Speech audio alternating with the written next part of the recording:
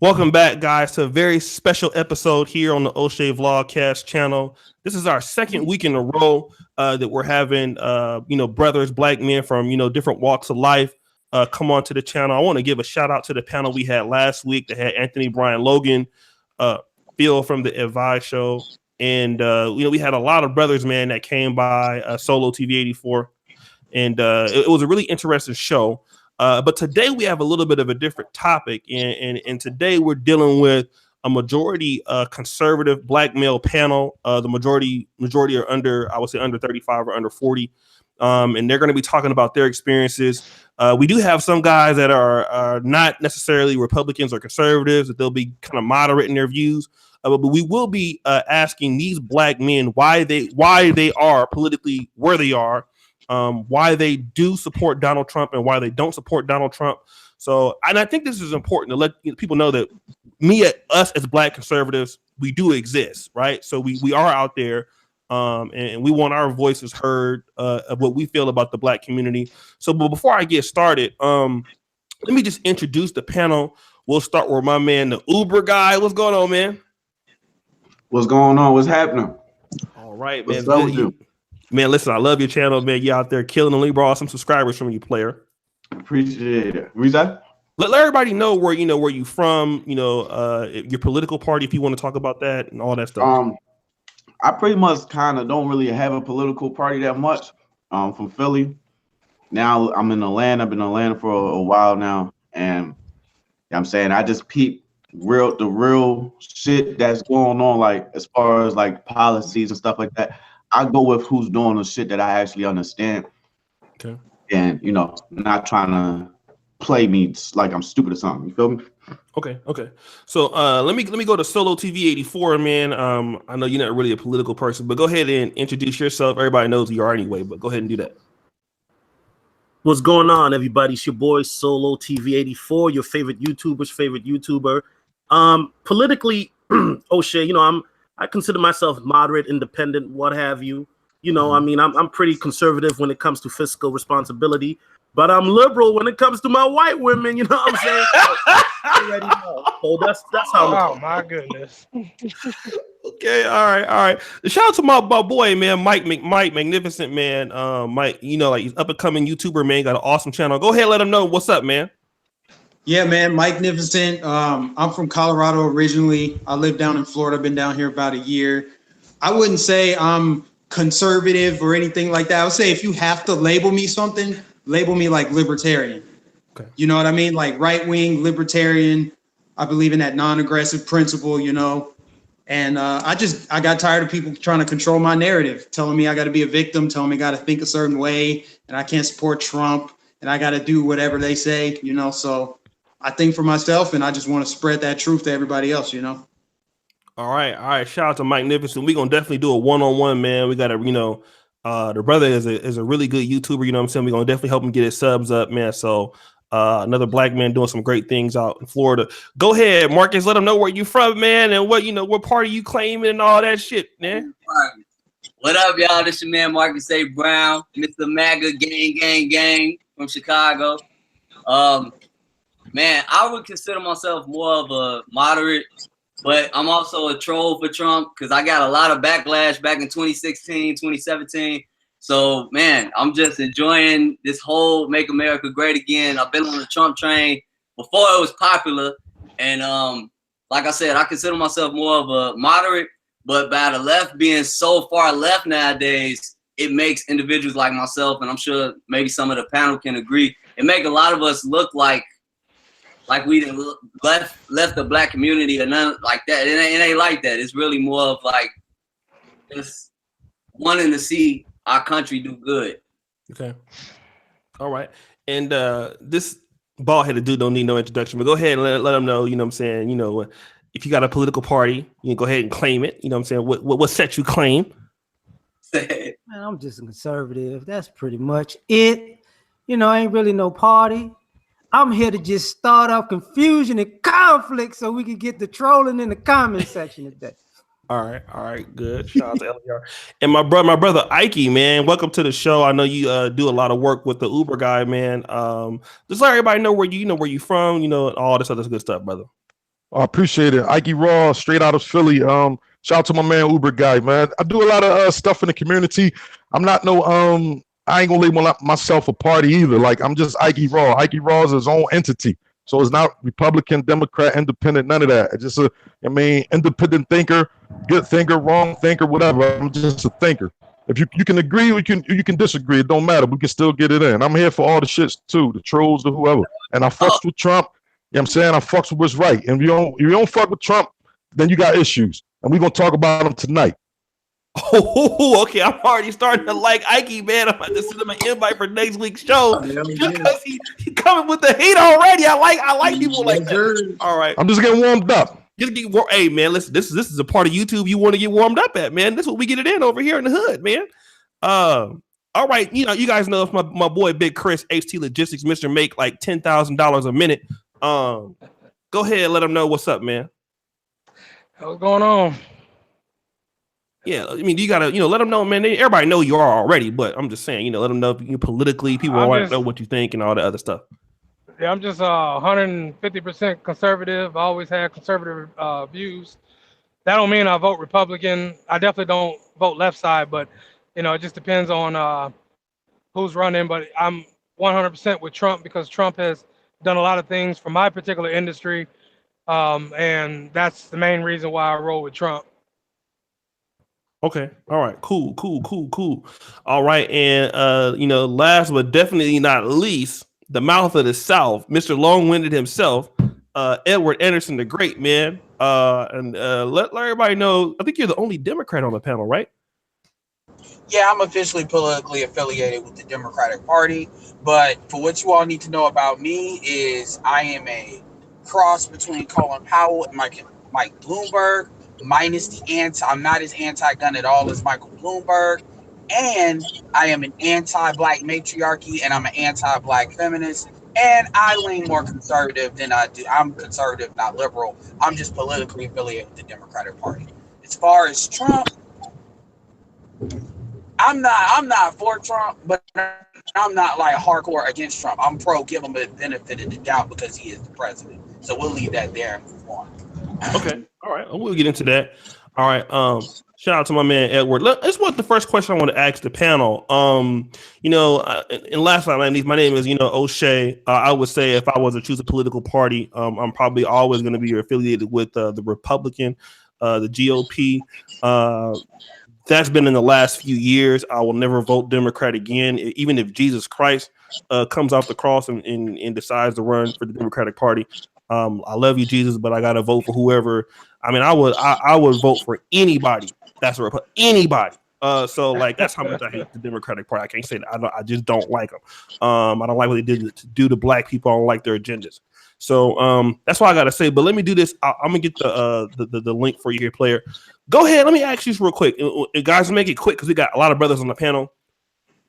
Did you start off? I'm starting with you, Uber guy. Did you start off as a black man, with the liberal left kind of thing? I'm a victim. The white man got his foot on my neck, kind of attitude. Yeah. Or were you always a conservative? I'm gonna keep it 100 with you. I was always on that bullshit.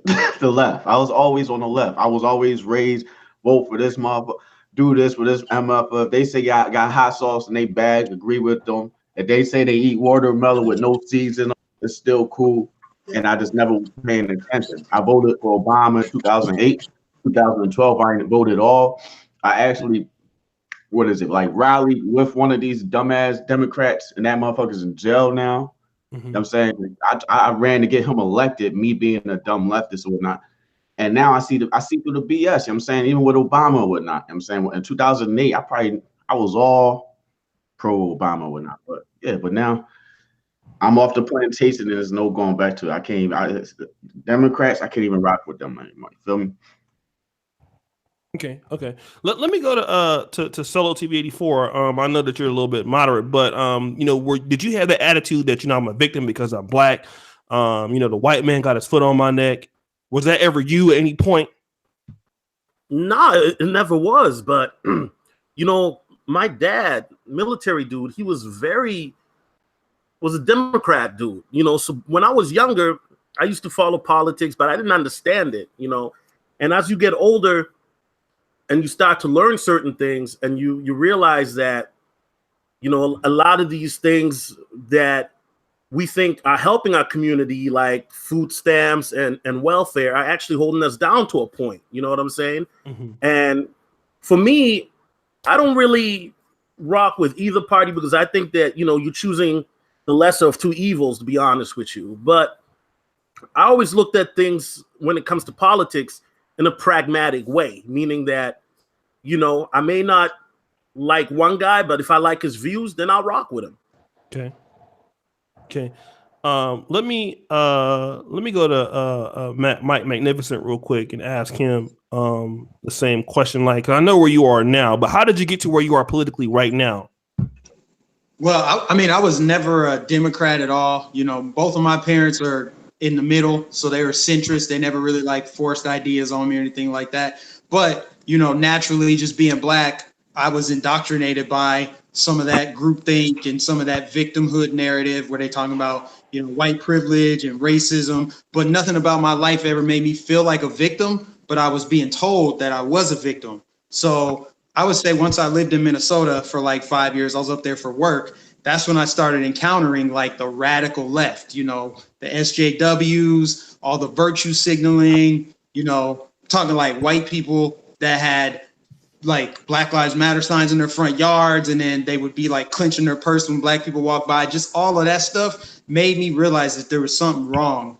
And then after Trump won, that was the ultimate red pill moment for me, because everybody up there was freaking out, you know? So all I did was start doing research, and I started looking at how the media is a business and how they're indoctrinating people, how they use euphemisms and stuff. And I was hip to the game. You know, I was already kind of into that conspiracy theory stuff, and it all coincides, you know, those things are synonymous with 9/11 and how the media portrays things. And I'm like, man, they've been lying about Trump. And on top of that, Trump is killing it. So it was very easy for me to get on board with Trump. And then when you see stuff like Maxine Waters running the 43rd Congressional District of LA, and that's a shithole town, and then you're like, well, damn, these Democrats, they're not doing anything for black people. There's still black people drinking lead water in Flint, Michigan, but we're over here talking about illegals. So it just makes it easier. I feel like every day I'm more and more of a Trump supporter, because it's not even about Trump at the end of the day. It's about America. If you live in America, you can unite with everybody else. And that's what we need to focus on, is being Americans instead of black, white, Hispanic, LGBT, women, feminism. So that's where I stand. And then also BLM is a joke too. I think that what you said, you know, being American versus black, white, or something else, I think that's a pretty good talking point that we'll discuss, because I think there are a lot of people that might feel like you in our community. Let me and brothers, thank you for the super chats. I will answer those in a minute. Let's go to Marcus. I know you from Chicago. Were you always on the conservative type of you know, kind of platform, or what made you to where you are to now as far as being politically? No, I was another swing voter. I voted for Obama, and that was solely off of identity politics. I'm not saying that like it's a good thing, but yeah, my family is predominantly Democrat. I'm in Chicago. This is a very liberal city, a liberal state, the state of Illinois. And so, yeah, like I just totally went against the grain with Trump. And part of the reason for that was because, for one, I was being exposed to a lot of the black conscious rhetoric. I was really heavy in the black conscious community. I studied more science. I was into this real black power type of movement in Chicago.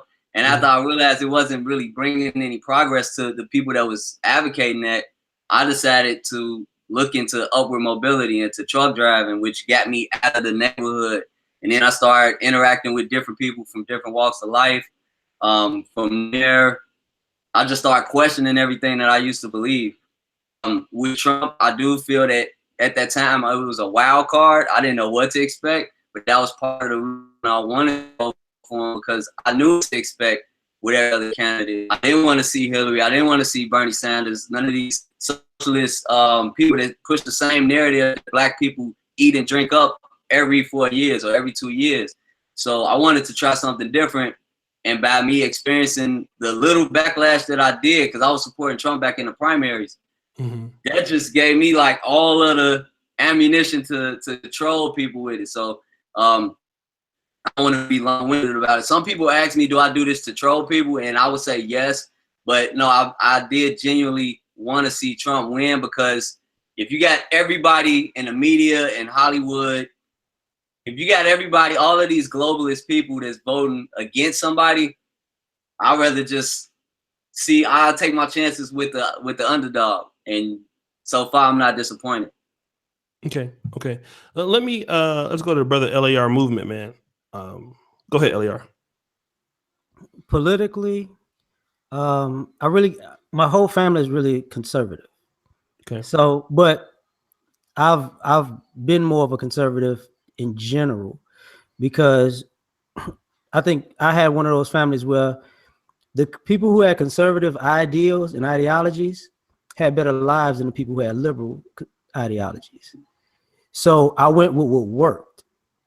We really didn't talk about like political party affiliation, because in New Orleans and Chicago and even in Maryland, it was, either it's working or it's not.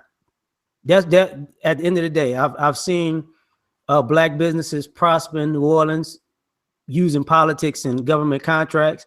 I went to HBCU, so I wasn't really with the narrative of people try to hold you down. At the same time, at HBCUs, they do mess with your voting if you depending on what school you at in the neighborhoods that surround it. But they never stop people from making their voice heard as far as young and voting. You just had to work harder. So for me, it's like, I don't think liberalism can sustain a society. So that's just where it is with me. All right. Okay. No problem. And let's go to my man Ikey. Yeah, I'm here. Thanks a lot. That was a good conversation. First of all, I never believe into this oppression shit that a lot of black people hear that you hear them say. I'm not into that, because when I grew up in North Philadelphia. When I first came out of my house, I see black people selling the drugs. A lot of people try to tell me it's this white man that's bringing the guns and drugs in the black community, and the black people are killing themselves. How I came on the scene is a man named David Jones was murdered because somebody brought up Black Lives Matter earlier. Black people, if a black man is killed by the police, Black Lives Matter. If a black man is killed by Ikey Raw, Black lives don't matter. Black Lives Matter don't show up. So when Donald Trump started running for president, they thought it was a game. They thought, oh, he's not going to win.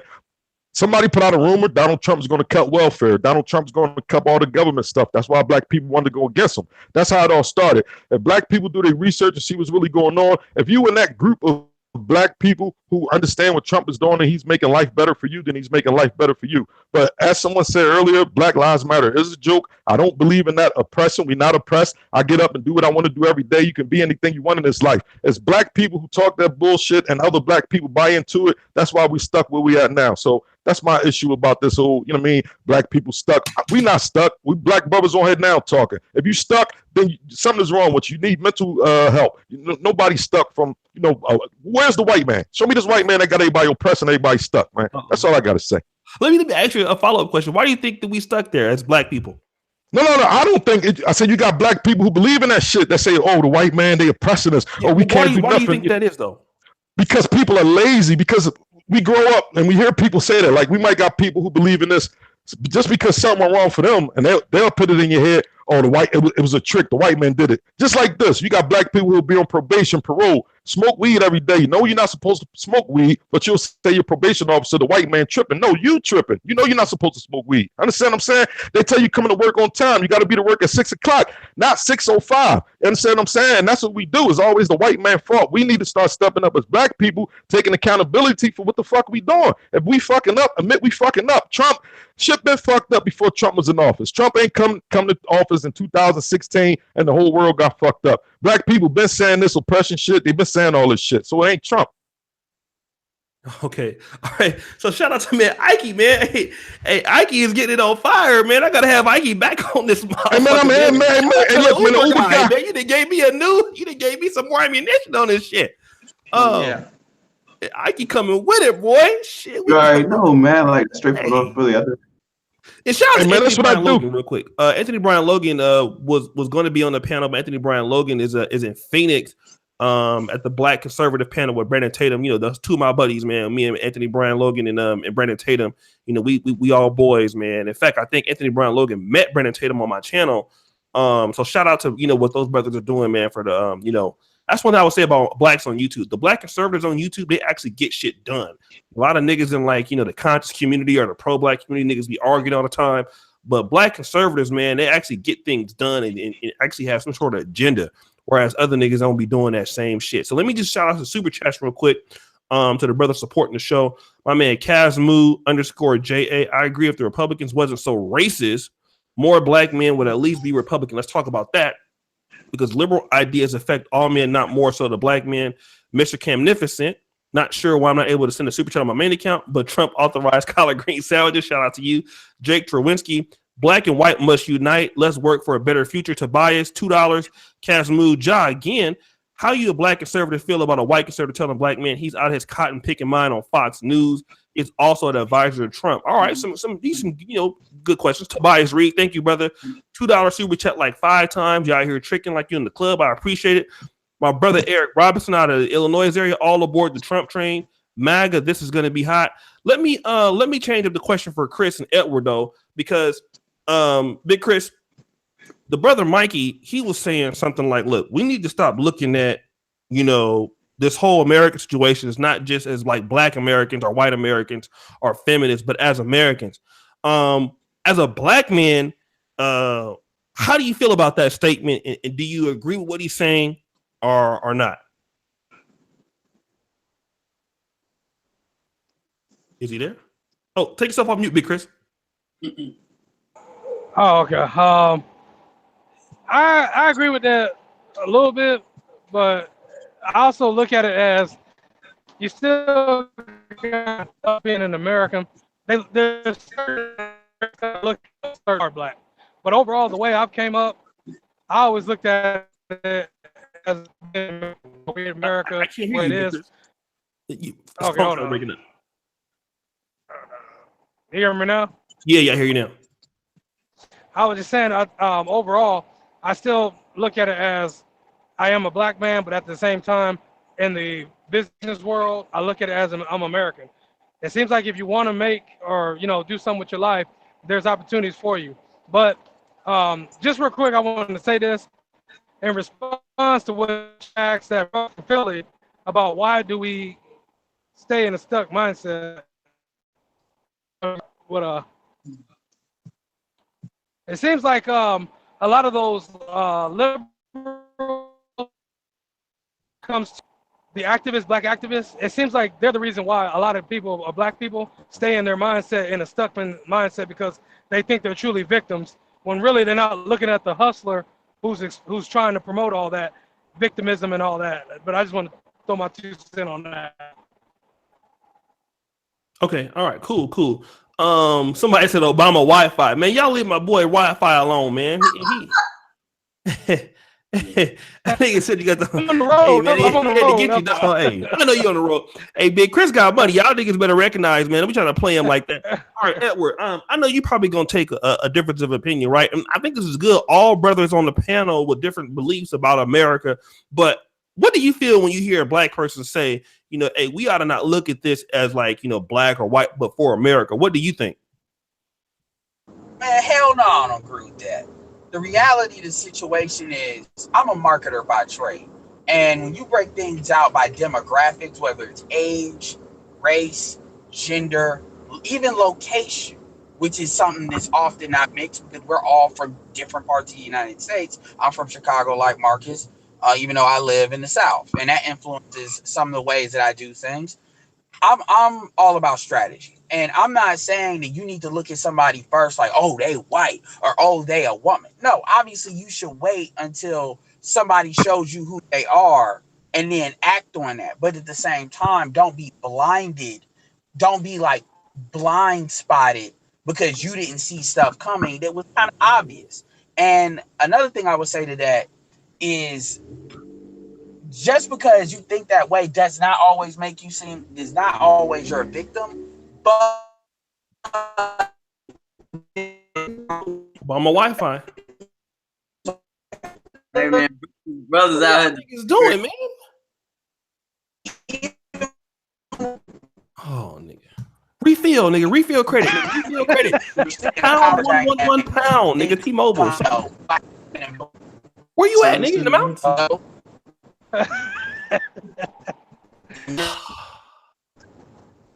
The devil's game. I'm gonna fall back till I get better reception. Yeah, nigga, you are you in a baptism pool trying to make a phone call? Nigga? What are you doing? Oh damn. Yeah, try to say it again. Try to say it again. Play out. Uni, all I was gonna say is no, I don't agree with that mindset, because that opens you up to get fucked. That's all I'm gonna say with that. But also, it is not about the race thing, because the way I look at it, so I'm not long-winded, is I look at the world this way. Mm-hmm. As far as race, there's a difference between dealing with white people and non-black people individually, and there's a difference between dealing with them when they're mobbed up.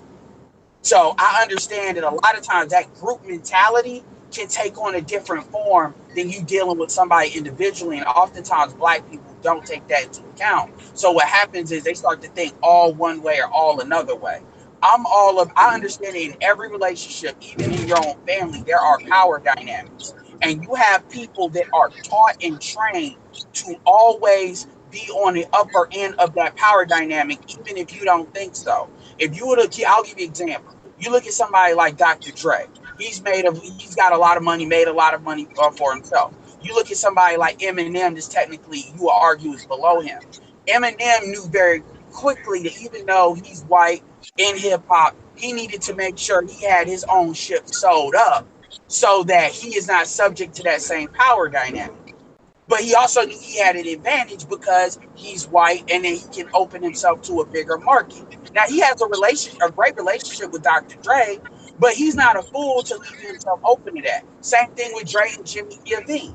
Iovine knows that Dre is his biggest moneymaker, but Iovine is not so, and Dre knows that Iovine provides him a lot of protection. So that's all I'm saying. I don't buy necessarily into the we're all Americans, so everybody's always going to do right by you. That's just not my experience, and I think that's a foolish way to think. Let me weigh in on that, and I'll let anybody address anybody on the panel that they want to address, like for right now until we get to the main topic. I would have to side. I see where Mikey is coming from, Mike Magnificent, because he's thinking from it as an American, he's right. You know, he talks like a person with a great sense of nationalism for the country. I mean, obviously, because we have, as blacks, there is no other country that we know but America, right? So that makes sense. But however, the fact is this: Chinese Americans are gonna not look at themselves as Americans. Latino Americans don't look at themselves as only Americans. I don't think. You know, everybody else looks out for the best interests of their own groups. And you know, if you look at even gays, black women, you know, all these little groups and factions that control the narrative, especially in black society. When you start saying things like we should look at them, I mean, the fact is people don't look at us as true Americans a lot of times. I mean, if you look at the numbers, to the point where black people are still making the least amount of money, we have the least amount of wealth, we have the most people, you know, in jail. We're, especially as black men, we are the ones that are struggling the most. You know, I think that if there's anybody that needs to have camaraderie as far what do you need to do for us as a community, that should be us, right? I think that as Black Americans, we are a very unique and distinct group. And whoever's coming in,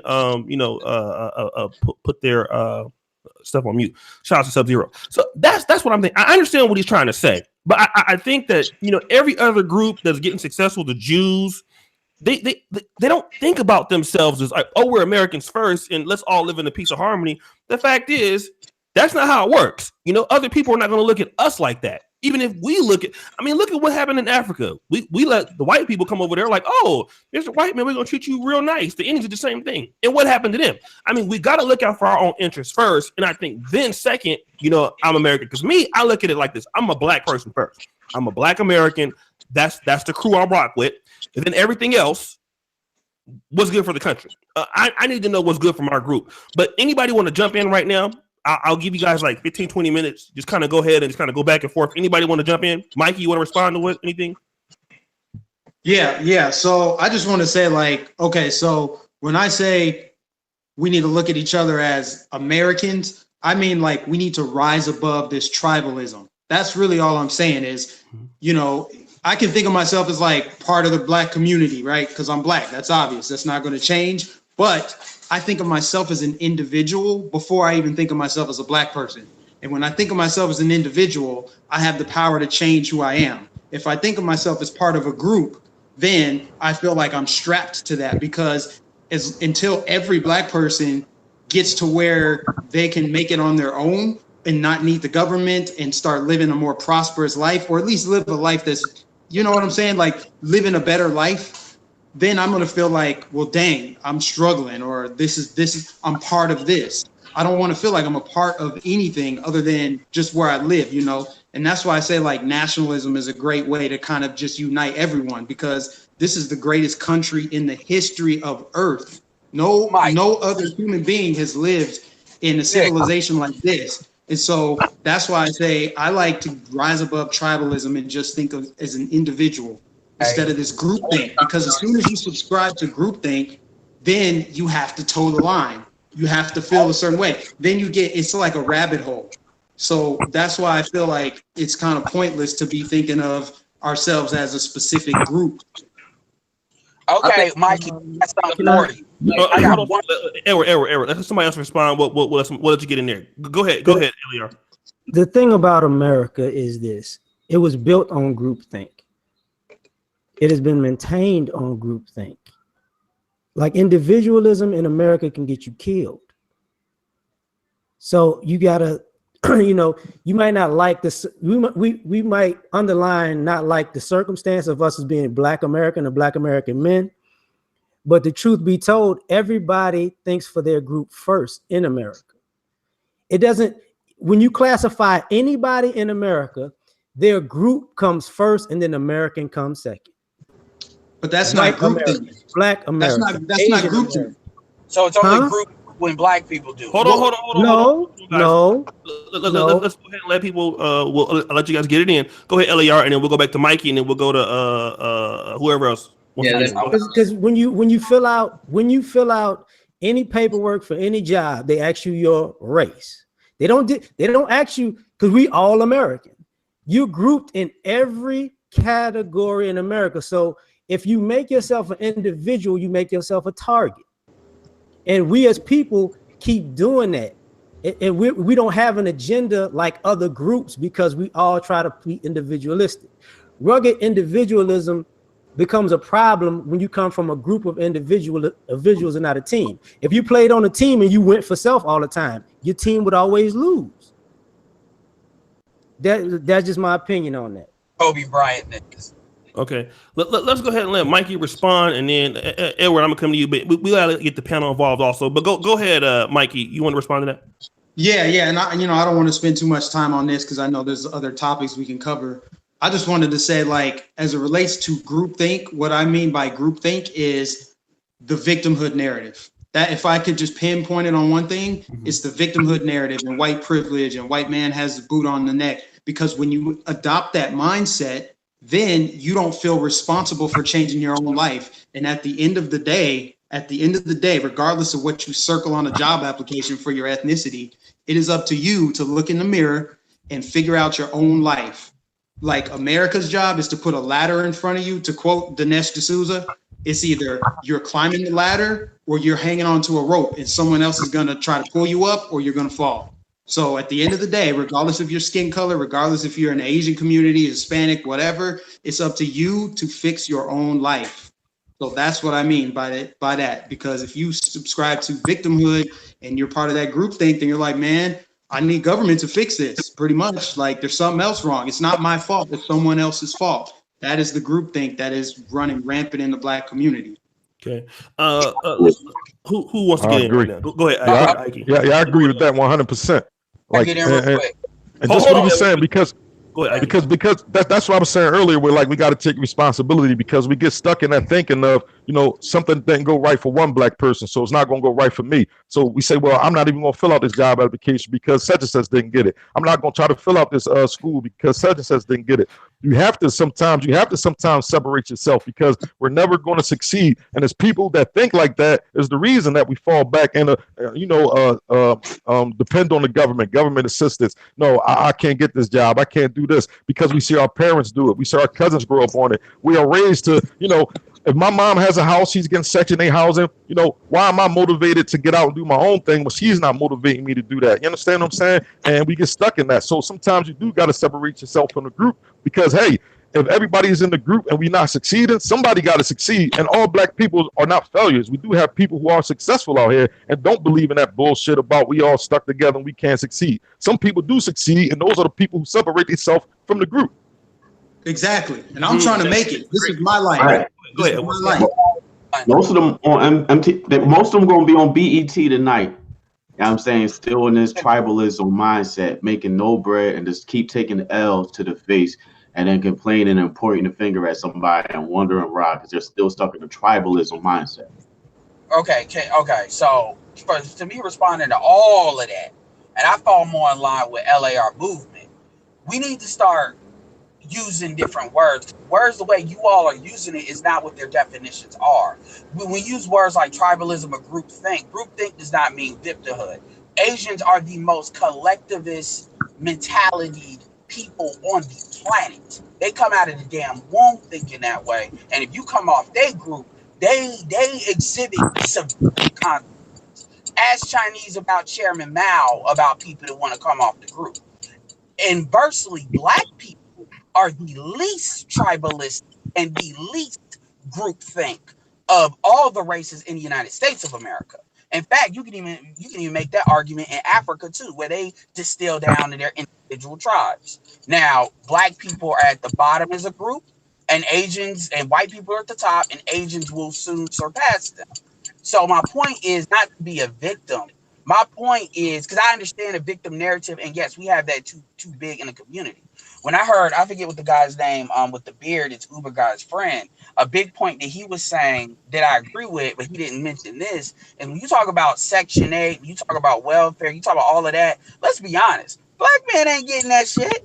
The shit you sound like you talking about is matriarchal thinking, which I'm 100% on board with that, but that's coming from a lot of our women, and what happens is our men are mimicking that because unfortunately we got too many men that are led by our women. So if you want to know what an absolute problem I think is in the Black community, so I can throw an olive branch to all y'all because I'm not trying to make a fight. All of that stuff y'all talking about is not necessarily a lack of nationalism. It's matriarchal thinking, because all of the stuff you described comes from females and males that follow females. That's where it really comes from, not a lack of nationalism. And to speak on my personal nationalism, I'll give you a perfect example, and I promise this will be just 30 seconds. I'll show you I'm done. You know how you can get, nigga.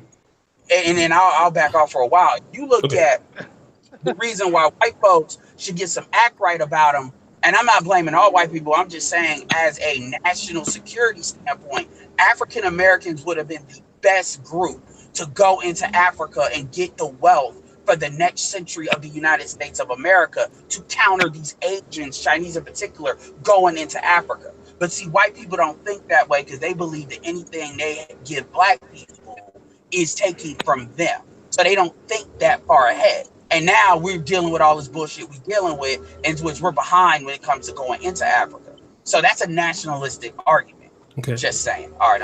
Who else wants to get in real quick on this? I respond to one thing about tribalism real quick. Oh, okay. Go ahead. Let me let Chris say something, then we go to you. Right. Go ahead, Chris. Yeah, I agree with that, brother. The one that was saying about the individual, I agree with him because I do think individually, and what I do is I group up, I team up with other individuals, and then we form a team, a super team. And that to me is what makes our community get moving forward, because you need multiple brothers that think alike, that are on the progression of moving forward. I'm not saying you got to stay an individual, but when you work with other people who have that same mindset, that's what keeps us going forward. That's what helps other people get motivated from just sitting at home doing nothing and blaming and hating and trolling everybody for a living. You know what I'm saying? But you need that. So I agree with him to that degree. But also, I do still view myself as the black man first, and I do look out, for the black working man. Like I look out for the black working man. What can we do for our communities? And then view myself as American. But it is individual first. Some might disagree with that, but that's how you actually build your super team. I mean, look what the NBA is doing. Not to be throwing the NBA out there. I'm just saying, look what they're doing. It's individuals that's going to come together so we can win. That's what it's about. No, I agree. Let's go ahead with brother Uber guy. And anybody want to jump in, like Marcus, Ikey? O'Shea, this sub, let me in when you get a chance. Okay, I'll let you in. Let's go ahead on. I think Uber guy. Go ahead, Uber guy. Be a little short. Like what I really meant by tribalism, I feel as though blacks in general, we are so stuck in this racial mindset, and we're so in tune, and we're the main consumers of racism pretty much in America. We're the least effective when it comes to tribalism. We're actually the only ones that are stuck in place. Chinese, they have communities. Jews got communities. I'm not going to go down the list, but we're the least effective. And the issue is we're stuck on a plantation still, man. Exactly. Okay. All right. And let me do this. Who else wanted to get in before besides Sub-Zero? Marcus, anybody? No, I just want to touch on what the brother was saying about when you get individuals together, and that's what I was saying. That's a good that's a good view of what he was saying. When you form together like Voltron, because everybody don't want to be stuck. Like at the end of the day, like y'all making some good some good conversation tonight. I appreciate what's going on, man. But that's definitely good topic, man, what he was saying, man, because you do gotta see one. It's just like if you're in a group, if you're in a rap group, it's 4 of us. One of us might be serious about it, 2 of us are not serious, so one of us gonna lead a group. You know what I mean? So at the end of the day, you got to do what you got to do, man. And that's how I go in life, man. That's how we get stuck, like Uber guy was saying. I don't like using the words tribalism, nationalism. I don't like using those words, whatever. I call it for what it is. Like I do people individually. Like somebody said earlier, I don't judge people just because you're white. I don't think all white people racist, all black people, you know what I'm saying, is going to kill me, shit like that. Like, you know what I'm saying, you got to take people for who they is at the end of the day. And that's why I think we get fucked up a lot of times of being so judgmental of people. Like, you know what I'm saying, not getting to know who's who, because everybody don't have, you know what I'm saying, bad intentions against us because they white. And all black people don't have bad intentions against whites because they black. So at the end of the day, we got to start looking at it as, yeah, we humans, not a race. Like, you know what I'm saying, we human beings. Like, you know what I'm saying, at the end of the day. Okay. Let me do this real quick. Let a brother Sub-Zero weigh in on it. Good to have him on the panel. And then after that, we're gonna go into the our black conservative men, sellouts, coons, just wanting to get white women and kiss white people ass. We can talk about that. Let's go ahead and then we will shout the super chat. Let's go ahead, brother Sub-Zero. I think when it comes to black people, I think we do have an issue of tribalism, because anybody that didn't support Barack Obama was a coon, and I couldn't stand his ass. That's just me. I despised him. So for the last 8 to 10 years, I've been getting called all types of stuff, insulted, just for putting up a post where I came on a post one time. A guy was talking about how great Obama was because he was talking about how he can sing like Al Green. And I said, man, I just disagree with his policies. That's all I said. And it led to a 4-day-long debate. People were coming in angry. You bitch ass nigga, you this, you that. Nigga, when I see you on the streets, nigga, it was like 30 people. It was 2012 during the election. It was around that time.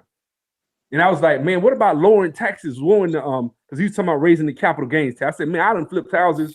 To me, capital gains tax needs to be low so that I can make more money, this and that. I think that this, I was just giving real substantive, tangible reasons as to why I didn't support Barack Obama or the Democrat Party. And it wasn't anything about me wanting to be white, because I'm very pro-black. I consider myself a black nationalist. I don't have no problem with that. I'm not a socialist, or I'm not for communism. I'm very pro-capitalist as well. But I'm outside of that, I line up with most of what a lot of these guys talked about in the 60s and stuff. But that's the problem. It's like when you say that, you're labeled a coon. Just like this week, all these black people out here pulling for these illegal immigrants to come over here. I'm like, they're coming to get your job. They're coming to get scholarships from your kids, and your children will suffer because your children are at the bottom of the totem pole. Anybody getting off a boat or airplane or jumping a fence is already instantly in front of your kids, and they're going to get more resources and favoritism than Black people who pretty much suffered in this country. And another thing, as far as saying that the victim mentality, let me explain something.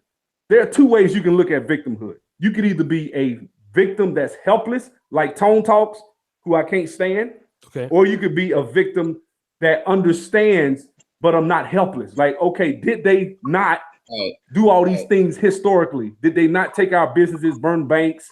Did they not do Jim Crow? Did they not do all types of different things that you can cite? That's the truth. And don't tell me that didn't hold you back if they specifically targeted Black people throughout history, even up until today. They're not, in certain instances, they do target Black people for certain things that do, hurt us economically or has hurt us economically. If they had left us alone after slavery, most of the stuff you hear people talking about wouldn't even exist. Black people would probably be one of the wealthiest segments of this country, but that ain't what they did. So even Frederick Douglass was talking about immigrants coming over and taking jobs from ex-slaves. Frederick Douglass, back over 130 years ago, he was saying the same thing that a lot of Black people are saying today. So to me, I think you need to weigh each issue individual and see if it's better or best for, or what pretty much is the most optimal thing for the Black community, and move forward from there. Okay, let me do this real quick, guys. Before I gotta do some house cleaning. We got 453 people watching. It must be y'all, because you know what I'm saying, they don't never come watch me by myself like this. So I want to just thank everybody for supporting the show. I see my man Black Ram 313. I see Super Slide. I mean, this is the first time where we had a panel that was full, almost before it started. So we will get you brothers in today. But let me just do this real quick, man. 452 people watching. What I'm going to do is, for the brothers that showed up today, I'm going to put their, for those of you watching a restream, you can go, who the fuck is this calling me? Who's this calling me? Big booty, Brenda. Can y'all hear that? Nah. Can you hear it ringing? It's a white girl. It's a white girl. Pick it up, man. I'm a hotep player. All right, so do me a favor, guys. Do me a favor, brothers. 456 brothers, man, in the first 40-something minutes. To hear Black men talk about politics. Do me a favor. You guys like the video, okay? There's no reason why you brothers cannot like the video. You got all these educated brothers and you smart brothers with different views in the Black community coming together on one panel on a Sunday. You know what I mean? And this is an all Black male channel. I talk about all Black male issues, and y'all can't like the video. The video is free. And so we want to talk about that. Thank you for the brother support. Now, again, you guys know how it is. Support the channel by liking the video, brothers. You know what I'm saying? I like to see new people in the super chats. I don't like to see the same people. I like to see new people that's donating to the channel, supporting what we do over here for our blog, Negro Manosphere, for what we do for the Black male community. Let me go ahead and read off some people real quick. And we got some brothers that I want to address here. Africans ain't gonna let brothers in like that. Super Slide, my God, he is the shark of these. He was invited, but he came a little late. He's a shark. He be causing problems on these panels, bro. BP Thomas Trucking, $5. Shout out to my brother BP Thomas Trucking. Let me start with this argument. I'm gonna start with my brother Marcus. New question is this: the brothers who are Black conservatives, it's been postulated that brothers who are Black conservatives, they are that way because they never really fit into the Black community to begin with. They were always kind of ostracized. They were always outsiders. All right. These are the kind of Black men who typically don't date Black women. All they do is, for the most part, they like white women.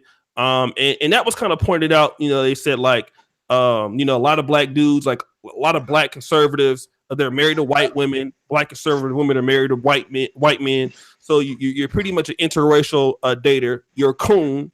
You're looking for white acceptance. You know what I mean? That's why you hear the brothers with the make Donald Trump, make America great again. You're just trying to get white acceptance from white folks. So let's start off with Marcus, because these are the things that I heard for supporting Trump. So let's talk about that. Do you feel that Black men who support Donald Trump are Republicans, are libertarian or conservative things, that they are more prone to like white girls? They are outcasts of the Black community. They have a vendetta against the Black community. In these type of things. What's your positions on that?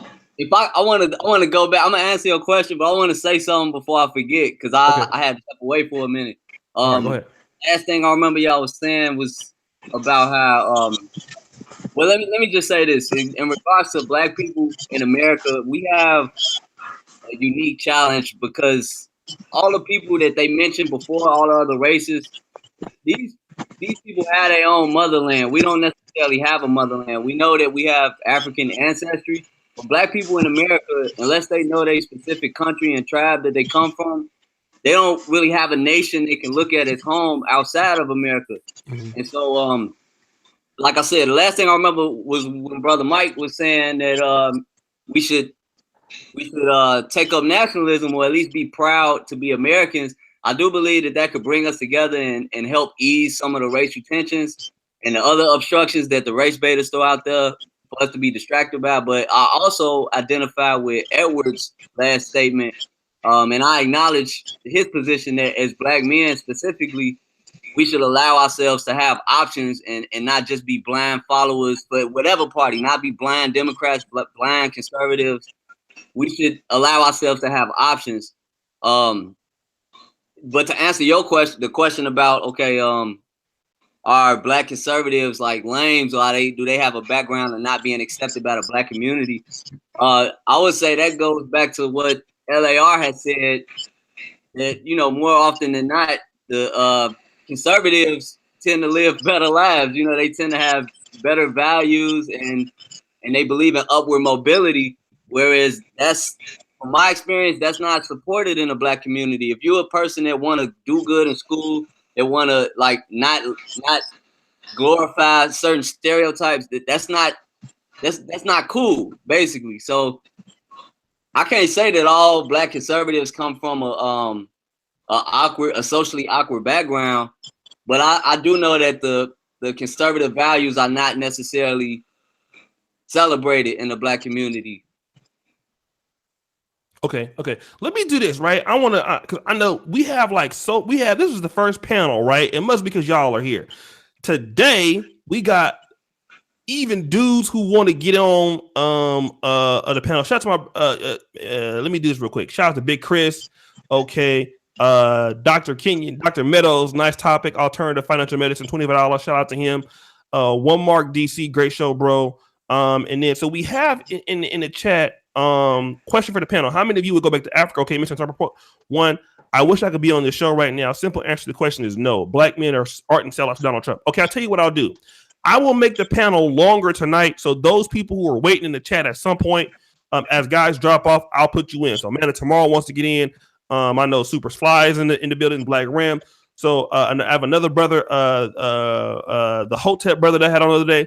So we have 4 brothers waiting in the loom. So I will make this show longer until we get everybody in tonight. All right. So I just want to let you guys know that. Let me get to let me see. Solo TV 84. Solo, let me ask you this. Do you think when you hear like, all right, brothers who are like, you know, Black conservative, they are sellouts, they are coons, you know, they like white women for the most part. They are they've never really been accepted by the Black community, and that's why they feel the same way they do. That's a lie, and I'm gonna keep it real. And Mikey will check me on this. Shout out to Mikey, because we're from the same area. If I go to Uptown Minneapolis on a Saturday night and I pull up on a Becky and I tell her I'm a conservative and I'm for Trump, she gonna look at me like I'm crazy. You know what I'm saying? So being a liberal, where I'm from, where Mikey's from, facts will get you more ass from a white woman than being a conservative. Facts. Oh. This is facts. Mikey, do you agree with it or disagree with what I'm saying? Wait, who's this online? That's Solo Actually, TV 84. It's Solo. Okay. Okay, so you're saying that. What are you trying? Are you saying that? So what I'm saying is, a liberal will get you more action than not. It's the same in Chicago. So being living in Uptown Minneapolis, if I go up to a white chick and I tell her I'm a conservative, she's gonna think I'm crazy. But if I say I'm a liberal, I'm gonna probably get more ass, or the ass quicker than being a conservative. And I'm just going off what I've experienced, because I've had girls say.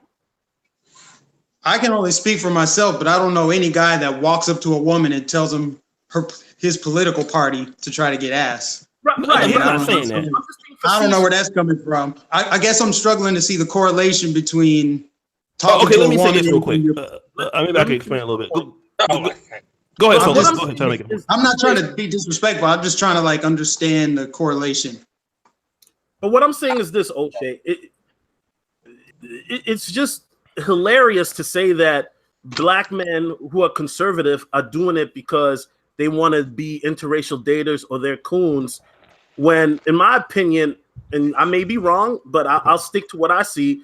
Being a liberal would probably get you there a lot faster. You know what I'm saying? So miss me with that shit. Yeah, they Second, anti-assimilationists when you exactly. Okay, so let me kind of make the point clear. Let me finish. So let me finish. Go ahead, Solo. Secondly, this whole notion that black men who are conservative are, they never fit in is laughable, because what happens is, like LAR said, when he mentioned that the conservative came from more stable backgrounds, more financial backgrounds, you got to look at things sometimes 3-dimensionally instead of 2-dimensionally. And that's what the liberals have done now. They're so far left that now they put makeup on a 4-year-old boy and say he's a transsexual. I mean, come on, bro. It's crazy. I'll say something real quick.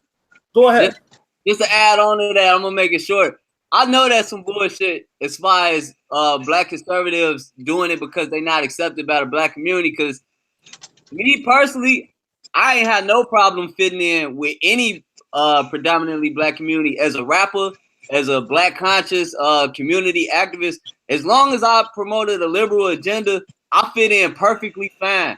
I fit in so good to the point I used to troll them like, man, I could be like a spy, or I could be doing some type of psyops, and y'all wouldn't even know, because black people will accept anybody that's talking their narrative. It don't matter if you cool or if you're lame or none of that. But it's not until you start challenging their ideologies that's when you get blackballed. Exactly. And you know what? I was going to add something when I get a chance. Go ahead. All right, go ahead. Who's talking right now? I just wanted to piggyback on that really quick. Like, it actually transcends race, because you see in Hollywood, if you don't flow with the current of this anti-Trump narrative, this tirade against Trump, then you see what happens. You see what happens with Roseanne. You can't speak out. So what they've done successfully, the left, and this is why I feel like this is the dark side of human nature. They want to get everyone like subdivided up into groups and create these monoliths so that people can be one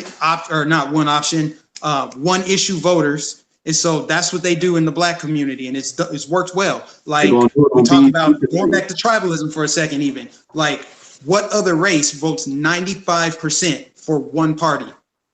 We don't all think alike. So you could try to promote tribalism or whatever, but like, you can't create a monolith. You can't make everybody think exactly alike. So I think that's where the problem is just the whole mindset, this hive mind of, you got to think this way. So I think that's where you're seeing that problem. People are going against the current. So black conservatives, we're going against the current. It has nothing to do with like, oh, that black girl didn't like me in elementary school, so I guess I'll go be conservative and have these values. No, people are thinking for themselves and deciding, you know what? I liked what Malcolm X said. I like what Martin Luther King said. Please tell me, can anybody tell me, what about Thomas Sowell makes him a coon? What about Larry Elder makes him a coon? Is it because Thomas Sowell dated a white woman back in Jim Crow when he lived? Like, what? Come on. Like, I need somebody to actually explain that to me, how if you're a black conservative, you're a coon. That's actually programming from the left. So anyone that calls you a coon, they've been programmed. They're not even using their brain. They're in the sunken place when you say that. Okay, let's go ahead. Big Chris, go ahead, Big Chris, and then I'm gonna just say something real quick. Go ahead, Chris. Let me get on that one if you can, Jose.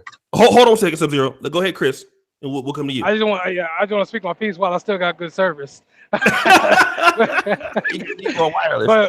I want to say that everybody's about saying the same thing. We just saying it in different ways. This is how I look at it. You either in the majority or you're not. The biggest problem that I'm talking about black community. We ain't talking about nothing else, just only with the black community. The one thing I learned is that most black people that are in the left or they're in the liberalism, they tend to want to make excuses for themselves.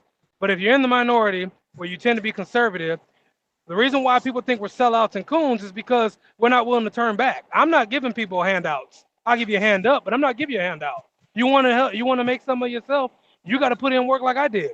But instead of me worrying and waiting on you, I'm gonna run with some brothers already getting it like me.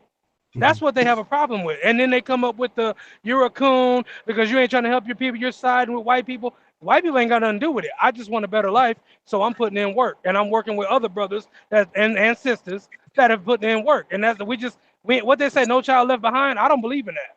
I don't believe in that. But that's my 2 cents. Right. Okay, let me just weigh in on it real quick, and I'll go to Sub-Zero. But this is how I feel, and I hope I don't hurt anybody. I really don't give a fuck about hurting nobody's feelings. I gotta call it down the middle. I do feel there is a partition of black conservatives that are that did not make it in the black community. Whenever something happens to black people, they always take what you would consider or what would be considered white talking points. It's you do have some white kind of conservative talking points that always blames blacks for everything. Though there are some black conservatives that are like that. I won't call any names, but they do exist, and many of them are on YouTube. Okay, you have those kind of white conservatives who, if you look at them, definitely it's obvious they're kissing ass for white people. They will never call anything out that let's say. Because Trump, the administration's had some problems. The administration has some issues with some of the statements that they said about, in particular, or supposedly said about, about racists or stuff like that. There is some issues with that. But we must say this is true though. There are some blacks out there who are conservatives who are completely looking to, gain their fan base off of bashing blacks. I'm not saying they're here today, but we do have that problem. There are some blacks out there. I saw one black lady out there who talks shit about Black Lives Matter, and I saw her with a White Lives Matter shirt on, okay, on YouTube. So we do have, and then I could tell you like this. When this whole Candace Owens shit happened, dude, you should have saw these black conservatives fighting, like shitting on Candace Owens, trying to, oh, why are you supporting her? Dude, the black conservatives came after her harder than the white conservatives did. Oh my God. I mean, you should see the competition for like quote unquote white zaddy. And I will tell you this, it is out there. I think you do have some black conservatives out there who they didn't fit in. They're upset at black people. And then let's be honest, if you want to get a political channel or you want to do anything right now, to be a black conservative is the big ticket right now, to be honest, because nobody's doing it. If you want to get known, you want to get popular, oh man, be a Trump supporter as a black person. Oh my God, that is the way. That's the green ticket. If I had a black conservative channel, I talked all about just black politics, man, I would have the way I be doing shit, nigga. It'd be like 500,000 subscribers right now. Right now, that's the biggest opportunity for black YouTubers is to be on the right because everybody's on the left. But to hear a black person talk about everything that white people are saying, I've even had white people that send me videos about what black people are doing, and they don't want to see it themselves, but they feel comfortable like, oh, can you do a video on this? Wait, you want to do a video on black people fighting each other? Like, get the fuck up out of here. I had to really cuss people out at some points. And that's why I don't even talk about black issue problems anymore, because you have some groups of whites that just want to sick blacks as attack dogs. And I'll tell you one thing, they won't support your channel. They won't give you a fucking dollar. You know what I mean? To be honest, and Jada Bike said that. They want to see you attack black people because they can't do it. You do have black conservatives out there who are willing to do that and willing to sell their soul to white zaddy. I'm sorry. That happens. I agree. That happens. So we got to keep her. I'm not saying that, but it does happen. Go ahead, Sub-Zero. Yeah, man.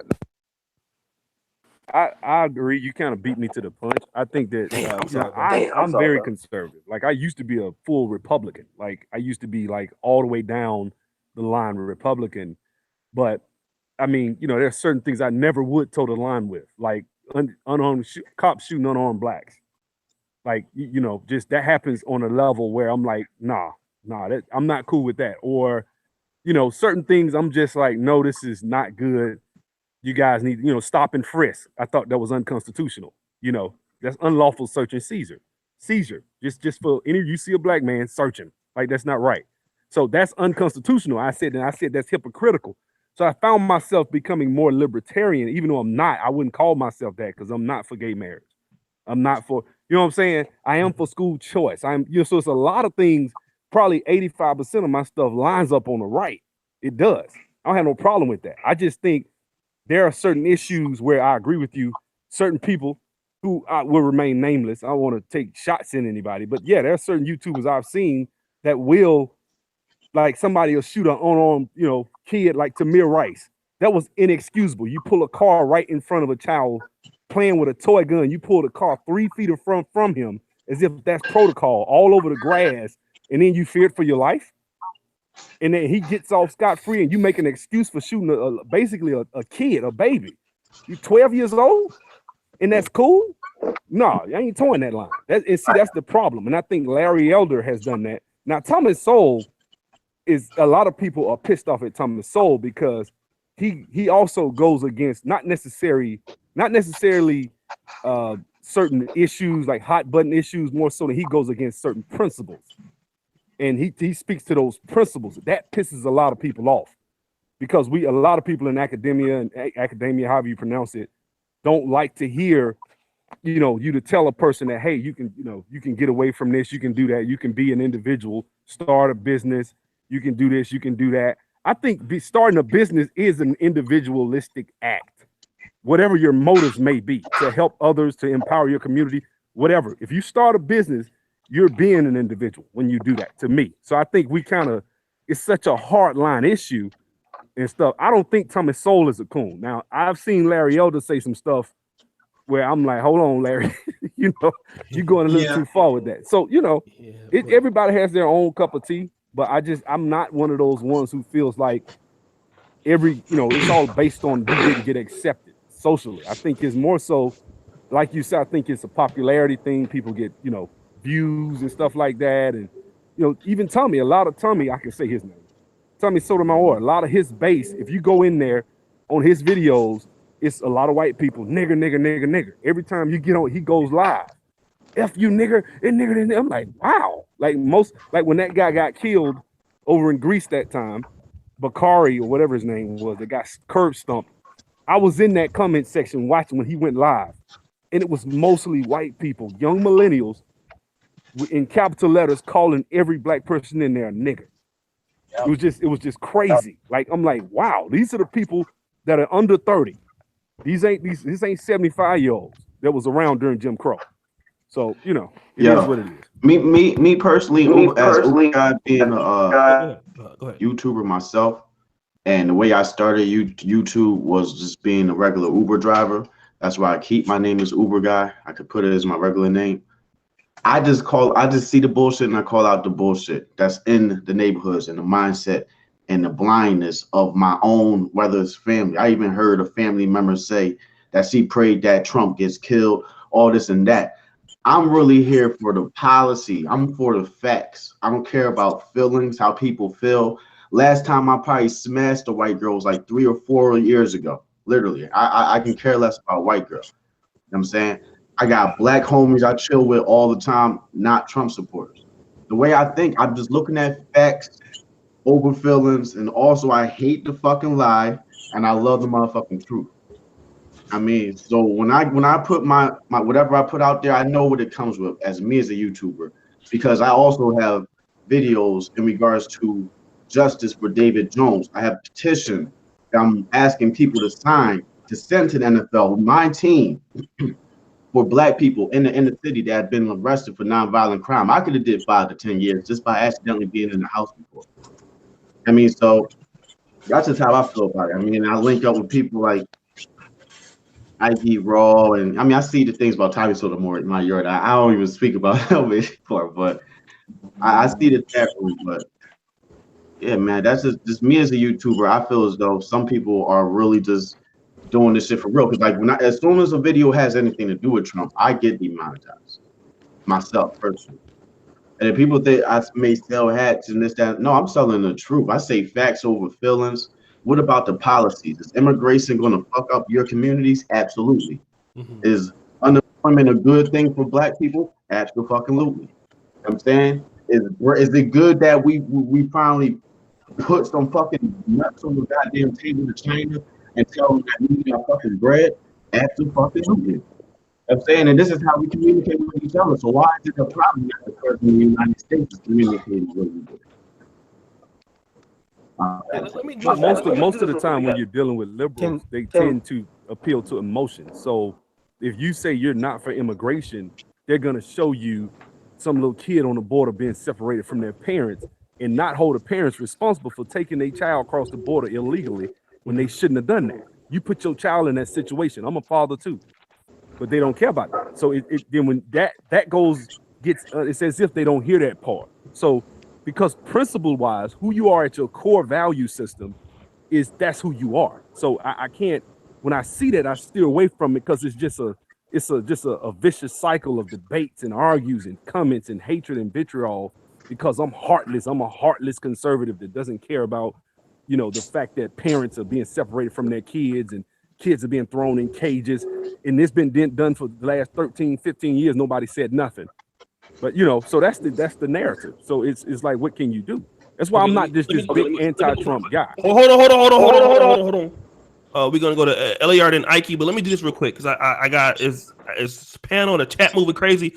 510 people on the stream right now. I didn't think a political show would like get this many people. I thought we talk about like fucking big booty bitches or something like that, then it gets 500. But talking about Donald Trump, I didn't think it was this much. So guys, thank you so much.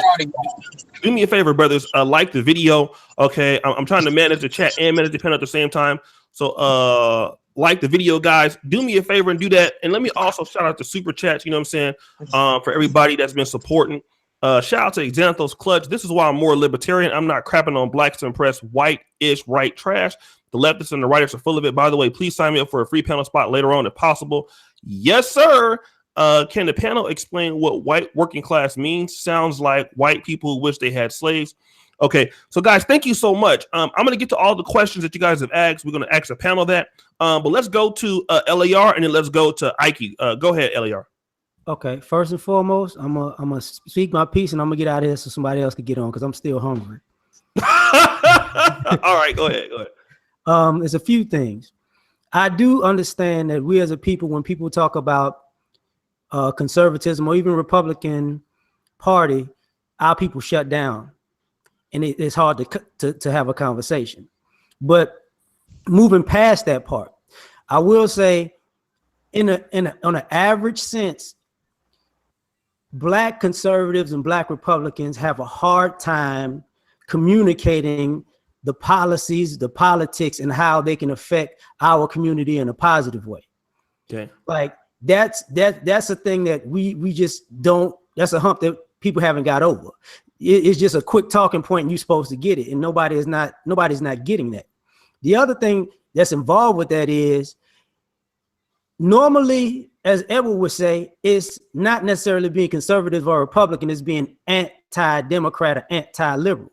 So if you can't take them out of the equation, you can't tell people what exactly they're going to be getting from certain policies and politics because you're too busy pointing the finger at the other side.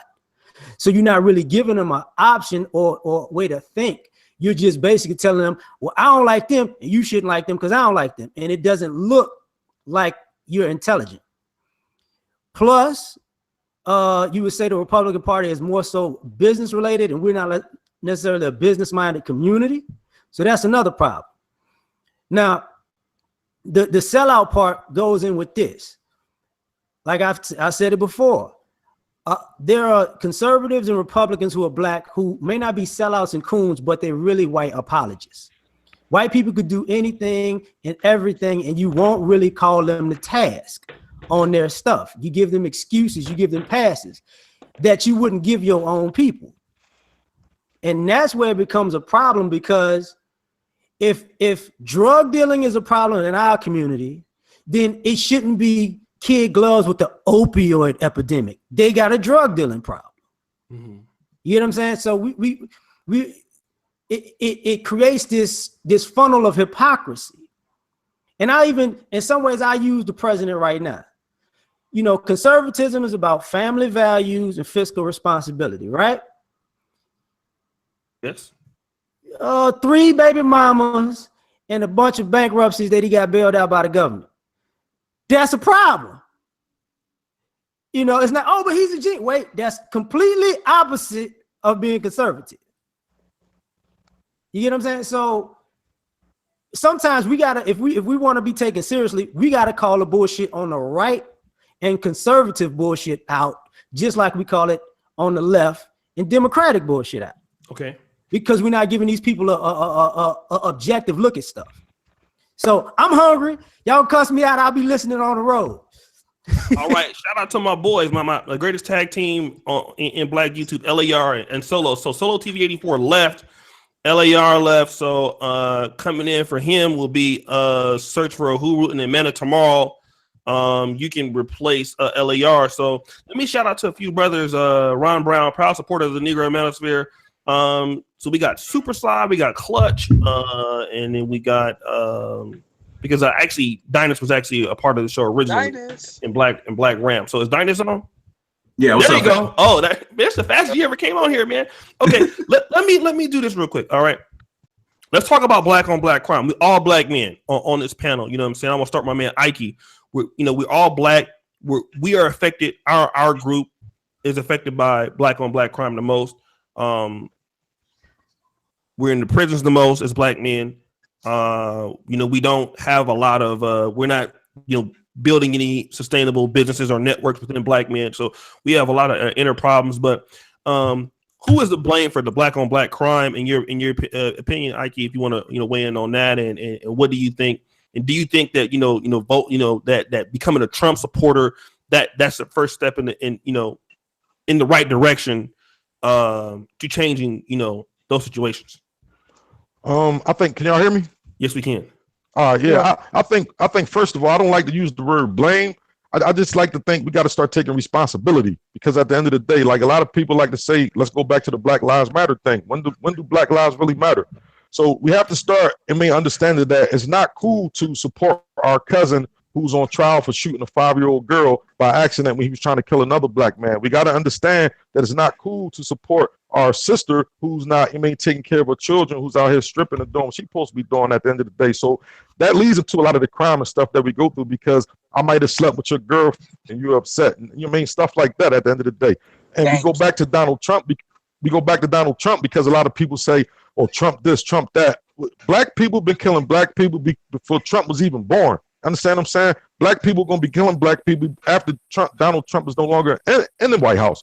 So I look at it like this, and just to touch on something that y'all was talking about earlier, in the city of Philadelphia, where I'm from, right? Just like he brought up Tamir Rice, which was a tragic death by those police officers. I should see a lot of people on social media saying stuff about, Trayvon Martin, Eric Gardner. And I used to tell people in Philly, well, I understand, those deaths is tragic, but what's going to happen when this happened in Philadelphia is y'all going to have the same outrage, right? Unfortunately, it happened to a man named David Jones on June 8th, 2017. I took a video, recorded the video of his murder, happened on the news, put the video up. We started protesting. I started the protest, not no Black Lives Matter, not no Stop the Violence movement, nothing like that. And when I started protesting and stuff like that, people started coming around me, just to touch on what somebody said earlier about how white people would feel comfortable trying to throw shots at other black people, thinking because I'm a realist, just like you said earlier. Yeah, I want to talk about black people that's killing black people too, because we need to talk about that. But that don't mean I don't love my people. That don't mean that's a green light for you as a white man or white woman to come on my page or come in my chat group or whatever and disrespect black people at the end of the day. So coming back to, black on black crime, we have to understand that we are the cause of this. That's the blame. If you want to use the word blame, it's us in the community. Understand what I'm saying? We don't have to take somebody's life because he got more likes on Instagram than me. She got a fatter ass than my girl got, so I want to have sex with her. She don't want to have sex with me, so I'm gonna take a pussy, and then here come crime. That's crime that we bring into our own self, man. Donald Trump ain't got shit to do with this. I'm sick of people keep saying this shit, man, and we're gonna put an end to this shit tonight. Tonight it fucking starts tonight. It stops, man. Woo! I just wanted to add to that a little bit, but when I get a chance. Yeah, okay.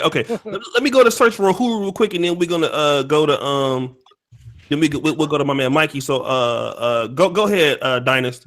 No, I think black on black crime is a black issue, but I don't think voting Democratic or Republican is gonna do anything to effectively change it. I mean, it comes from within. Just me personally on the whole black men who support Donald Trump situation, I really could care less. It's just, as Sub-Zero brought up earlier, you have a lot of black conservatives who are disingenuous and they're not honest when it comes to racism and white people. And I personally have an issue with that. You have a lot of black people. I understand if you want to vote conservative or vote Republican, that's your thing. But I think bragging about jumping from the Democratic plantation to the Republican plantation and bragging about how you're being sponsored by white think tanks like Turning Point USA is buffoonery, in my honest opinion.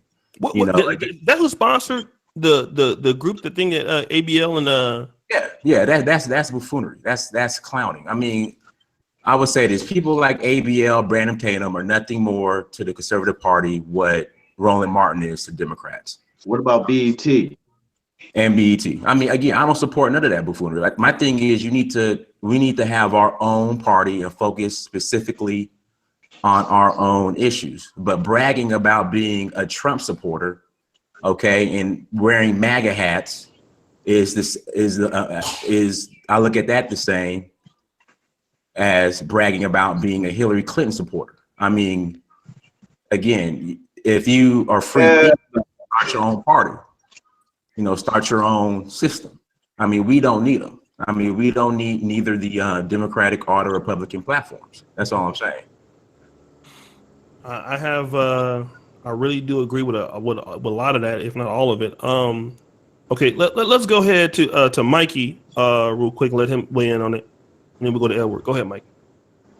I mean, you made a lot of great points. The guy that just talked before me, you made a lot of great points about finding our own party and that kind of stuff. And, I also want to say, like, I'm very new to politics. Like, I haven't spent like years and years learning about the parties and all that stuff, but I know enough now to know which side I'm on. If I had to like pick a side, I personally think the two-party system is just a hoax because it pits everybody against each other, one side or the other. You have whites in the white community doing the same thing with Trump and all that. Trump has been the most divisive president, not like in terms of like what he's saying per se, but just him, his entire person is caused division in the community.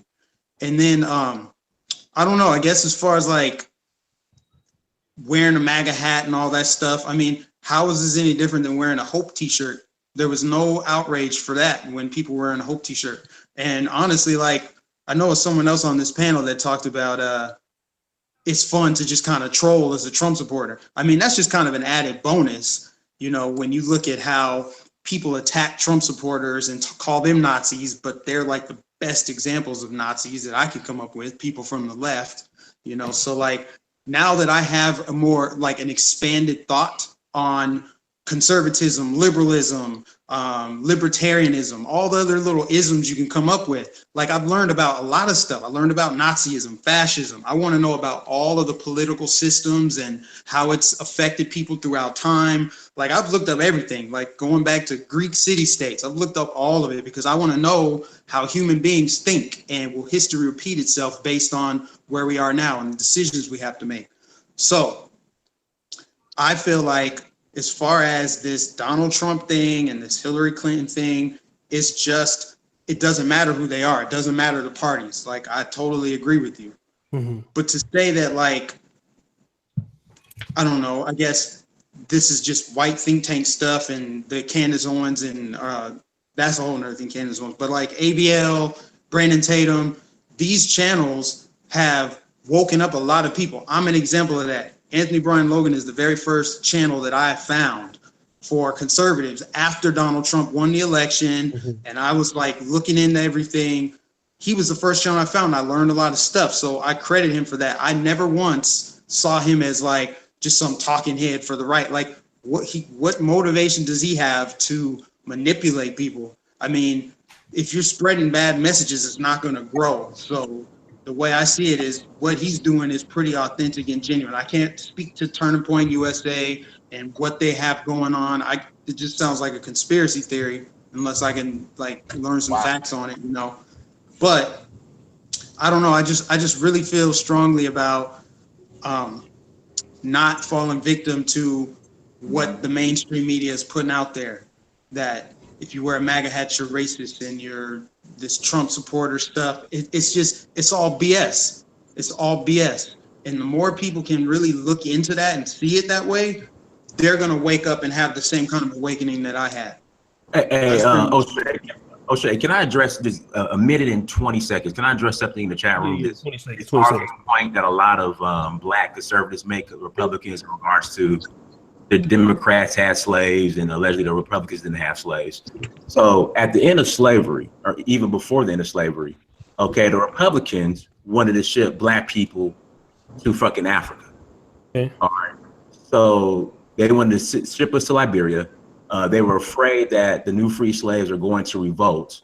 So there was never this, you know, black integrating into white republic utopia that a lot of black conservatives are trying to push.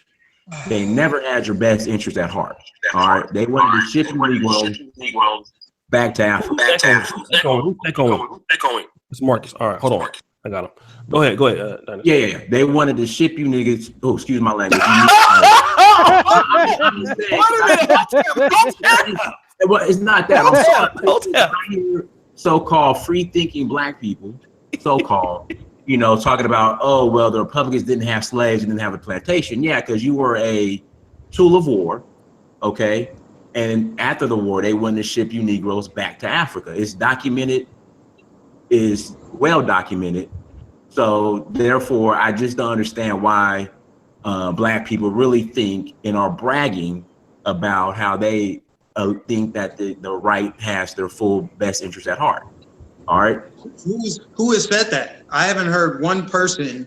I mean, now I'm not saying you're wrong, but I have not heard one black conservative, at least in the realm of the people we're talking about. I've not heard one say like, the right has our best interest at heart. I'm sure there are people that have said that, but I think the bigger issue is waking people up to the big holes with the Democratic Party, because this isn't even about Democrat or Republican like we already established. This is all about the Democrats and what they have done historically that's documented, what they are doing today that we can document it. Like when we fast forward like 50, 60 years from now, are we gonna look back and be like, Democrats have the best interest of the people?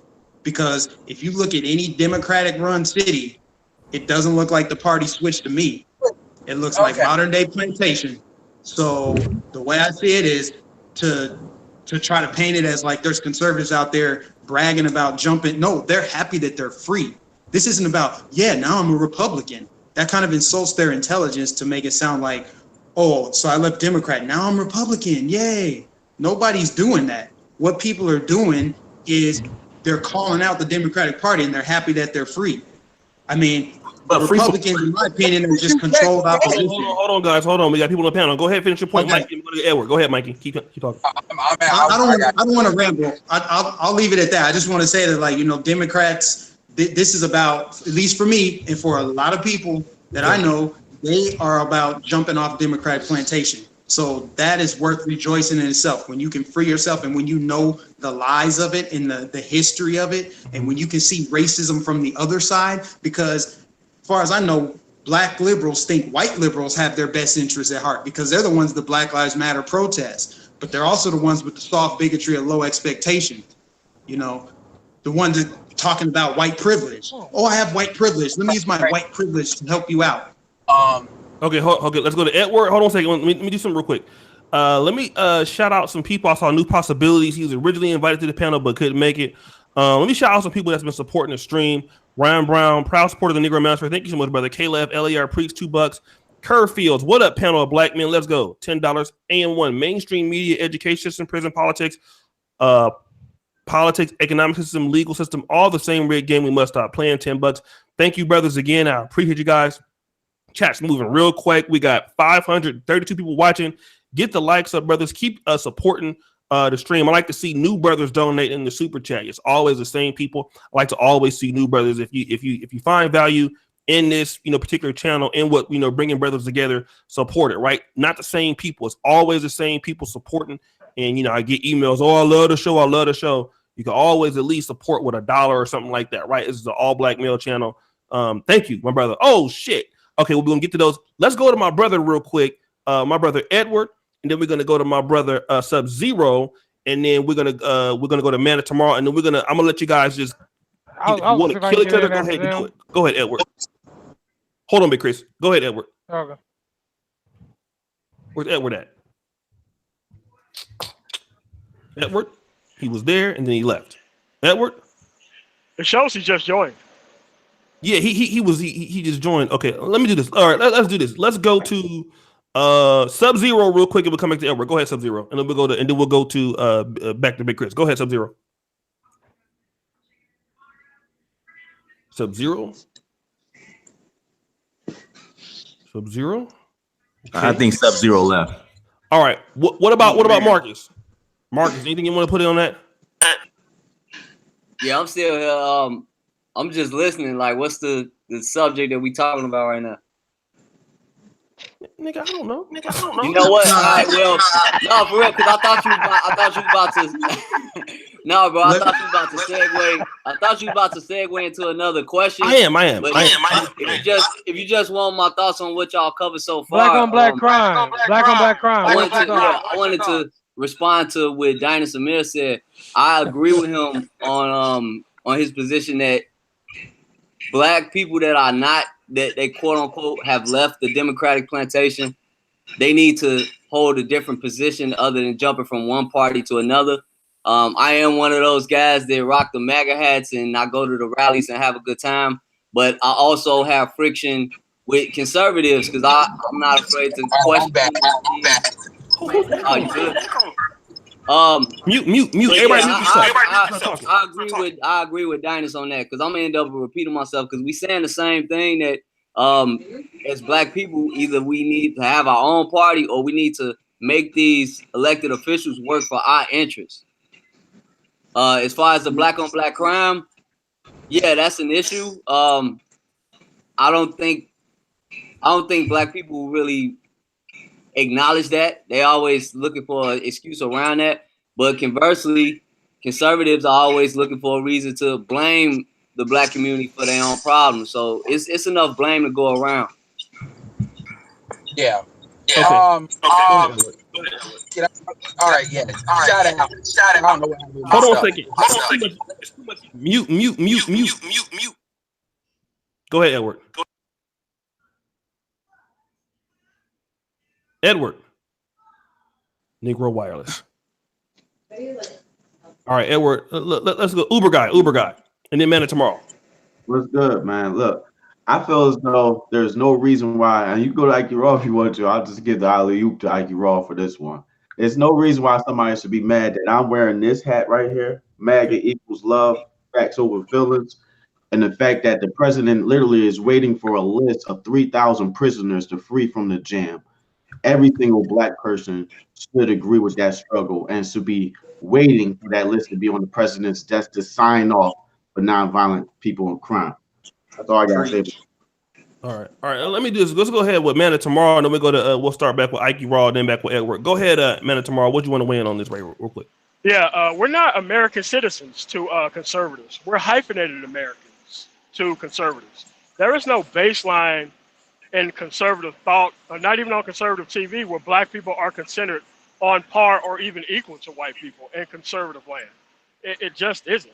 I mean, with the immigration debate, there is no immigration debate without punishment for the people who are the head of these companies. I mean, they always raid these companies. They always find 200 or 300 people who ain't supposed to be there, and the business owner never gets in jail. The business owner never goes to jail. I mean, I can understand why they come here. Like, for instance, I do use from time to time immigrant labor. You have to fill out the paperwork. They get to stay here for 9 months, and then I give their ass a nice plane ticket to go back home.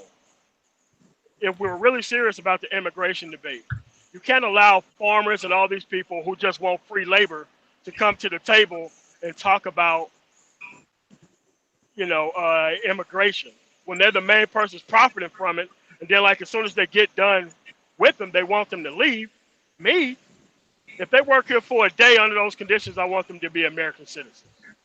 But I also want, if these people don't leave, I want to be refunded back to that place where he worked at, because it's their responsibility to get him up out of here. I mean, so they get to have their cake and they kind of eat it too, and want them to leave after they come here. I mean, the immigration debate is just a red herring. It's kind of like abortion and everything else. I mean, we do have socialism. We have corporate socialism. There was not a single person complaining when they gave all those tax cuts to business. If they were actually supposed to go towards employees of companies, it would be written in there. I mean, so every time they talk about tax cuts, they're not talking about tax cuts that's going to be spent on people, because tax cuts is spending. It's just not spending on people. Okay. No. Good point. Edward, are you back now? Edward. All right, Edward got Negro wireless. All right, let me do this. Sub-Zero, are you there? Sub-Zero, okay. Let me delete his profile because he can't talk. All right, in HT Logistics, he can't get back on. Can you get back on HT Logistics? Okay, Big Chris can't get back on.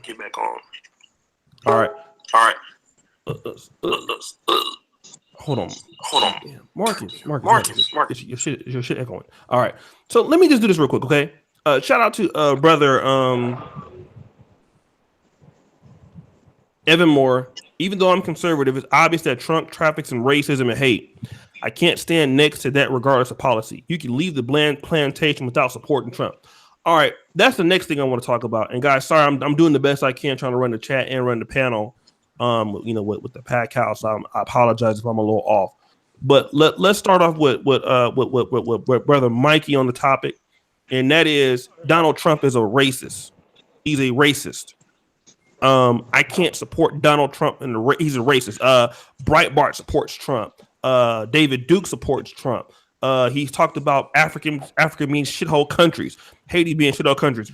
What do you have to say to people who say like, and also people think that white people are now more emboldened since Donald Trump, middle white America has really come out and been emboldened against how they feel about certain things. What do you say to those black people that say, Trump's a racist? Well, I would first say that I don't agree with everything that Donald Trump says. Obviously, I mean, he is not very polished. He doesn't say things politically correct, but that's also why I do like him, But as it relates to, let's talk about the shithole country statement. So that was alleged that he said it. Right. And I feel like if Trump said it, why would he deny that he said it? He's already president. I mean, he's not going to apologize for it. He said he didn't say it. Someone said that he said it. And we've already covered, it's well documented how the media lies to people. They literally lie. They lied about the MS-13 thing. He called them animals, but they said he called immigrants animals. Why? Because it fits the narrative of Trump is racist. But when that shit gets debunked, then they double down and said, well, he's still against illegal immigrants. Or no, they doubled down and said, MS-13 gang members, they're humans. Like, we need to care for them. So when anything comes out about Donald Trump being racist, I already know that that's the narrative, that he's racist. As far as who supports him, David Duke, who cares about those people? I mean, all of the racists or the white supremacists, whatever, they support Republican candidates. A lot of them I know supported Trump because of his hardline stance on immigration. That's because they don't want brown people here. But I don't know, man. It's like, if you had, okay, let's talk about guns, right? Just as an example. So if you have a target shooter, they like guns, but then you have a murderer that likes guns.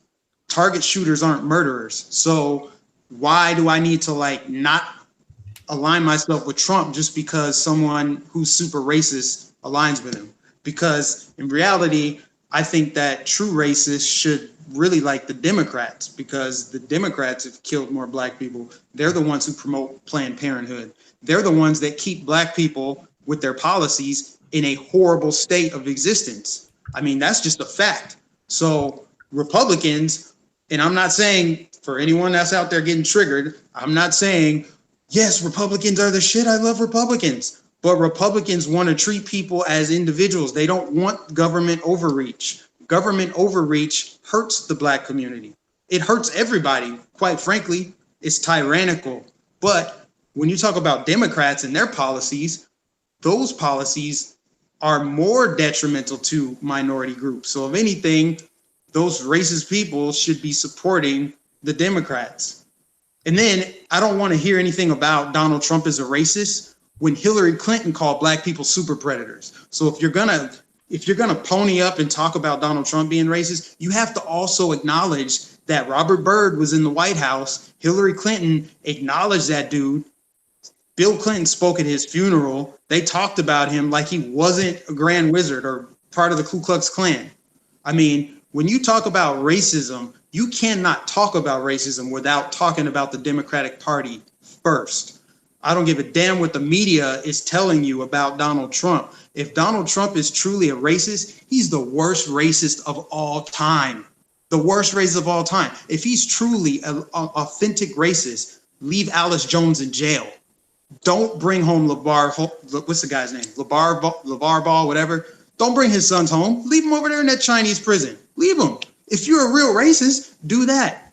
Don't talk about the low Black unemployment rate, because wouldn't that piss off your white supremacist supporters? Why are you going to even do anything? Why are you even going to pander to 13% of the population? Because I know a lot of people say, oh, it's just a publicity stunt. Donald Trump's just pandering. Really? He's pandering to get 13% of the vote?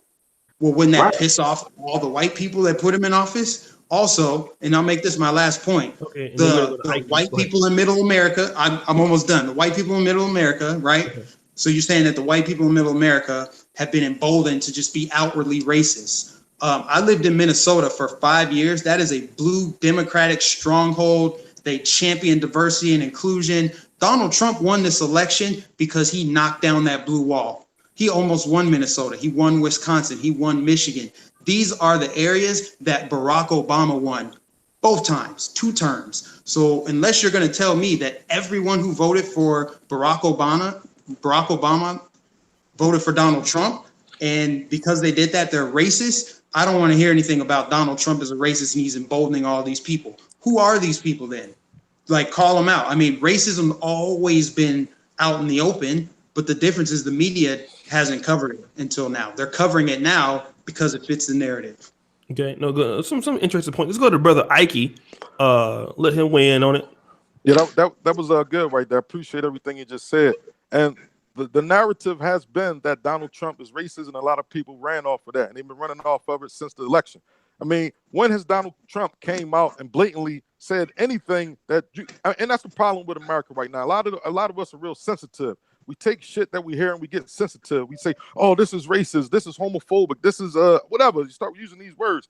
At the end of the day, racism, who's been emboldened since Donald Trump's been in office? Racist people have always been here. Everybody bring up the shit that happened in Charlottesville and say, oh, look at this, since Trump been in office, they come out with the tiki torches and shit like that. Like that shit just happened. Donald Trump ain't got shit to do with that. That shit happened. They went down there, it was a tragic situation, some people died. It happens all the fucking time, man. Racist people are always going to be here. Just because racist people support him doesn't mean he's racist. It's racist people support Ikey Raw. That don't mean I'm a fucking racist. They know I cuss him the fuck out just the same as I cuss a black motherfucker the fuck out. I don't got no fucking picks. So at the end of the day, that's how the fuck it goes. So, I mean, we got to be real when we talk about this shit. And when we say, when Donald Trump say shit whole countries and mean shit like that, if he said it, he said it. If he didn't say it, he didn't say it. Some of us talk like that all the fucking time. I'm from Philly. We walk past the Africans selling the fake shit on the streets all the time and won't patronize them. Tell them, man, get your African booty scratching ass out of here. Man, I'm not going to patronize you. We do this shit all the time, man. So let's be real about it. When we talking about grabbing by the pussy, how many times y'all been in the strip club and y'all grab some pussies and ain't giving no tip? Come on, man. Let's stop this bullshit, man. Let's be real about this, man. Come on, man. Big Ikey out there putting in the work. All right, let's go to search for a Huru. Yeah, he be going in, man. Ikey and Mikey, y'all need a show. That's the Ikey and Mikey. No, yeah, I said like conservative show podcast. Ikey said it better than me. Man, let me write it. I'll write the material for y'all, man. Let me be executive producer, man. Go ahead, Dynas. What you think? No, again, I'm just going to go back to my original point. Races are on both sides. So again, bragging about leaving the Democratic plantation for the Republican plantation is nothing to brag about. I mean, that's just the issue. That's why I don't understand. I mean, this is the big issue, or this is what's going on, O'Shea, and you kind of hinted to this earlier. If I wanted to get 100,000 subscribers, I could do one of three things. I could either put on a dress and do comedy. I could participate in destructive coonery, as far as being a rapper and talk about how I shot up everybody in the hood. Mm-hmm. Or I could go grab a Make America Great Again hat and talk about how I am a Black conservative who left the Democratic plantation for the Republican plantation. A lot of this is just for views.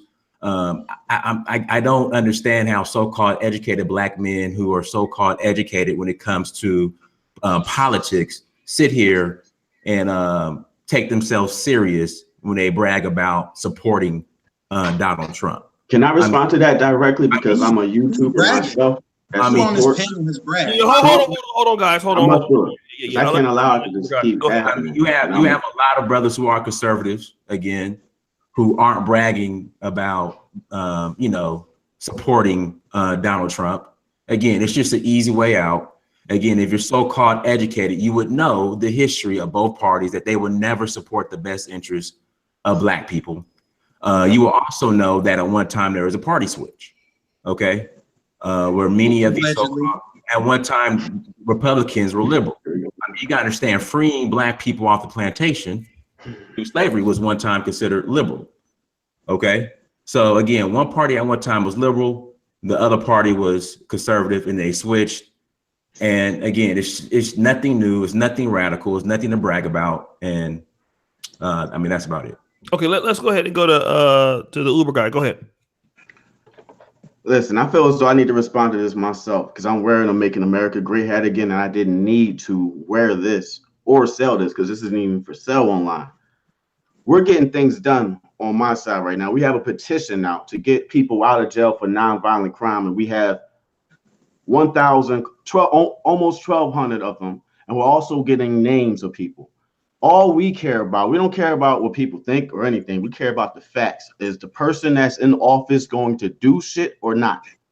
So what I'm doing is I'm showing up and I'm getting petitions sent myself. I'm not being a cheerleader for Trump.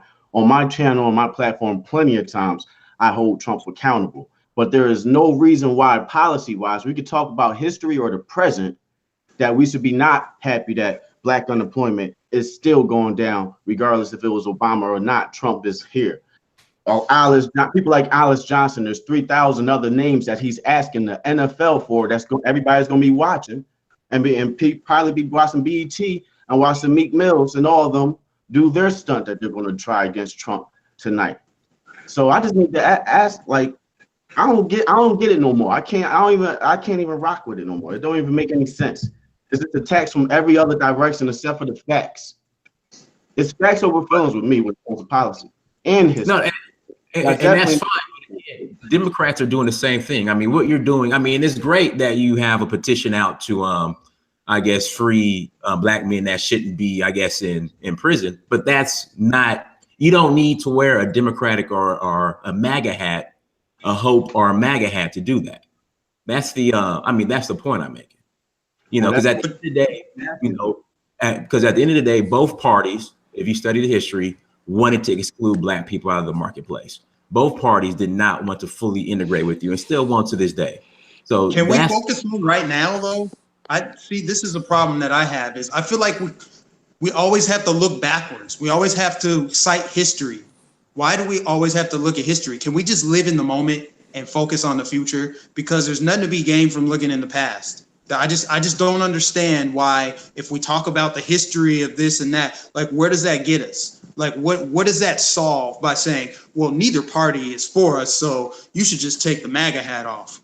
Like, no, the MAGA hat right now is letting people know it's okay to get behind Donald Trump for everything that Jimmy J just said with the Black unemployment rate. He's getting shit done right now. So, and there's a lot of people out there that support Donald Trump, but they're afraid to come out and support Donald Trump. They don't want to wear their MAGA hat because of the double standards out there. The guy down in Miami, the black dude that went into the Cheesecake Factory and damn near got beat up for having a MAGA hat on. But you know what? If he had an Obama shirt on and got beat up or something, oh, everyone be up in arms. So I feel like this is just a double standard because of Trump hate. Because I guarantee you, if for me, because I'm wearing a MAGA hat, I'm the only one. Well, Jimmy J's wearing a MAGA hat. If my MAGA hat was the Obama thing on it, this wouldn't even be a topic. Wouldn't even be bringing it up. Okay, let me ask you this last question. I'll pass the mic. Are you the Trump supporters? Are you guys black first? And will you guys go in front of white Trump supporters and say that you're black first? Can I answer that right now, real quick? 3 seconds. From history and my knowing of history, I don't subscribe myself to anything because I don't support tribalism. I don't prescribe myself to being black. Well, then I mean, I just can't take if you're not black first because everybody else is their people first. But when I see black people who are proud to be MAGA supporters but afraid to say they're black first, I definitely can't take you serious. What's wrong with being black first? I'm African American first. I'm not the black that people keep pushing out and they're playing with, black and white. There's Chinese, Mexican, Puerto Rican, there's Colombia, all types of things. They're playing games with people with black and white as far as the same point you're making with Republic, you're making the same point that I want to be made too. And I respect if you're a Democrat or even in the middle that you need to be made. That whether you're on a Republican plantation or Democrat plantation, it's a plan fucking station. So we need to point out or hold these people accountable and make sure they do the right shit, especially if they're offering to do it. Exactly, man. Let me jump in real quick. I'll say one last thing, but this is my issue now. You guys don't want to claim black first, but you have white conservative think tanks, okay, who are and Candace Owens is on that your boy Brandon, what's his name? Brandon Tatum is on that ABL they're having their own little conference right now where they brag about reaching out, black outreach. They don't say African American outreach, they say black outreach. But now we want to play semantics and say I'm not black first, that I'm American first, that I'm not on the plantation because I have to say that. Why I gotta say that? I'm getting paid to say that or something like that. I'm African, I'm brown skin first. Eventually it's gonna be light skin or dark skin next. Let's get out of that mindset. First off, we all people, right. Let's keep it real. Who cares what skin color? Like, why does that matter? If I came out and said I'm black first, what does that mean? Do I get an applause from somebody? Do I get a medal? Do I wear it like a badge of honor? Everyone's so obsessed with their skin color. You are literally obsessed with your skin color. You've been talking about black and white. Hold on. You talk about issues. Make your point, Mikey, and then I'm going to make my point. All right, so go ahead, and we'll go to Ikey. Go ahead, Mikey. No, I was just saying, like, you're so obsessed with this blackness. Like, what does it mean to be black? Who gets to define what being black means? What does it matter? How does it help you in life? How does it hurt you in life? If you focus on it, I know how it hurts you because you focus on racism all the time and oppression. And you keep saying this white think tank. You are so focused on black and white. So you probably see racism around every corner. The white think tank. Hold on. Wait. I just get so fed up with people who are obsessed with talking about skin color, black and white. Say that you're black first. You got to be this. That's groupthink. That's tribalism.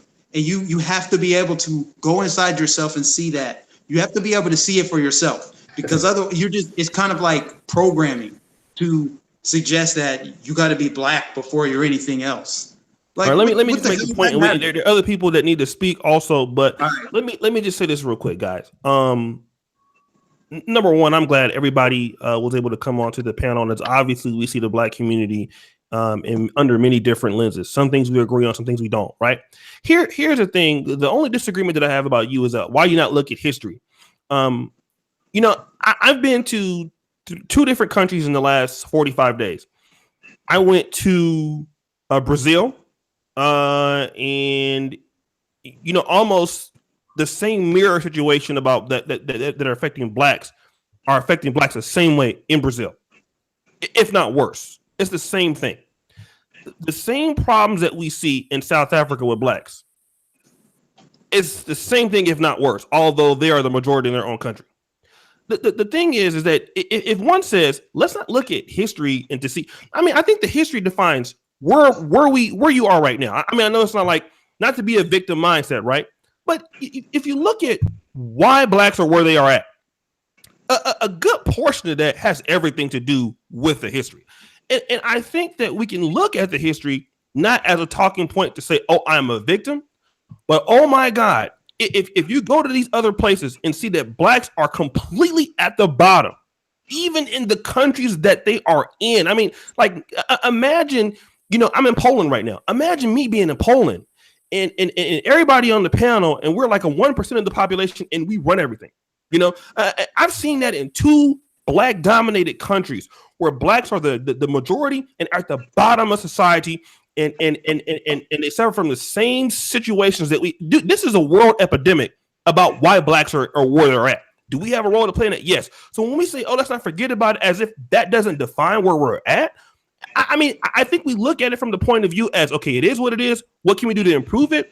But not look at for what it is to not complain about it, right? I think that you gotta look at the history, man, because they're running the same play. All right. I know that maybe Mikey might look at America and say, this is a new time. We don't live in the past. But the things that it is, man, it's the powers that be. They're not going to look at it like that, bro. I just hate to say that, because around the world, you see wherever black people are at, they're at the bottom. This is not by mistake. There's no place where there's whites and there's blacks. France, Germany, Britain. This whole thing is the same place everywhere, So I mean, it's not just an American thing. We got to be honest about that. I think. So I just wanted to say that. But let me do this. Let me let Ikey weigh in on it, and then we're gonna go to Minute tomorrow. Oh yeah, I just wanted to say, first of all, just going back to what he was saying about, I definitely can stand up and say I am a black man first, absolutely. And here's the issue with a lot of people where it get fucked up at. Because a lot of people say, do you support Donald Trump, right? And I heard somebody say earlier, I don't agree with everything Trump said, everything like that. Of course, I mean, we don't agree with all this bullshit Trump says. But here's something that Uber guy brought up.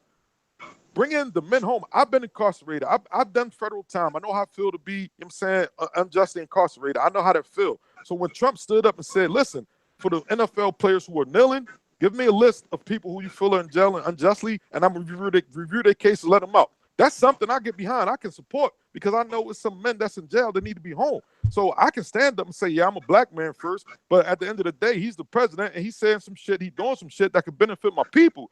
Do I agree with some of the other shit he's saying? Fuck no. And that's what we get fucked up at, because people say, oh, well, I agree with Trump say with this. Then they put everything that Trump's saying and doing because how they feel about him. And they saying that's the type of person you are. I don't wear a MAGA hat. If I did have a MAGA hat, I'd wear that too. But I can still stand up and say, yo, I'm a black man. I'm Ikey Raw. And that's what I said when I first came on here. I'm Ikey Raw. I don't define myself as a liberal, a left, or right, black. I'm saying the Democrat, Republican. I am a registered Republican.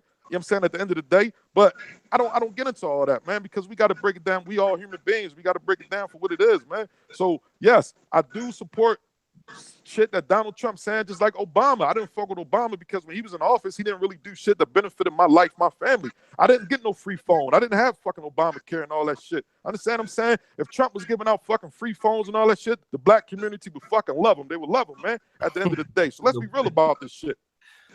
All right, let me do this real quick, guys. I'm gonna go to Mana tomorrow. Or actually, Marcus. Let me go to Marcus real quick. Marcus, you're on here twice. All right, whichever the one that you're not on, I'm gonna kick off. Let me go to Marcus and then Mana tomorrow. Let me do this real quick, brothers. I want to just shout out. People like the video. All right, we got a hot show. These are our Sunday shows, man. They're starting to cook up real high over here on this channel. Let me do this. Shout out to my man King Nick, my Nigerian brother. I didn't know you was from Nigeria, man. Originally. Shout out to Marcus Brown, great panel, chat room, and great dialogue. Salome Baptist Smith, €5. So we got somebody in Europe right now. My brother King Nick sending support from Nigeria. By the way, Trump definitely made the shithole country comment regarding Nigeria. President Buhari was asked about it while next to Trump and did nothing. Our politics are beyond effed here. Don Gordito, thank you, brother, so much. Barack Obama himself told black mothers to stop beating their children. Popeye's Chicken. Salome Baptist Smith, 10 euros. Vanity Star, feminism is much more dangerous than Donald Trump. The Yeti, $5. Has anyone on the panel seen Dinesh D'Souza's film, The Big Switch? Worth the watch. Plenty about them on YouTube. Eritrean Duke, my brother out of Canada. Rep got rid of African-American registered voters every last year. And my brother King Nick again to the $20. To the guy with the MAGA hat, what about people of color who aren't African-American like myself? What if we want to support African-American men, African men, Caribbean men, East African men? How should we classify ourselves? All right, that's the second part of the show. I got some other questions I want to talk about. Who wanted to just weigh in on whatever this last part is so we can go to the next part of the panel? Anybody got any thoughts? Marcus, you let Marcus a chance because he haven't talked in a minute. Yeah, can y'all hear me? Yeah. Yeah, I moved everything to the next room after you said you had some issues with the echo, and do y'all still hear echo? No. Okay. Yeah, I identify as a black man first. I actually identify as an individual, but if you're looking at me on the street and I'm not wearing no type of political statements, then I'm gonna be a black man, and that's regardless of who's looking at me, black, white, Republican, Democrat, or otherwise. All right. Anything else you want to say? No, I could weigh in on the next. I'm just chilling. I'm trying to catch up with everything, so I can like pitch in on the next question. All right. Let's move to the next topic, guys. Awesome panel, right? I know a lot of you guys. There's some things being said that you don't like, but hey, listen, man. This is Black America, right? This is Black male America. You know, we got brothers who think differently. They don't see the world that you do. They don't see being black the same way, maybe, and that's fine, right? We got it as black men. We have to allow our brothers to speak their voices. You know what I mean? And that's something that, you know, that you Negroes got to get used to, man. Like a lot of black men out there are not used to brothers saying how they feel without you, you know, having a name call or something like, you know, real effeminate like that. You know what I mean? And you guys are not used to black men actually working together and having a conversation and different. Y'all not used to that shit. But you know what? That's going to stop. You know what I mean? A lot of you black men are black men haters. You know what I mean? Real talk. A lot of niggas hate black men. You don't like to see black men do nothing together. But you know, it's not happening over here. You know what I'm saying? This is gonna be civil. You know what I mean? I love all my brothers, regardless of what the fuck they feel or think about. You know what I mean? Because at the end of the day, we gotta have each other's fucking back. You know what I'm saying? Because the feminists ain't gonna have your back. You know, whoever you think ain't gonna have your back. Black women damn sure ain't gonna have your black ass back. So you need to start learning how to accept different people got different fucking ways of life and different ways of thinking. You know what I mean? And a lot of you niggas is in that single mother mindset with the shit. You feel me? And that's just some bullshit. I hate to see what you niggas is talking about. Oh, he's a coon, he's a whatever. I mean, come on, man. I mean, like get your ass up out of here with that shit. You know, like you niggas need to really do better with that. You know, I mean, for real. You know, we get these brothers on here to say what they want to say. You know what I mean? And then, you know, you want to see black men working together, and then you have an attitude. Not all people. It's just a few, but I'm just talking to you niggas, man. You need to get that shit together for real.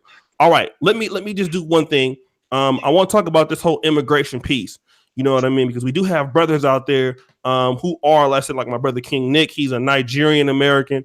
You know, I've had some not so nice things to say about other immigrant groups before, including Nigerians. Although, you know, I have like Nigerian writers, I have like Nigerian good friends, I have, you know, African immigrant friends, stuff like that. But let's talk about this whole piece about immigration. Shout out to my brother Arain Knights. He donated a little bit earlier in the beginning.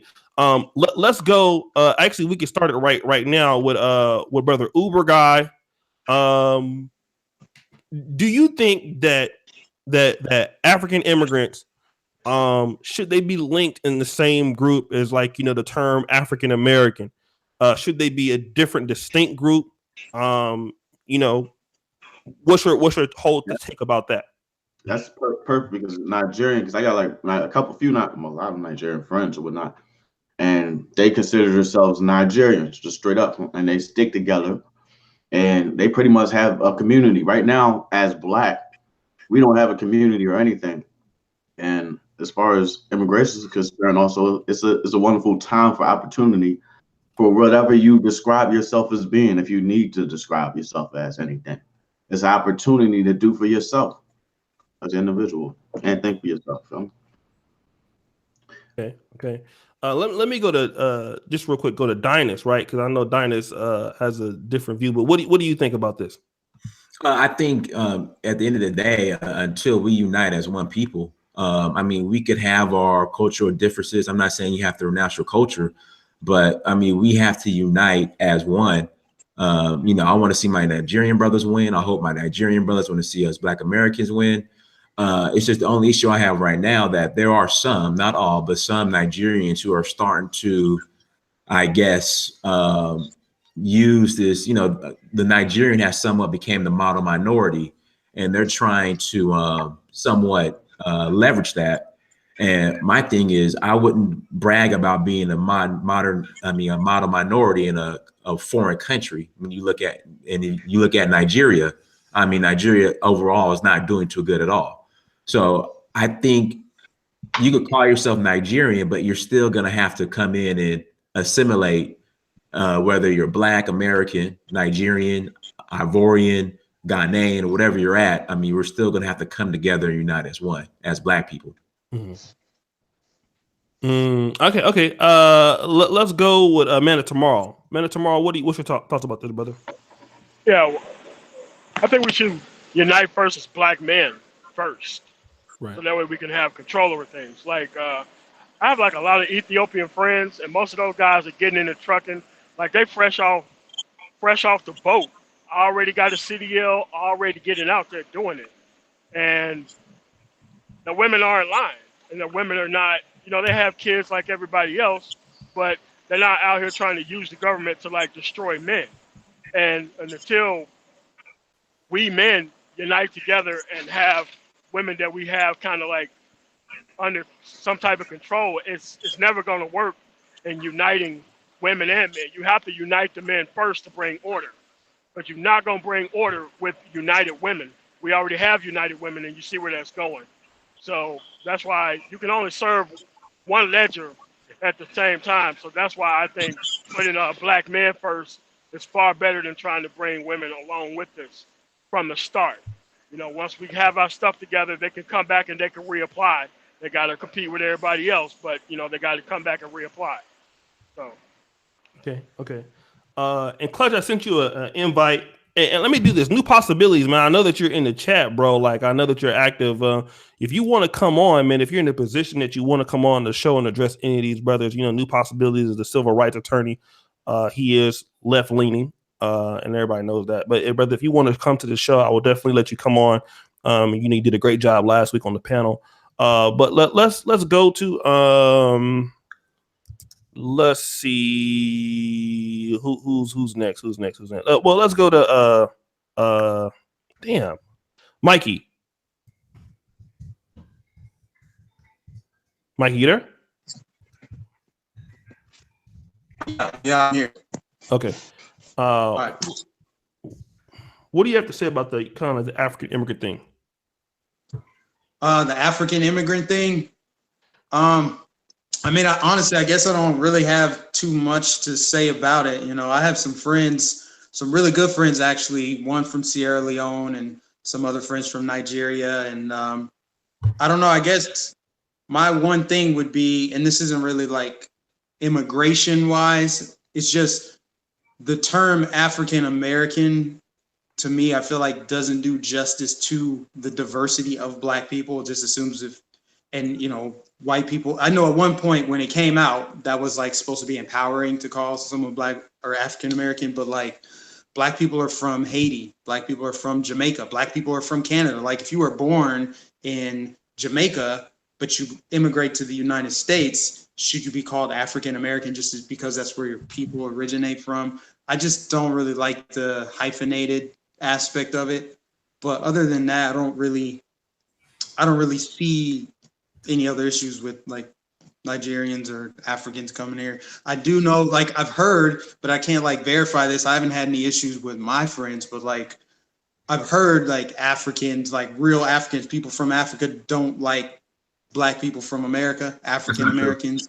That's not true. They think you're like, I mean, I'm not saying it's true or false. I've heard it. So I don't know. I'm just speaking from an area of like, I don't have that much knowledge on it.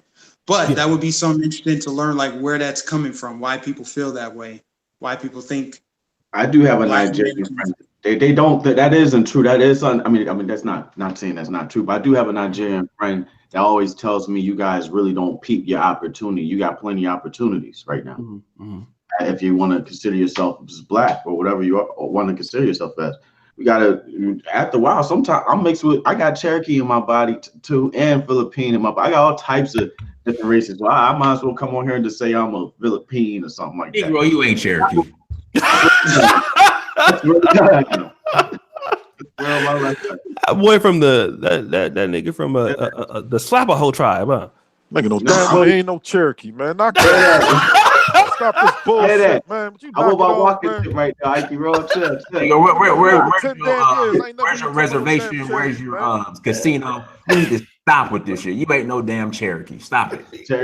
I'm Italian too. I'm looking at it. I'm Italian. I got a little bit of Italian too, bro. Ooh. Nigga, no, you might have had an Italian nigga. On some real shit though. On some real shit. But no, like my Nigerian friend on some real shit though. He do be saying sometimes he doesn't understand why some people don't realize certain opportunity. His name is Dami. I don't know how to spell it or pronounce it or whatever, but Ebro, or whatever it's called. I'm not sure. Yeah, that's what he's from or something like that. I don't know, but he says that to me, and he's not a Trump supporter at all. And I understand why. And we come to agreement, and we get each other. Our values, our morals are different. We respect that. All right, let me just say this real quick, and I'll let Clutch weigh in on this. You guys know I'm very adamant. Like I'm kind of like a Pan-African dude stuck. And I'm very pro Negro American. When I say Negro American, I mean those blacks that come from the descendants of slaves. Okay. Now, while I do, I understand things have happened in, like let's say the Biafra War, which happened in Nigeria in 67 to 70, and then the Uganda Bush War, and then obviously African immigrants started coming to the USA in the 60s and the 70s. But the problem is this: is like the African immigrants, be it Caribbean, be it wherever, they can actually get the same kind of benefits that Negro Americans can get, and what I'm saying is to the point where affirmative action. Right, those blacks, immigrants, number one, they didn't fight for any of the rights that Negro Americans fought for in this country. Okay, that's number one. So when they can come to America and get citizenship, it's very difficult, if not almost impossible. Some people say, "Well, yeah, Ghana." No, we cannot go anywhere in Africa and get any citizenship. We just can't. Maybe you can go to Ghana and you might get some stay or something like that, but you can't get any citizenship there. You're just not going to be able to get it. I think the thing about it is that when you look at African countries like Ghana, Uganda, even French countries, the British went and they installed all of that stuff for Nigerians. They installed their whole educational system. There was one point where Nigerian currency was even higher than the dollar. I mean, the British really came into those places for the most part and established everything for those folks. Black Americans, everything that we pretty much got, I mean, we had to pretty much do for ourselves. I mean, outside of the, the Howard and the Meharry University, stuff like that. When we build up Tuskegee and things of this nature, a lot of African immigrants came over and got free scholarships. You know what I'm saying? And then what I think about it now is when you see some Nigerians or some blacks that will have the nerve to kind of throw it in black people's faces, like, oh, we're doing better than you. It's just the same thing as like the Indians that were put in Uganda. They were just put there, like, yo, you should run over rule over these people and have the advantage. The same way that Black Americans were put in Liberia to rule over them. It has nothing to do about you doing better. Like anybody can take the top percentage of people from any country and they will perform well. If you take the top percentage of Black Americans and you set them in Nigeria, oh wow. I mean, you're gonna have the same effect, if not worse, And I think that really what the African immigrants that come to America, they don't identify as us. I think that's why Pan-Africanism will never work. Pan-Africanism will never work because those people are going to always look at them as themselves, which is not a problem. And that's why Pan-Africanism is always going to be dead. It's always going to be a dead issue. It's always going to be a dead problem, right? Because don't orange me, Wandering Soul, you will get banned. Stop the show. Nigga, do never orange me in my chat. Never. Last warning. All right. And that's what I got to say. I think that really what happens is those black brothers who are like Nigerian, Caribbean American, stuff like that, if you see the same things that we think, join in with us, right? And this is why I'm going to say, because the longer you stay here and you have a baby out here, your son is going to be African American. And another thing, the longer you stay in America and when you go back to Nigeria, the thing is, you're not going to be looked at as a Nigerian. You're not going to be looked at as a Ugandan, right? They're going to look at you as an outsider. When you come to America and you get westernized and you go back, you are not the same, all right? You are one of us now, okay? So I think that, by default, I think a lot of African immigrants, they need to understand that you would not be here if not for blacks. And it's not to be mean or anything like that, but blacks have never benefited from anything that Africans have done. I mean, in the last 100 years, and I just think that, we as African Americans, we need to have our own opportunities because, I mean, you can't compete with groups of top-notch Nigerians coming in that were lawyers, doctors, and business owners that have international business connects, and you drop them in America, and then you say, okay, well, look at these groups of blacks, right? And I understand that. I mean, because it's not racism in that, because obviously they're doing very well. But the majority of blacks are not going to be able to compete with your average African immigrants. Just like if you take me over to Uganda, with me being like a year and a half from graduating medical school, and with all the connections that I have on YouTube and business stuff like that, I'm going to outperform almost 99% of those people in that country. It's not fair, right? So I think that's what we're talking about here. And I mean, I just really feel like the brothers who align with us. I'm not hating on anybody. Anybody can support us, you know what I mean? But just understand that you're still black when you get pulled over by the police. You're not a Nigerian American when the police want to pull your black ass over. When you're a Ghanaian dude, you dating a white girl, you're still a nigga. You know what I'm saying? If too many of y'all move into a white neighborhood, white folks are still going to want to move out. They don't care that you're Ghanaian. They don't care that you're Caribbean, So I think a lot of blacks in America who come from these other places, you want to disassociate yourselves with African Americans, but you're still black, and people are still not going to want to fuck with you. And it's just what it is. I don't care if you're Ethiopian, if you're Eritrean, Somalian, any of that. If too many of y'all move in a white neighborhood, them white folks don't want to do nothing with your ass, whether that's us or you. All right. Let me go ahead. Who's next? Clutch. Go ahead, bro. Hey, you guys can hear me? Yes. Are you hello? Yes, we can hear you, bro. Okay, cool. Just make sure I'm not lagging. Shout out to everyone in the chat room, and I've actually been taking some notes, as a matter of fact, on the topics all you've been saying. I'll just go through it list by list, and if I trigger some of you guys, then feel free to respond afterward. I know one guy specifically, I know he'll probably respond to some of the things I'll say, but I'm just going to say it outright. Donald Trump and black voters. I guess this was what the main topic was about. And quite frankly, with my personal view on Donald Trump, I'm indifferent to him. As I stated in the chat room, if I'm more politically independent, and if I were to be pegged in the party, it would be more or less libertarian. I think the leftists and the rightists are full of it. They have their own agendas, and those specifically black, since we're focusing on black liberals versus black conservatives. For the most part, we all know all black liberals have their own agenda and don't know what the hell they're talking about. As far as black conservatives go, a lot of them tend to overlook some of the issues. We can admit to that. But let's be honest, a lot of them are placating to a particular kind of audience, who quite frankly, I would call them the Negroes of the white race, the rejects of the white race. And as far as the Hoteps are concerned, I noticed that certain Hoteps, these Hoteps, these pro-ax, who will get on the case of these conservatives. And this is where I have to defend conservatives, YouTubers like Anthony Brian Logan, your Brandon Tatum, even Candace Owens. I have to defend them in this. A lot of these Hoteps will go hard. They'll lay the hammer of Thor on these Hoteps and tell them, oh, neither side cares about you, why wear the MAGA hat, blah, blah, blah, blah, blah. But when it comes to liberals, especially these liberal shines who will be roasting Donald Trump tonight on the BET Awards, these Hoteps and pro-wax, if they put a hammer at all, they'll grab the hammer of Fisher Price. That's what they're going to do.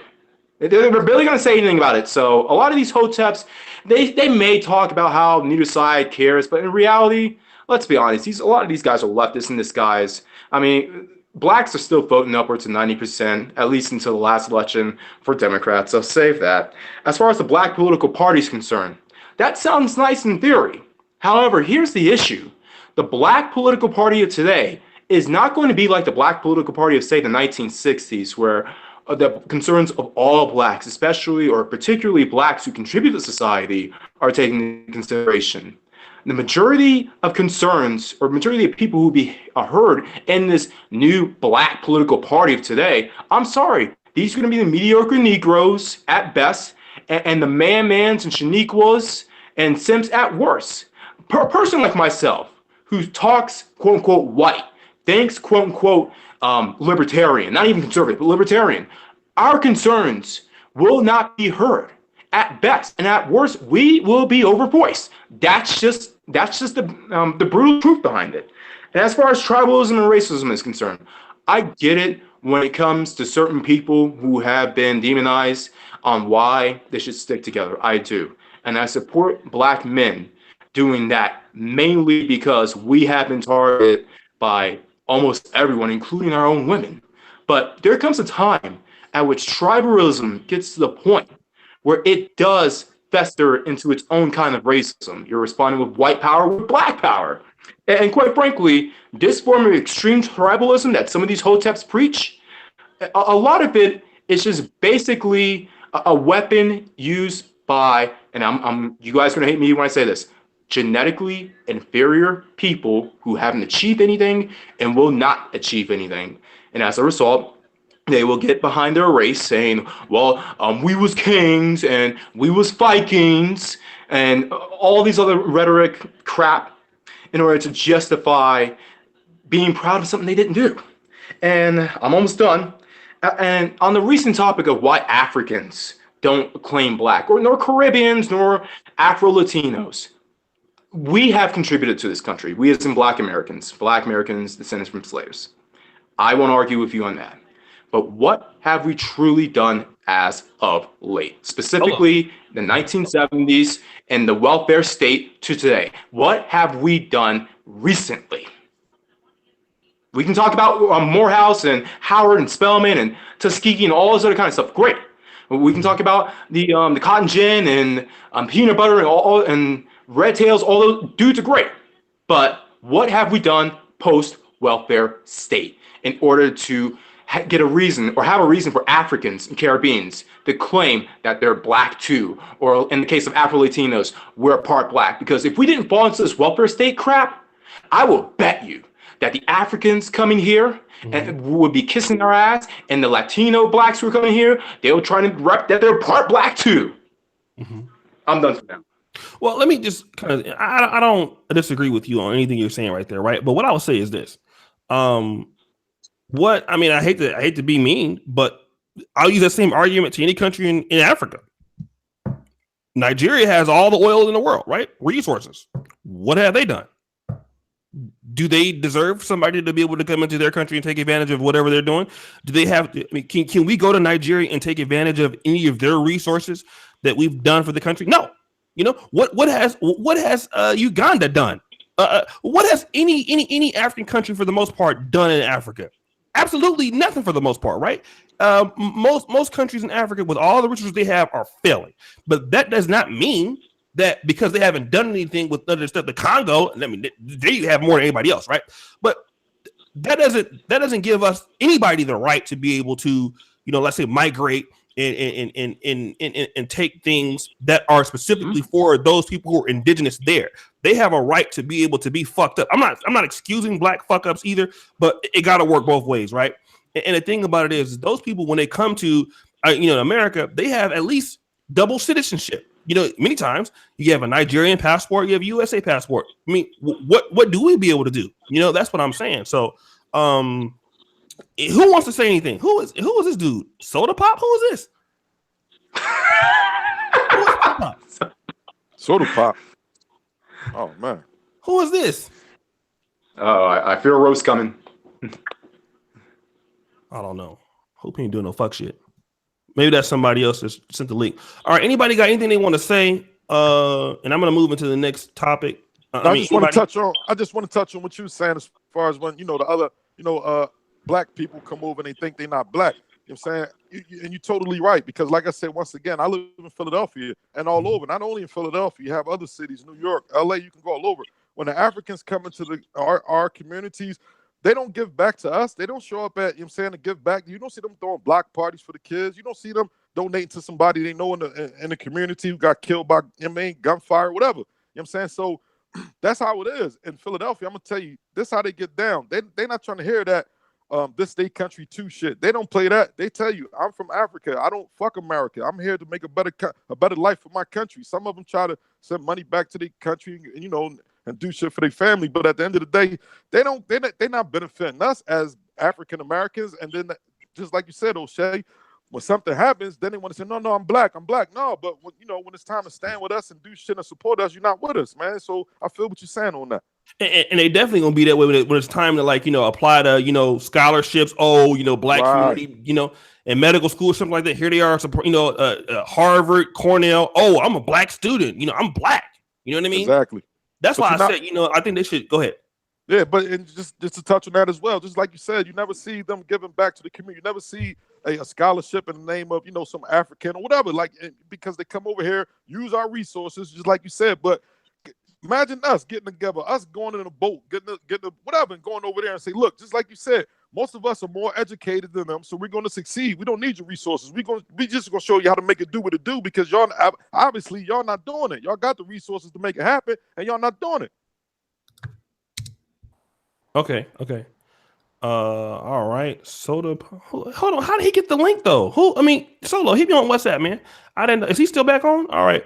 Oh, Super Sly. The shark is here.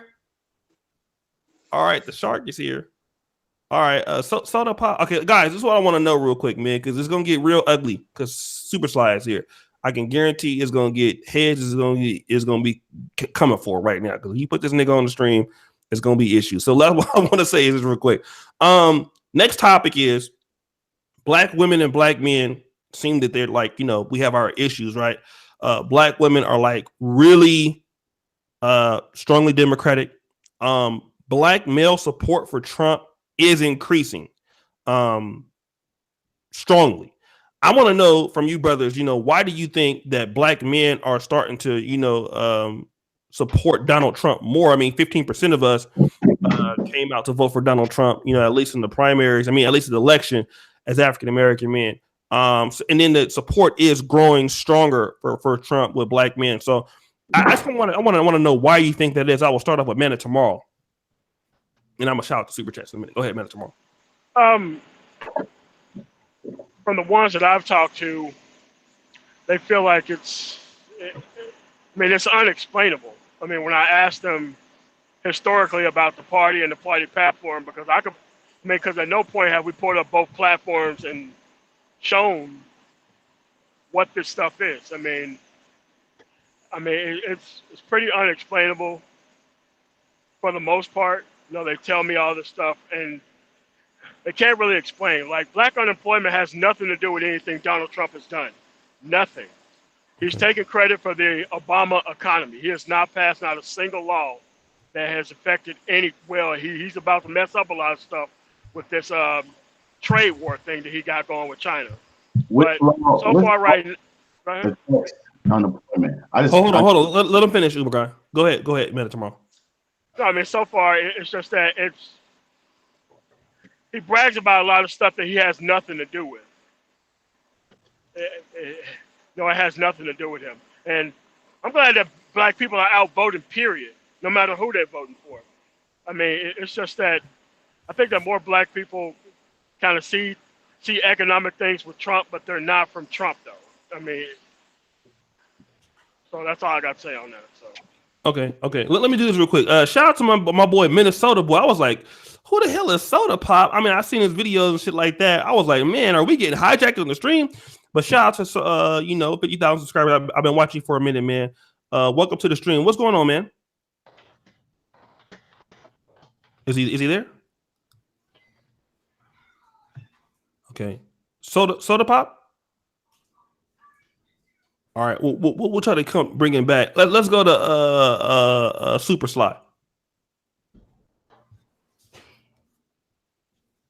Super Sly. Y'all got Negro wireless today, huh? What's going on, man? Freaking Walmart connection. Can everybody hear me? Okay. All right. Let's go to Dynasty Amir. As far as why do I think Republicans? Why is black male support growing stronger? I think a lot of it has to do that they believe. See, I just me personally, I'm not going to give too much power to the Democratic Party in regards to black dysfunction. You know, I'm hearing a lot of people say like they voted for they voted Republican because of the dysfunction in their black families. Like, I think that's a weak excuse. I mean, your family is dysfunctional. It has nothing to do with the Democratic Party. Your family is just dysfunctional and weirdos. That's on your family. I think a lot of them think that, again, the Republican Party is an overall better solution. But again, if we study history, neither party, black people have not necessarily benefited from neither party. I mean, that's the issue. I mean, they work hand in hand. If you want to talk about the black community, it was Republicans that passed the Freeway Act, which separated, pretty much tore apart black communities. I mean, if you want to talk about, us having our own black cities, I mean, let's deal with Wilmington, North Carolina. It was I forgot the president in 1877 that pulled out after the Civil War, that pulled out the federal troops, who was Republican, and allowed Democrats to run wild and destroy a lot of our black cities in the South. So again, they've been working hand in hand. They both are afraid of black people coming together and rising up, and this is something that's going on nationwide. So that's what we're dealing with here. So I'm guessing they just feel it's a better solution without holding themselves accountable, and that's what we're dealing with. It's just a lack of black male accountability. I mean, jumping from one plantation to another makes absolutely no sense. Mm-hmm. I mean, that's just a weak cop out. That's just me personally. Okay. My feeling is, look, the man has asked for a list that's going to help people's community directly. What's the issue of anybody on this panel or platform to sign a petition or send me names that we can get some type of policy or something done for the black community? No, this is not a first. I mean, leaders have done this before, as far as asking for what the black community needs. This is nothing new. That's what I'm saying. It's nothing new. Right, and we need black men to show up and sign a petition and just send the names over so we can go to the White House and get some things done now. 1887 was 1887. I've never seen a black leader ask for names of people who were unjustly incarcerated. Have you known of a black leader who ever asked for names of men and women who are in jail and justly incarcerated? Please give it to me, because I've never seen it. I mean, but Barack Obama was releasing people. He was. I understand that. I'm not saying that Barack Obama was into a lot of LGBTQ stuff, releasing people like that. What I'm saying is, give me a name of not any black, just like you just said it. I'm asking you, give me a name of anybody that you just said who asked for someone to be released from prison. Yeah, I mean, no, I don't care about that. Here's the other issue. Like, the other issue here is that he's doing it to NFL players, the same people who he's trying to get to stand for the national anthem. He's not doing this on some principle. He give a fuck about black people shit. Yeah, but he's doing it to black men. What do you mean he's not doing it? It don't matter why he's doing it. See, that's the issue. It don't matter why he's doing it. He's doing it. You tell a mother whose son been in jail for 40 years for a crime he didn't commit that he's only doing it because he's trying to get back at NFL players. She don't give a fuck why he's doing it. She just want her son home. What about everybody else who don't play in the NFL? I mean, this is the thing. Can I be heard? Okay. No, what about? I'm just saying. Donald Trump is doing the same thing that Barack Obama is doing. He's meeting with entertainers and athletes, okay, and making them the voice of black society. I mean, that's the game they're both playing.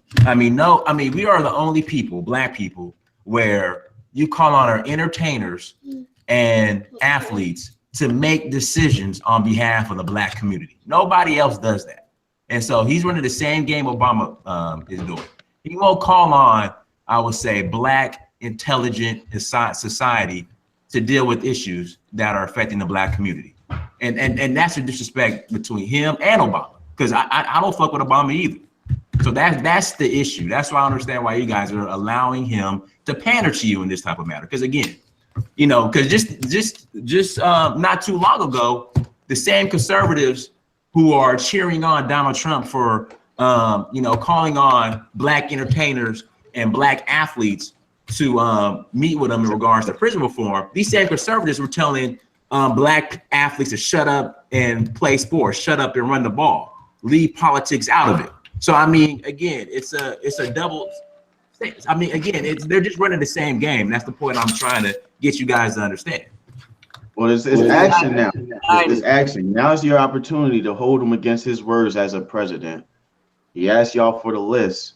Send the list or sign a petition. That's the first step. We shouldn't have any explanation or anything. If it has anything to do with the man or whatever, give us name. I got people that's black, pro-black, super pro-black, sending me names and signing a petition. That's where it's to start at. Yeah, but change the laws though. Let me just change the laws. We can do that next. Right now, send the list. That's the first step. Ikey Raw, tell them the 3 steps real quick.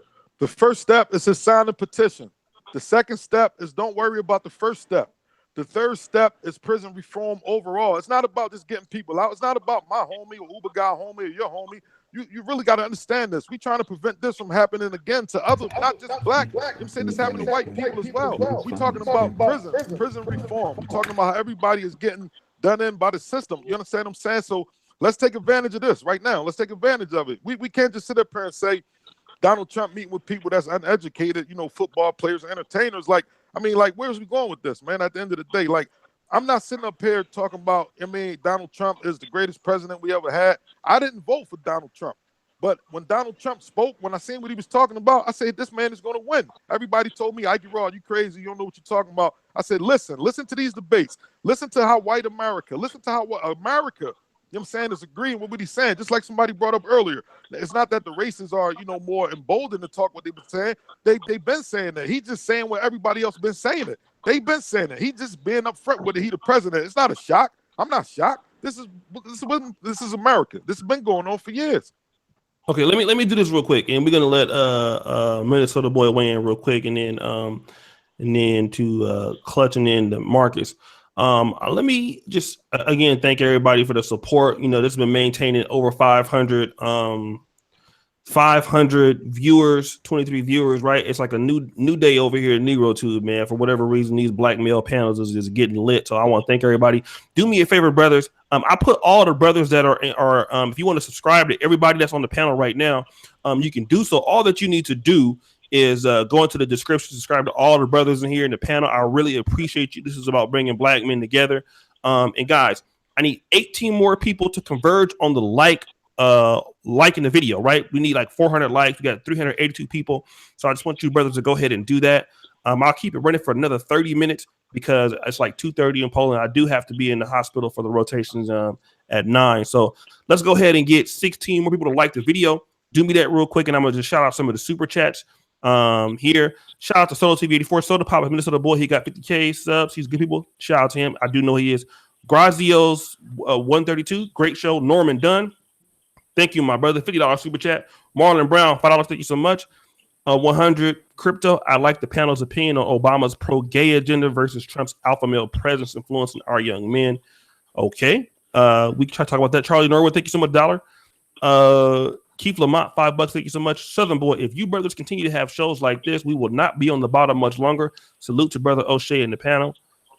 Thank you so much. So let's go ahead and see if we can get to Brother Minnesota Boy. Let him weigh in on whatever he wants to weigh in on. Go ahead, brother. I think that's Conscious, right? He's on mute though.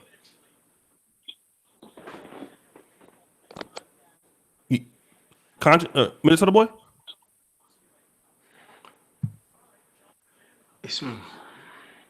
We can't hear him.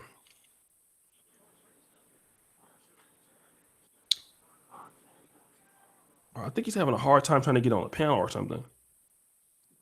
All right. Okay. Let me go to maybe he's gonna come back. Let's go to Mikey.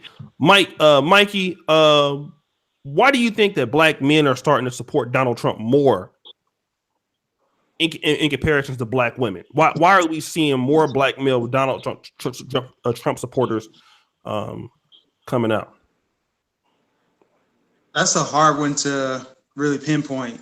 I definitely think Kanye had something to do with it. I mean, that's the obvious one, right? When he came out with the MAGA hat.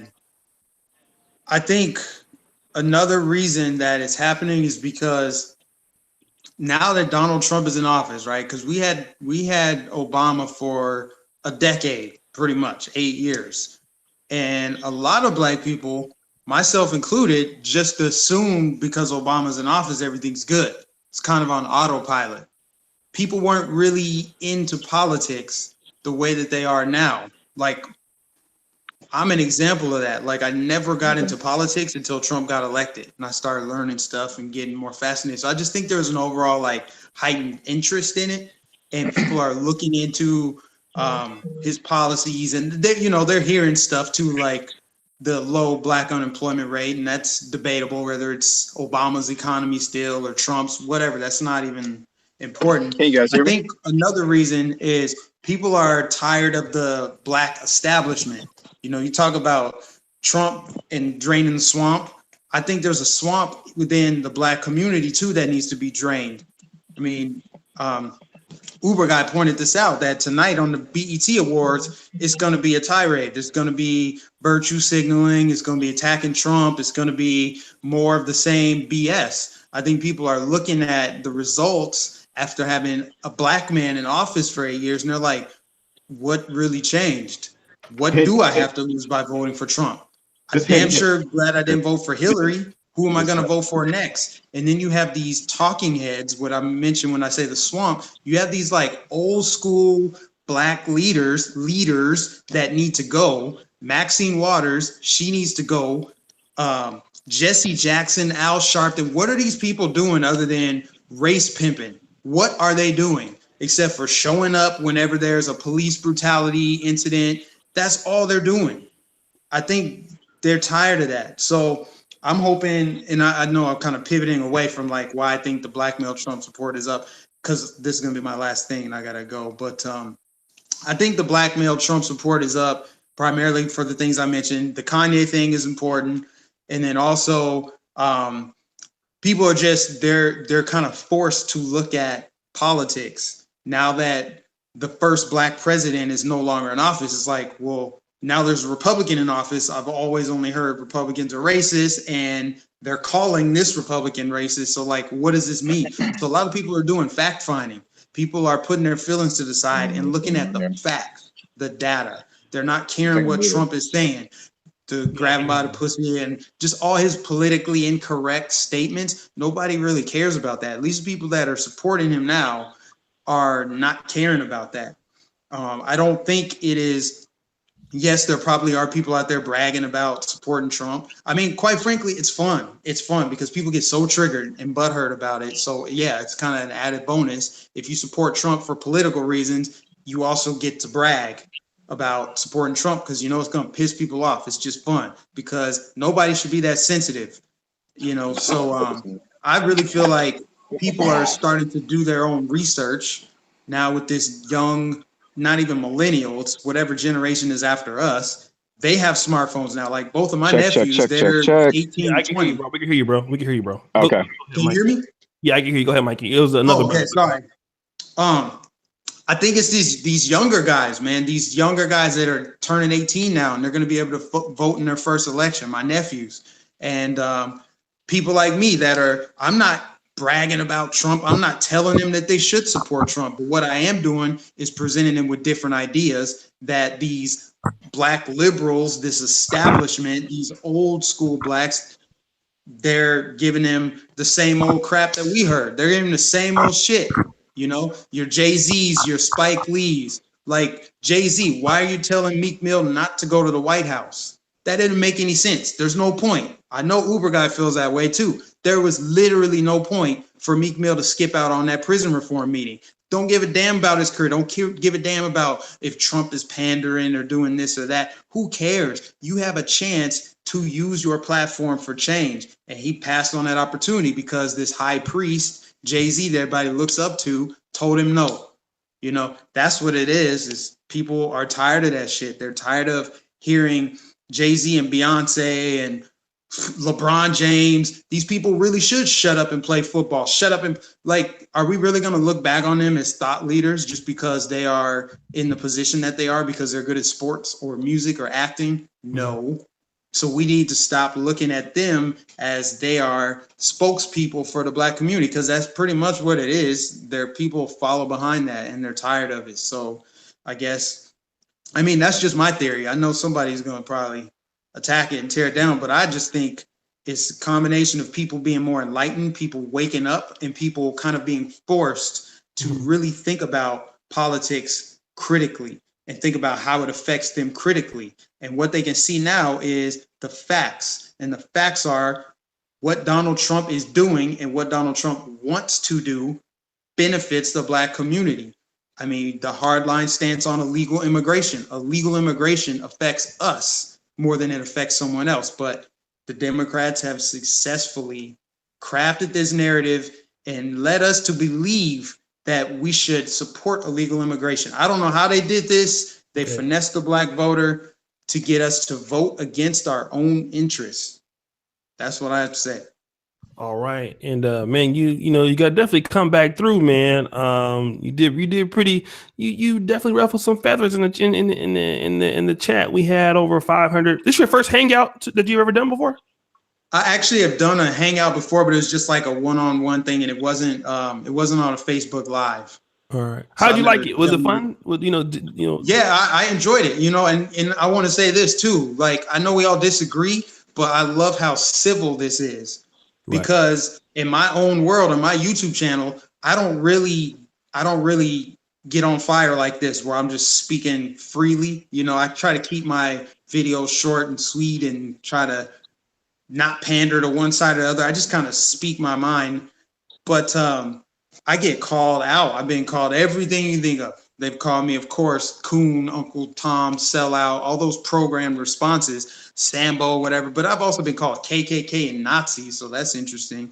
But it's great that people who disagree with me can at least still respect me as a man, respect my point of view, even though they disagree with it. So this is great. This has been a great experience for me, and I would love to come back next week or whenever you're having the next one. And I hope we can do it one-on-one as well, because I do want to, you know, get my channel up and, you know, talk more about myself and my background. And well, man, I'll tell you what, anybody, I'll definitely do this. Anybody, man, that's on the platform, man, you want me to do a one-on-one, you guys will all get one. I've done one with almost everybody on here before, except for the Uber guy and Ikey and Minnesota boy, but definitely, man, we'll do it this week.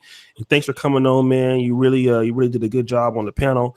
Now I'm gonna bring in Brother Pharaoh in as you leave, but let me go to Brother Minnesota boy. Shout out to Minnesota boy. Let's see if we can hear you, brother.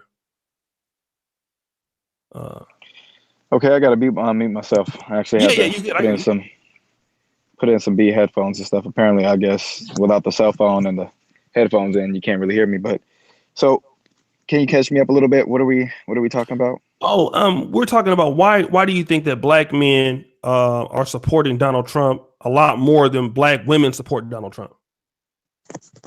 And whatever you want to weigh in on the conversation that you heard, you know, just go ahead. Well, I'm still kind of new. I was leaving in and out trying to get this thing working, but Black men supporting Donald Trump, white Black women not supporting Donald Trump. It just seems like it's probably it's more of a gender war. It seems like, you know, feminism's on the rise. You have a lot of people who are more feminine now. As for the men, there are some men who are out here who are logical. As far as Donald Trump, I don't think he's a good person. I think he's doing good things, but hey, you know, who am I? I don't really get into politics like that. I don't watch these people. Let's see. I'm like I said before, I'm still kind of new. I don't know what's going on. I'm trying to listen to the conversation, see what you guys are talking about. Then I'll come in. I mean, I guess whatever you want to talk about as far as, you know, Donald Trump and, you know, whatever you would feel about Black Trump supporters. I mean, what's your initial take about him? I mean, anything regarding Donald Trump that you want to talk about, it doesn't have to be really on this topic and trying to get caught up, but whatever you want to contribute to the conversation is fine. It doesn't bother me. It doesn't affect me at all. I'm an individual person. I don't group myself with labels or people. I'm an individual. I'm a loner. What I do is I just observe people. You know, I study people and life experiences and stuff, and that's just pretty much how I run my channel. It's not a community channel. I don't really have to go in and hear other people's thoughts and stuff. It's me weighing in on how I feel about the world, but it doesn't affect me at the end of the day. You know, what I recommend for people such as yourselves, if you invest in your own wealth, you know, resources, knowledge, building like a platform or making money and stuff, do that. Because at the end of the day, that's what whoever's on top in the world, whether if it's Jews, Donald Trump, they're businessmen.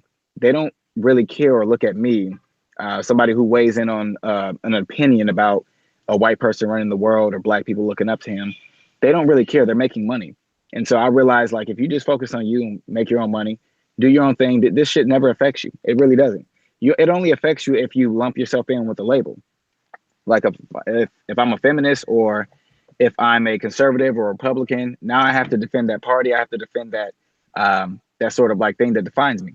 But if I'm just me and I'm just staying away from all that shit, it doesn't really bother me. So that's why I really never really got into like the black community thing.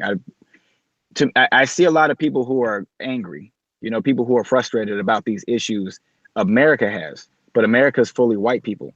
So it seems like a lot more people are trying to focus on identifying with whites rather than just staying in their lane. There's a black community for a reason. There's a white community, but we're heavily invested in politics, and politics is ran by whites. You know, like I said before, if I don't associate myself with a label, then I can't really, it doesn't bother me.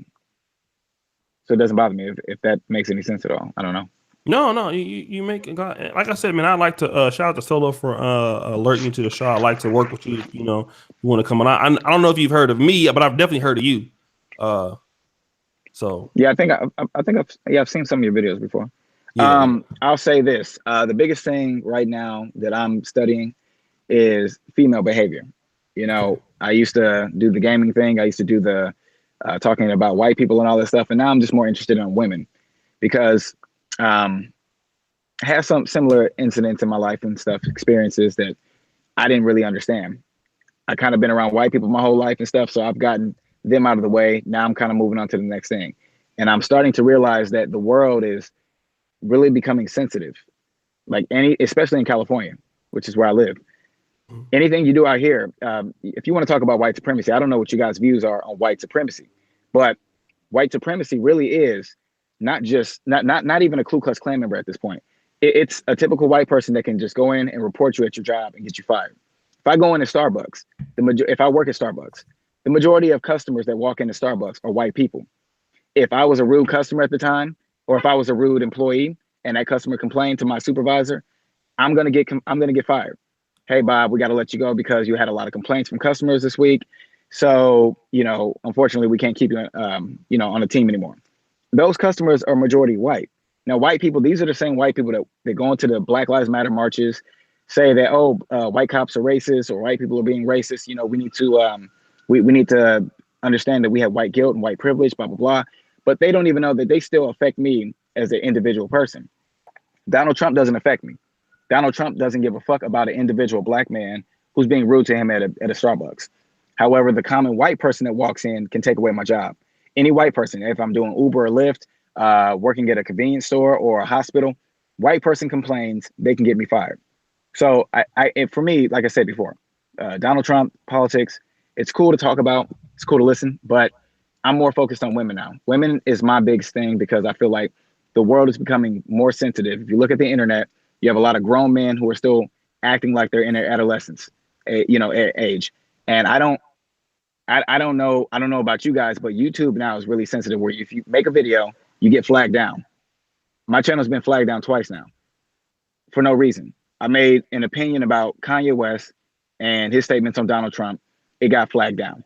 Then I also made a statement about men going their own, not even men going their own way, but focusing on them versus just looking for a relationship. That got flagged down. I didn't use any words to trigger anybody. Nothing was blacklisted. It's just I'm getting flagged down because people are sensitive. So YouTube is going a new direction. Everything's changing. And if you look at society, the same thing. I don't know where you guys are from, but in the West Coast, feminism is really practiced over here. It's very progressive with feminism and sensitive people. But other than that, that's pretty much it. Okay.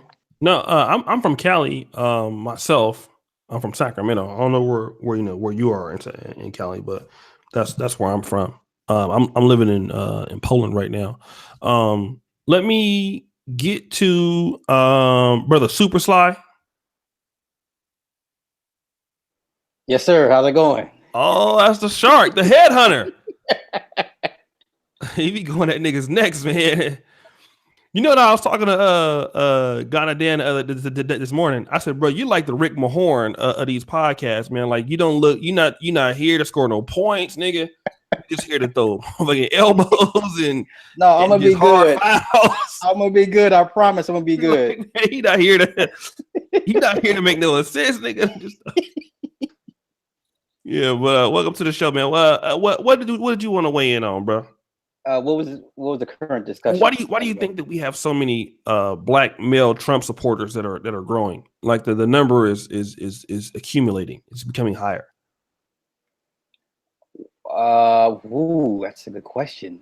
Well, I think maybe a bit of it is the Obama backlash, because Obama didn't do what the majority of black folks thought he should have done per se. If you weren't part of the Rainbow Coalition, if you weren't part of Big Pharma, things of that nature, then Obama really didn't benefit you or give you the change that you were looking for. Here's my thing.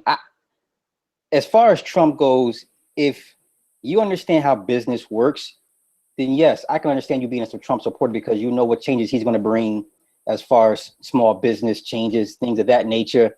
I don't get caught up in the Republican Democrat thing, because at the end of the day, no matter who they throw in office, you got bills to pay. You got to make money regardless. You're going to have to pay these taxes. So I don't understand how everyone gets so caught up in the whole Republican, Democrat, conservative, liberal brouhaha. It's like at the end of the day, you still got to feed your family. You still got to take care of yourself, regardless of who they put in the office. It's up to you to exploit policies and situations that they present to you to better yourself. If you're not doing that, what are we really talking about? Because if the only thing you can, if your only sticking point or your only rhetoric is Trump's a racist, you've already lost. You've already lost. If a hat makes that you upset, then you've already lost. Then you missed the whole sight of what this whole thing is about. I remember someone made a point saying Asians vote the least. They vote the least, but yet still run their communities. They still, pay off politicians, lobbyists to get things done. The one cop that shot the brother in the housing projects, and they were about to lynch that Asian cop, and them Asians came together and said, "No, you're not. He ain't going to jail." And guess what? He didn't go to jail, and they don't vote. So we need to get off this voting parties, exploit the potentials and situations they present for you. If you don't have that mindset, you've already lost. All right. Let me do that. Okay. Let me do this real quick. Is Marcus still on here? Let's let Marcus talk. We haven't heard from Marcus in a minute, and then we'll go to Ikey. Yeah, I'm here, man. Y'all keep calling me every time I step away. All right. Let's let Ikey get in on this real quick. Oh, all right. No, look. As far as the black men supporting Donald Trump and everything like that, let's be real about it. We see what's going on. Like I said before, I've been behind those walls. You know what I'm saying? I've been on the other side of the law. You know what I'm saying? I know how it goes. So at the end of the day, the stuff that he's saying, the stuff that he's doing, yeah, some of that shit is benefiting Ikey Raw. When Obama was in office, you know what I'm saying? I wasn't on that LGBTQ shit. I'm still not on it. You know what I'm saying? So that's not benefiting me. You know what I'm saying? So I fucks with what benefits me, and that's what I deal with. Let's talk about what the fuck you really gonna do for my community. You know what I'm saying? I got a cop fired. A cop shot David Jones in his back, June 8th. As I say once again, 2017. Ikey Raw started the protest, had the whole city of Philadelphia in the uproar all summer, interrupting the mayor, interrupting the governor. Every local official who didn't speak about this black man being gunned down, we protested in front of the cop house. A week later, he was fired. That's the first time ever a cop got fired. You know what I'm saying? And that's why everybody, they want to label me an activist. No, I'm not no fucking activist. I seen a black man get shot in his back. I wanted to do something about it, and that's what happened. So I'm not with the labels and all that, man. So when Donald Trump started running for office, this was in the midst of me doing all this protesting and everything, when Black Lives Matter wasn't nowhere around. You know what I'm saying? When a black man gets shot in his back by a cop, you don't want to say nothing about that. You know what I'm saying? Because it don't benefit y'all. It's not local. It's not national news. If CNN talking about it, you got what's Trayvon Martin, Eric Gardner, all national stories, right? If it's not national, you got kids dying. Everybody last week was in an uproar about some kids coming over here from Mexico. When we got our kids being killed every fucking day, every day. So we see black men, we see shit like that. You know what I'm saying? So we want to support shit that's going to change for us. We see what Donald Trump is talking about. He's not about talk. He's making shit happen. So of course, some people not going to agree. Some people will agree. So at the end of the day, if you're not going to get down with it, don't get down with it. You know what I'm saying? But if you are going to get down with it, then get down with it, man. I've also started a movement in Philadelphia where I have one of the councilmen, Derek Green. He started a movement to stop THC testing for people that's on parole and probation. That's going to, when they come back off a break, City Council in Philadelphia in September, that's going to go on the books. Ikey Raw, we started that. This is what we do here. We trying to do shit, man. So it's a change, man. So you got to get in with what's going to benefit you. Of course, a lot of people not going to want to fuck with you and do shit to benefit you, but we doing shit to benefit the community. Fuck all the other bullshit, man. Let's talk about benefiting the community, man. All right, no doubt. And guys, I got all the brothers for the most part YouTube channels. I got to ask Super Sly and Clutch, but I mean, we had like almost 15 different YouTubers. We got guys still wanting to get like, this is the only show I've ever done. I want to shout out to everybody here. I've never had a show where the demand to get onto the show was this high. Like literally, I can't keep up with, like, there are people email me like, yo, I want to get on. We got big popular YouTubers that tried to get on, and like, shout out to my big bro Black Ram 313. He clicked on the link earlier and couldn't get on because it was packed. You know what I'm saying? So you know, like this show was hot. This is the only show I've ever had before where like guys are trying to get on and can't get on. Like seriously, this has just never happened. Typically, you know what I mean? Most people, they can get on. Like, so shout out to Farrell Edmondson. I sent him a link. He's my moderator. He wanted to come on. So I don't know if he's still there, but we probably had about at least 20 guys that was on this show today. So shout out to them. And the Gona 11, I shout out to that brother from Obsidian's channel. Obsidian was supposed to make it, but he wasn't able to make it. Let me go to brother Xanthos Clutch. And, let's try to go to Clutch real quick. Yo, so as far as the question of the reason why blacks, particularly black men, are supporting Donald Trump, is that the question? Yes. Hello? Yes, that's correct. All right, cool. So it's mainly two things. And I think Nagone especially will appreciate the first thing I have to say, and that Donald Trump has been the first president in a long time who has been talking about cuts.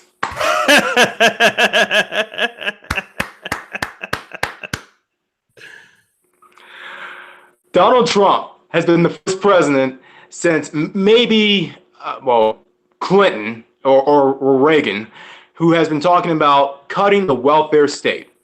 And back to the explanation which one of the brothers said earlier about the gender war, a lot of black men, including certain people that we all know, shout out to the everyday brother, they felt a certain way. We've all felt a certain way to an extent about having black females receiving all the benefits, all the subsidies, all the breaks from the government, and seeing what they have done or what they haven't done as a result.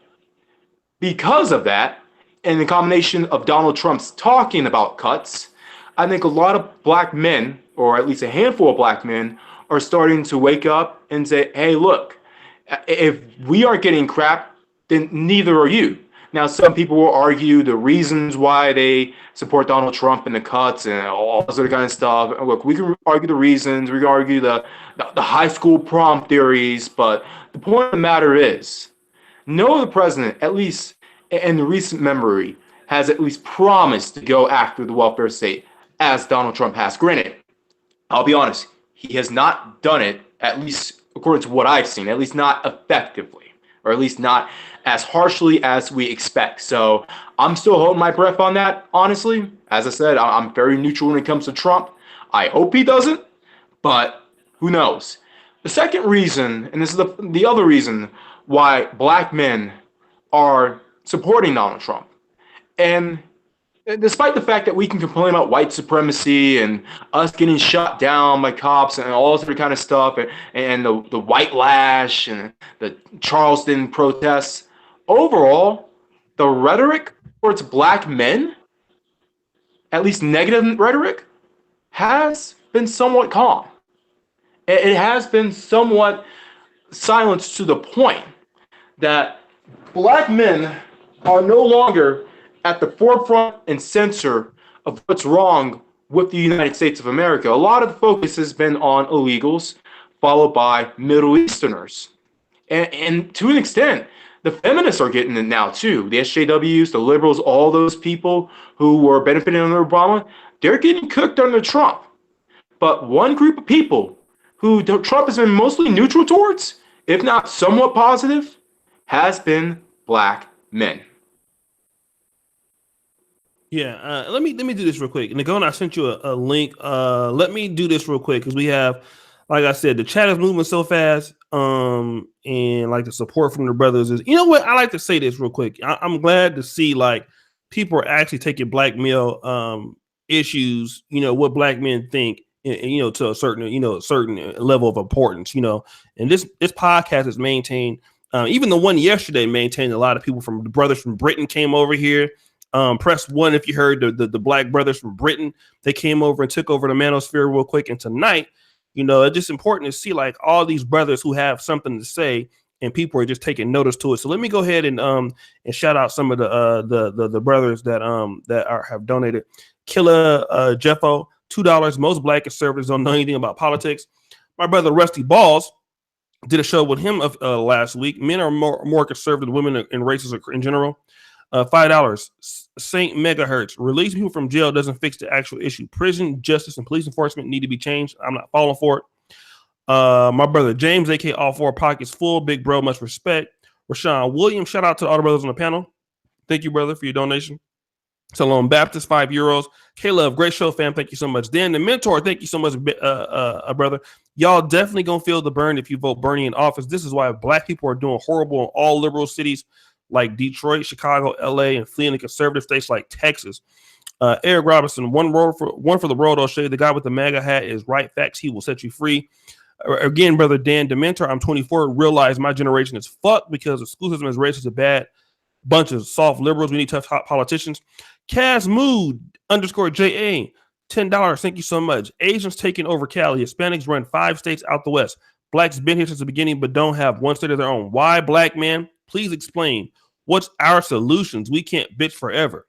It's a great point. Thank you so much, brother. Again, connections, awesome panel and show. O'Shea Sunday's shows have been fire. Thank you so much, my brother Oliver. Blackout, slowly but surely, black male hive mind is dying. Let me just weigh in on this, and we'll get to the other part of the panel. You know what I'm saying? Jay Williams. I'll read that in a minute. I gotta say this, and I gotta take a talking point from Obsidian in the point that I gotta say this.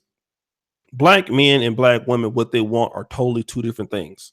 You know, since I've been in the manosphere, my whole like idea, and the thing about loved my Donald Trump or not, Donald Trump is not taking shit from no bras, man. I'm sorry. He's just, I mean, if that alone, you know what I mean? You could call him misogynistic, you could call him whatever. Donald Trump is not taking shit from women. He's just not. He's the kind of motherfucker, if you don't do it to say, bitch, get out. I mean, he might not never say that, but you know he's that kind of man, you know? And that kind of man is missing in black America. We got too many soft ass niggas, man. We got too many soft motherfucking dudes. And I just really gotta say, if that's one thing I like about him, he call it like he motherfucking see it. He don't give a fuck about what you got to say, and it's his way, or you can get the fuck out. And that's how dudes who know what they're doing. That's what's missing in black America. That's what black men are missing. You know what I mean? It's not about, and the thing about it is, when he won the election, I can remember the song, I Did It My Way. And there's so many brothers out here that are not doing it their way. Somebody talked about Obama and some of the shit he was saying about, I mean, as far as kind of maybe leaning more towards the gays or something like that. I really won't go into all of that, but what I will say is this: Donald Trump is a real man's kind of man. You know what I mean? It's just that he takes life by the pussy, he takes life by the balls, and you know what? And that's the kind of man that I am. You know. And that's what's missing in our black neighborhoods. You know, we are so doing everything at the behest of women, doing the best at the behest of the black community. Hey, listen, I brought you brothers together on this panel because I don't give a damn about the black community. I only care about the black male community. You know what I mean? I only care about what the brothers are going through. I don't give a fuck about what nobody else is going through. I care about what black men are going through. And you know what? That is why I like Donald Trump. Donald Trump is his shit, his motherfucking rules, and you're gonna have to, you know what I'm saying? If you don't like it, fuck you. You know what I mean? And for anything else, without even that being a political dude, who the fuck is this calling me, bro? Don't call me. Whoever's calling me right now, don't do that. I'm gonna kick your ass up out of here. All right. So that's why I like him. You know what I mean? I think that kind of man is missing in Black America. We got too many fucking simps. You know, we got too many soft dudes. And, you know, Donald Trump, you know, yeah, he says a lot of dumbass shit. He does a lot of dumb stuff. But I do like the fact that those cuts are coming. You know what I mean? And Black America needs to fail. I hate to say it. Black America got to fail before it get better. You know what I mean? And that's what, like my brother Super Slice said, let that motherfucker burn. And it got to burn before it can get better. You know, and I think Trump and for black men, if you don't like Republicans or you don't like whatever, I think here's where you need to go. The Democrats, as far in Black America, black women are just kicking our fucking ass all the time, and the Democrats don't want black men leading these houses. We know that. You know what I mean? And America's worst nightmare was to have a guy like Donald Trump in the White House on the president that says whatever the fuck he wants to say on Twitter. And you know what's so funny is he wouldn't have never won the presidency, but a lot of white women voted for him. We got to understand, man, that a lot of women like a man like Donald Trump. That's something that a lot of motherfuckers don't want to. You can call him sexist, you can call him misogynist. The fact is, without white women, Donald Trump wouldn't be in office. And the fact is, a lot of white women want Donald Trump in office, right? And it just goes to show that I think the reasons why black men voting for Donald Trump are the same reasons why a lot of black men are dating interracially. And that is white women like more of an alpha kind of man, black women don't, right? And I think what Donald Trump is for a lot of black men is somebody that we wish we could be and somebody that we not. We wish we could say what he have to say without being bitches in our own household. And I think a lot of brothers are a lot of bitches in their own houses. I mean, that's just what I got to say. That's how I feel about it. I think a lot of men wish they were more like fucking Trump. And I mean, the guy's an inspiration. He did it his fucking way. Fuck you if you don't like it. Kiss my motherfucking ass. And that's what I like about the guy. That's just what it is. Who wants to respond to that shit? Oh, can I respond to?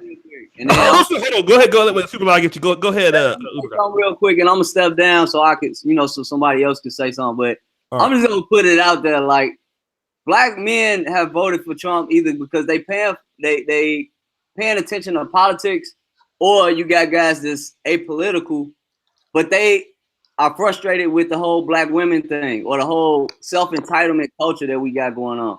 So when Trump talks shit like I want to come up, even that conversation, even the thought of that happening, it gets some niggas dicks hard. They may not say that shit openly, but that's really what it is. It's not in the best interest of socialist culture or self-entitlement culture to vote for Donald Trump or anybody with non-liberal values. But the people that's on the Trump train now, they may not have been on the Trump train in 2016. But if they think that he can reduce these self-entitlement programs, then they're vouch for him, or they at least consider him. Because I see a lot of back and forth dudes. 1 minute they fucking with Trump, and the next minute they not. And they ain't really giving a fuck about the politics. They frustrated with the state of the black community. Let me say this, and then I'm gonna step down. I had talked with Charlie Kirk. That was the guy they was talking about earlier from Turning Point USA. And I told him, the conservative party is afraid to just really be blunt about single motherhood. If y'all want to reach black men, talk about single motherhood, because we talking about that right now. And I guarantee you, I'm not saying I can guarantee you black conservatives, but you'll have our ear. You'll have a listening ear. And he's addressing that. And I didn't think he was going to do it.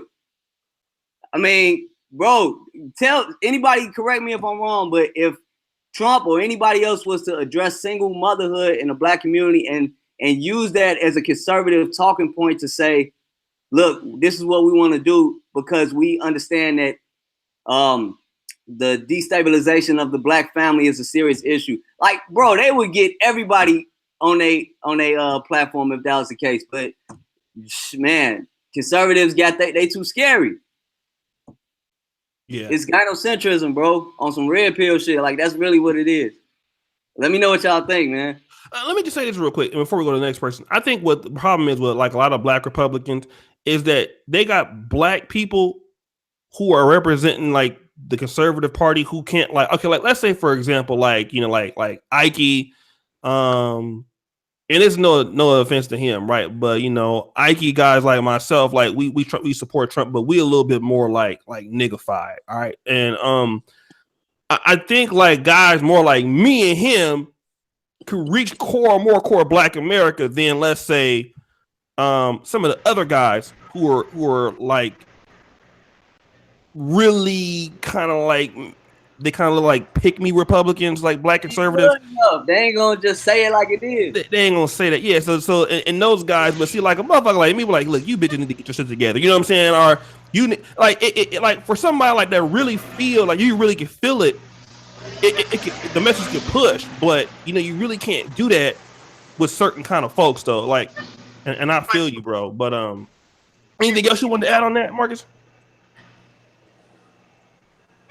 Hello? I keep muting my mic. No, I mean I think I see it as progress because there's more black men challenging their own beliefs or their former beliefs.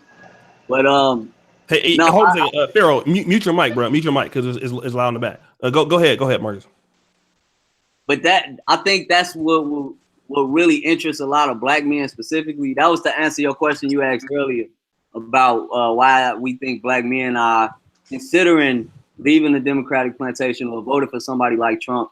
I mean, everybody else kind of covered it already. It got a lot to do with being exposed to the radical left and a combination of the hypocrisy from the Hollywood elites and the Democratic Party and all that. And then, yeah, like the celebrities with Sheriff Clark and Kanye West and all that.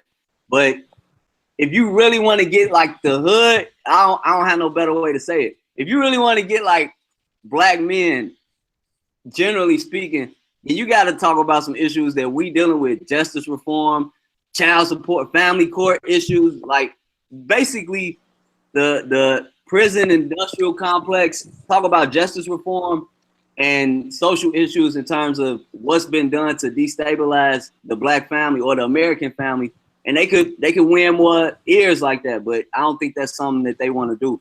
I think that's something that's too politically incorrect for a lot of conservative candidates to do. Okay. No, that's real. Let's do this real quick, guys. Let me do this. Let me go to who hasn't spoken in a minute. Super Slide wanted to weigh in on something. Go ahead, Super Slide, and then we'll go. Go ahead. Yeah, to piggyback off your point. I remember Obsidian on one of his shows said one of his followers couldn't listen to his own show in his own house. Yeah, I heard about that. Wife. And I was just like, what in the hell? That I don't understand. That makes no sense to me. I'd be damned if a woman tell me what I can and can't listen to in my domicile. And then the second point is white women understand that them voting for Trump is going to lead to their salvation and them being taken care of. I don't understand why the sisters don't see it that way, but it is what it is. And like I said, why don't you think that they don't see it that way though? Like, because I firmly believe that even if all the brothers got their shit together, black women do not want to submit to their men. They do not, will not. It's not going. I don't see it ever happening. They don't want to. You got to make it happen. That's what. And they go back to. Can I weigh in? Oh, go ahead. Wait, yeah. Oh, hold on one second. Go ahead, Ikey, and then we'll go to brother the Minnesota boy that was talking. Who wanted to weigh in? Yeah, go ahead. But okay. All right, I can weigh in after that. All right, Pharaoh. Then we'll come to you, and then go ahead. Whoever get was in after that. Yeah, Yeah, that go back to what we was talking about earlier about about how men are real sensitive and real soft right now, because there's no way in the world a woman going to tell me I'm not going to watch something, I'm not going to do something in my own home. That makes no sense. And a lot of I have a son. I mean, we got a lot of our sons. They look up to that. And that's where it starts from. Our son think that's cool for a woman to dominate. You know what I'm saying? Oh, that's my mom. Yeah, she said this. Because you got some men who sit home all day, play video games, not doing shit, not trying to be a man, not trying to be productive. And that shit like that get looked upon as, oh, he's a man, he's in the house. Now fuck that. Just because he's in the house, he's not contributing to the house. He's not raising his son how to be a man, because he's showing his son that this woman is the dominant one in the house. She's working, she's paying the bills. Your father ain't shit. And that's how our young men, most of them, are ending up in prison, because they feel as though, like, damn, I don't really know how to defend myself. I don't know how to take care of myself, because I haven't been taught. I've seen my mom dominate the house. I've seen my mom tell my dad he can't subscribe to his own YouTube channel. He can't do this in our own house. This shit is getting too fucking ridiculous. And just like you said, O'Shea, a lot of men wish they could be like Trump. They wish they could say the things he's saying. Like I said earlier, he's saying a lot of shit. A lot of us look back and say, oh, shit, I've been saying this all the time. Yeah, you're fucking right. Yeah, let's go, Trump. Let's go, Trump. And that's where it starts from. That's where it goes from. And, man, that's what it is. Okay. No, some good points. Let's go to who's that? Go ahead, Conscious. Go ahead, Minnesota boy. Conscious. So I actually agree. oh, got you. Yeah, I have. I forgot my picture there. Anyways, I agree with. Is his name Ikea? Is that who it was? Ikey. Oh, Ikey. I firmly believe that if we study, the reason why you see a lot of uproar with black men or men, period, is because of social media. We've never had a platform like women had platforms. Like they've had TV shows like Oprah Winfrey and Phil Donahue and all these syndicated talk shows in the 80s and so on.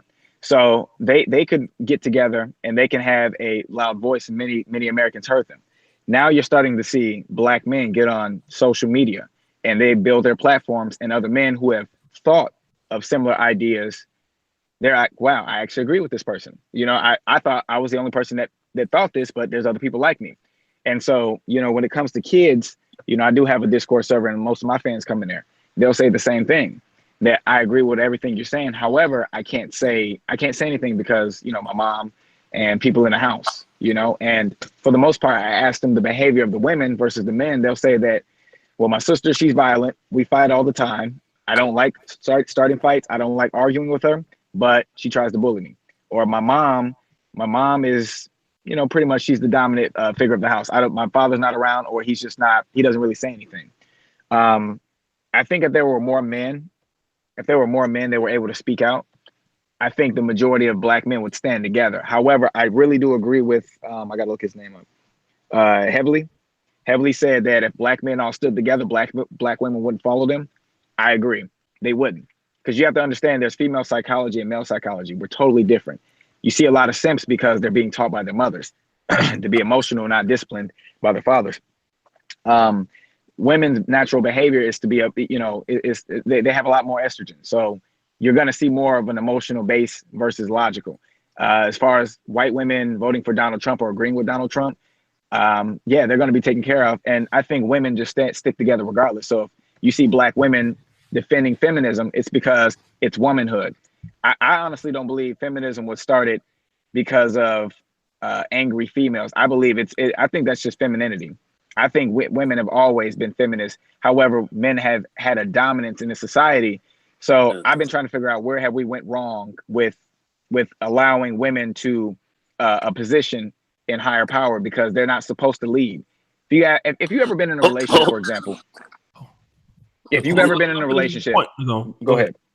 Go ahead. Go ahead. I'm sorry. Go ahead. If you've ever been in a relationship with a woman, you notice a few things. Number one, her vocabulary starts to change. She starts to sound just like you. How many words do you hear your woman repeating what you said, and then she makes it seem like she came up with it? And you're like, wow. So you're gonna take my words now? You're gonna say, like if I say, oh bro, that's hella chill. I've been with girls who say that's hella chill now. And I'm just thinking, like, since when did you start saying that?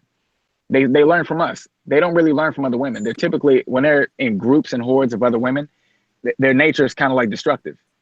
They can't think. They're not logical. It's always Facebook drama and all that other shit.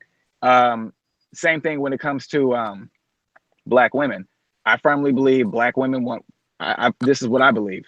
I believe that they want to replace white women, and they want to be with white men, because white men run America, and that's what's American to them. They don't understand that, but I get it, because that's what I see through mainstream media, what they're pushing, not just interracial relationships, but you see women just you're seeing lost my damn point. Anyways, go ahead. Somebody else speak up. Let me go to Pharaoh, and then we'll go to Nagon. Go ahead. Look in here. Hold on, Nagon, because Pharaoh was first. You got it, brother. We're gonna come to you, brother. Nagon's gonna come on. Okay, can y'all hear me just fine? It's bully on. Go ahead, Pharaoh. Oh, damn.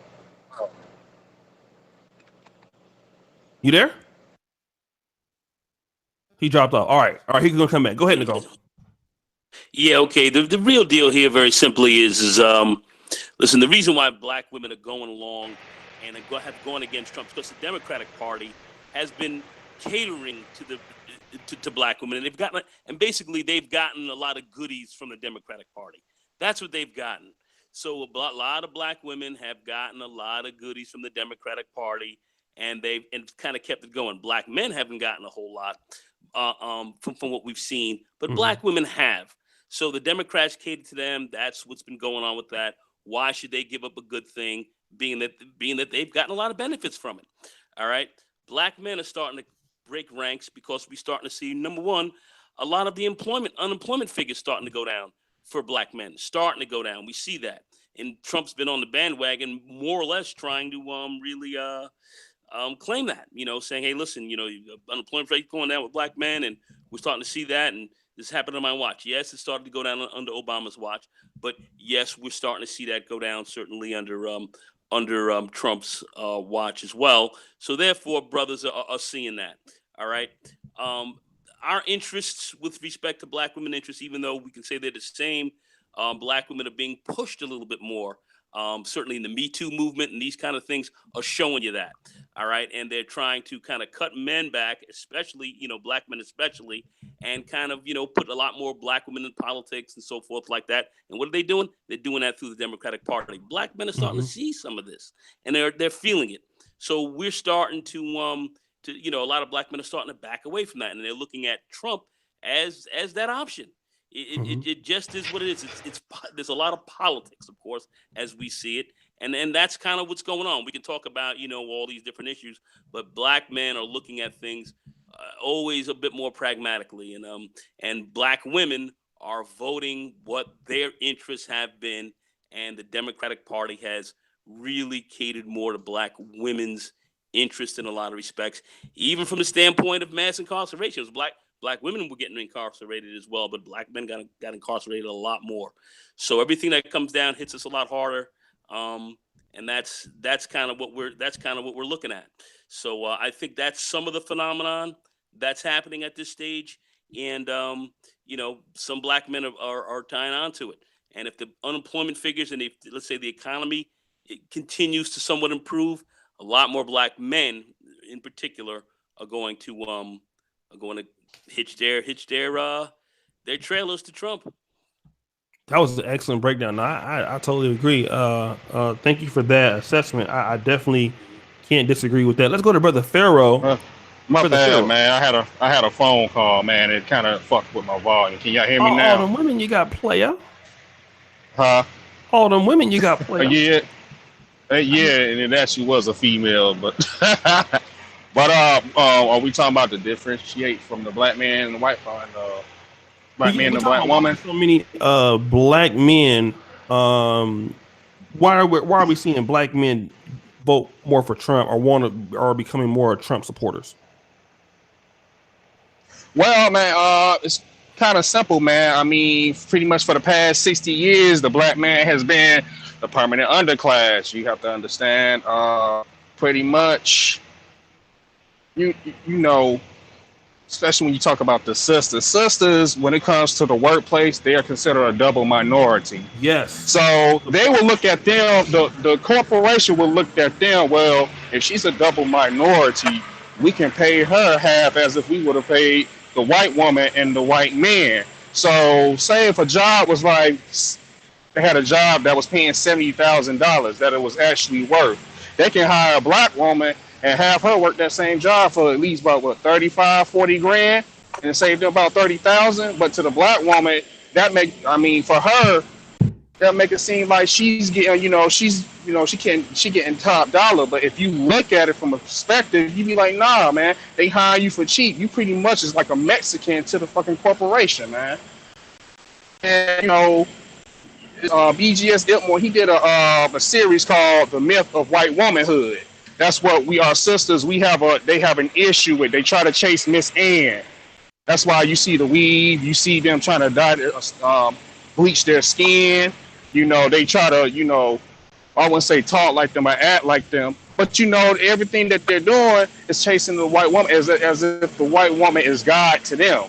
And that's why you have this whole paradigm in them now to try to chase the white man. They want to replace the white man and the white woman so they can, But everything it's an inferior complex, man.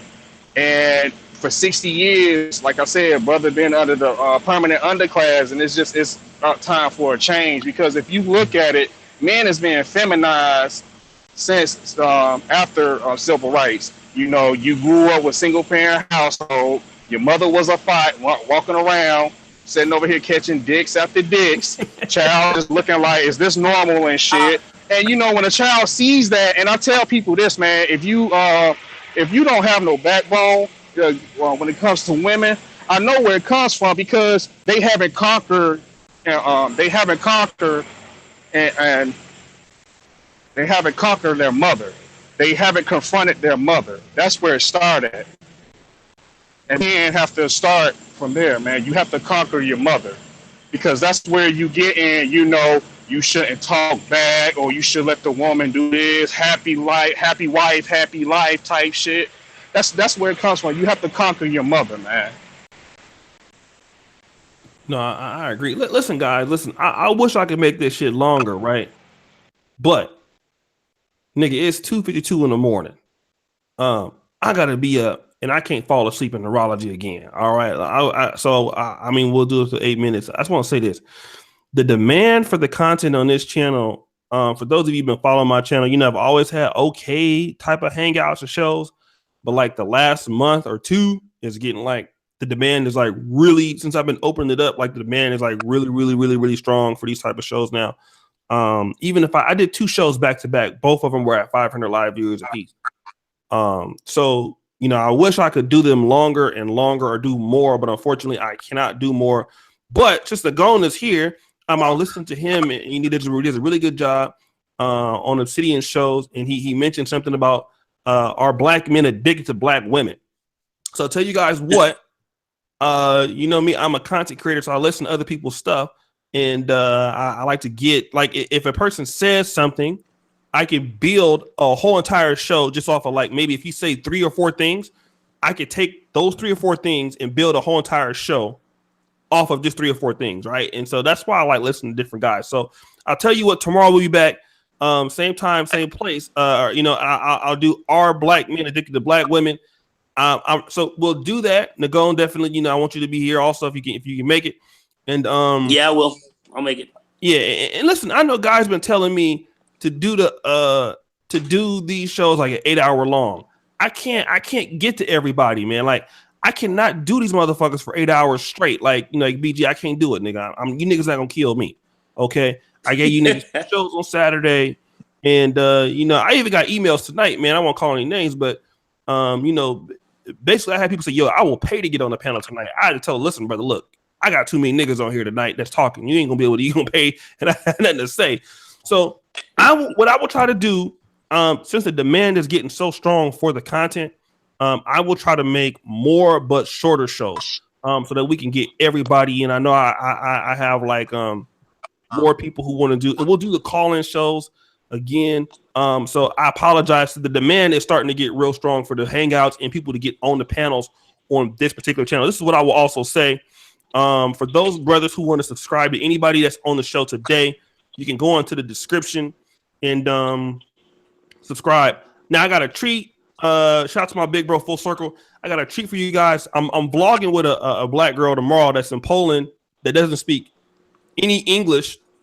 She speaks fluent Russian. And so we're gonna vlog tomorrow. The only way we communicate is through Google Translate.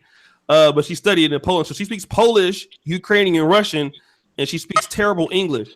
But we're gonna vlog tomorrow, and it's gonna be crazy for you seeing a black chick that cannot speak any English and looks just like a black chick you see in America.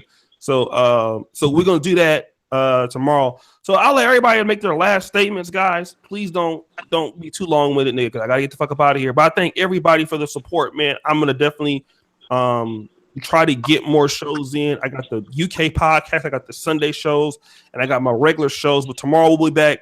Our Black Men Addicted to Black Women. If you want to get on that, you got to email me real quick because the panels are going to be starting to fill up real quick.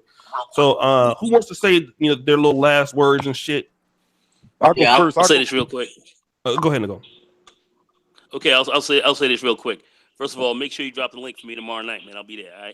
All right. Anyway, but also great content. I gotta give it to Yoshi. I've looked at a couple of shows. They've been highly. It's just been ridiculous. I can't front. It's been ridiculous.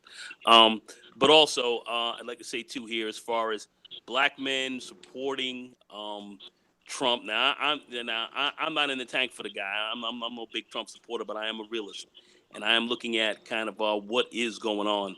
And I think if things continue at the rate that they're going now, him getting reelected is just about almost a guarantee.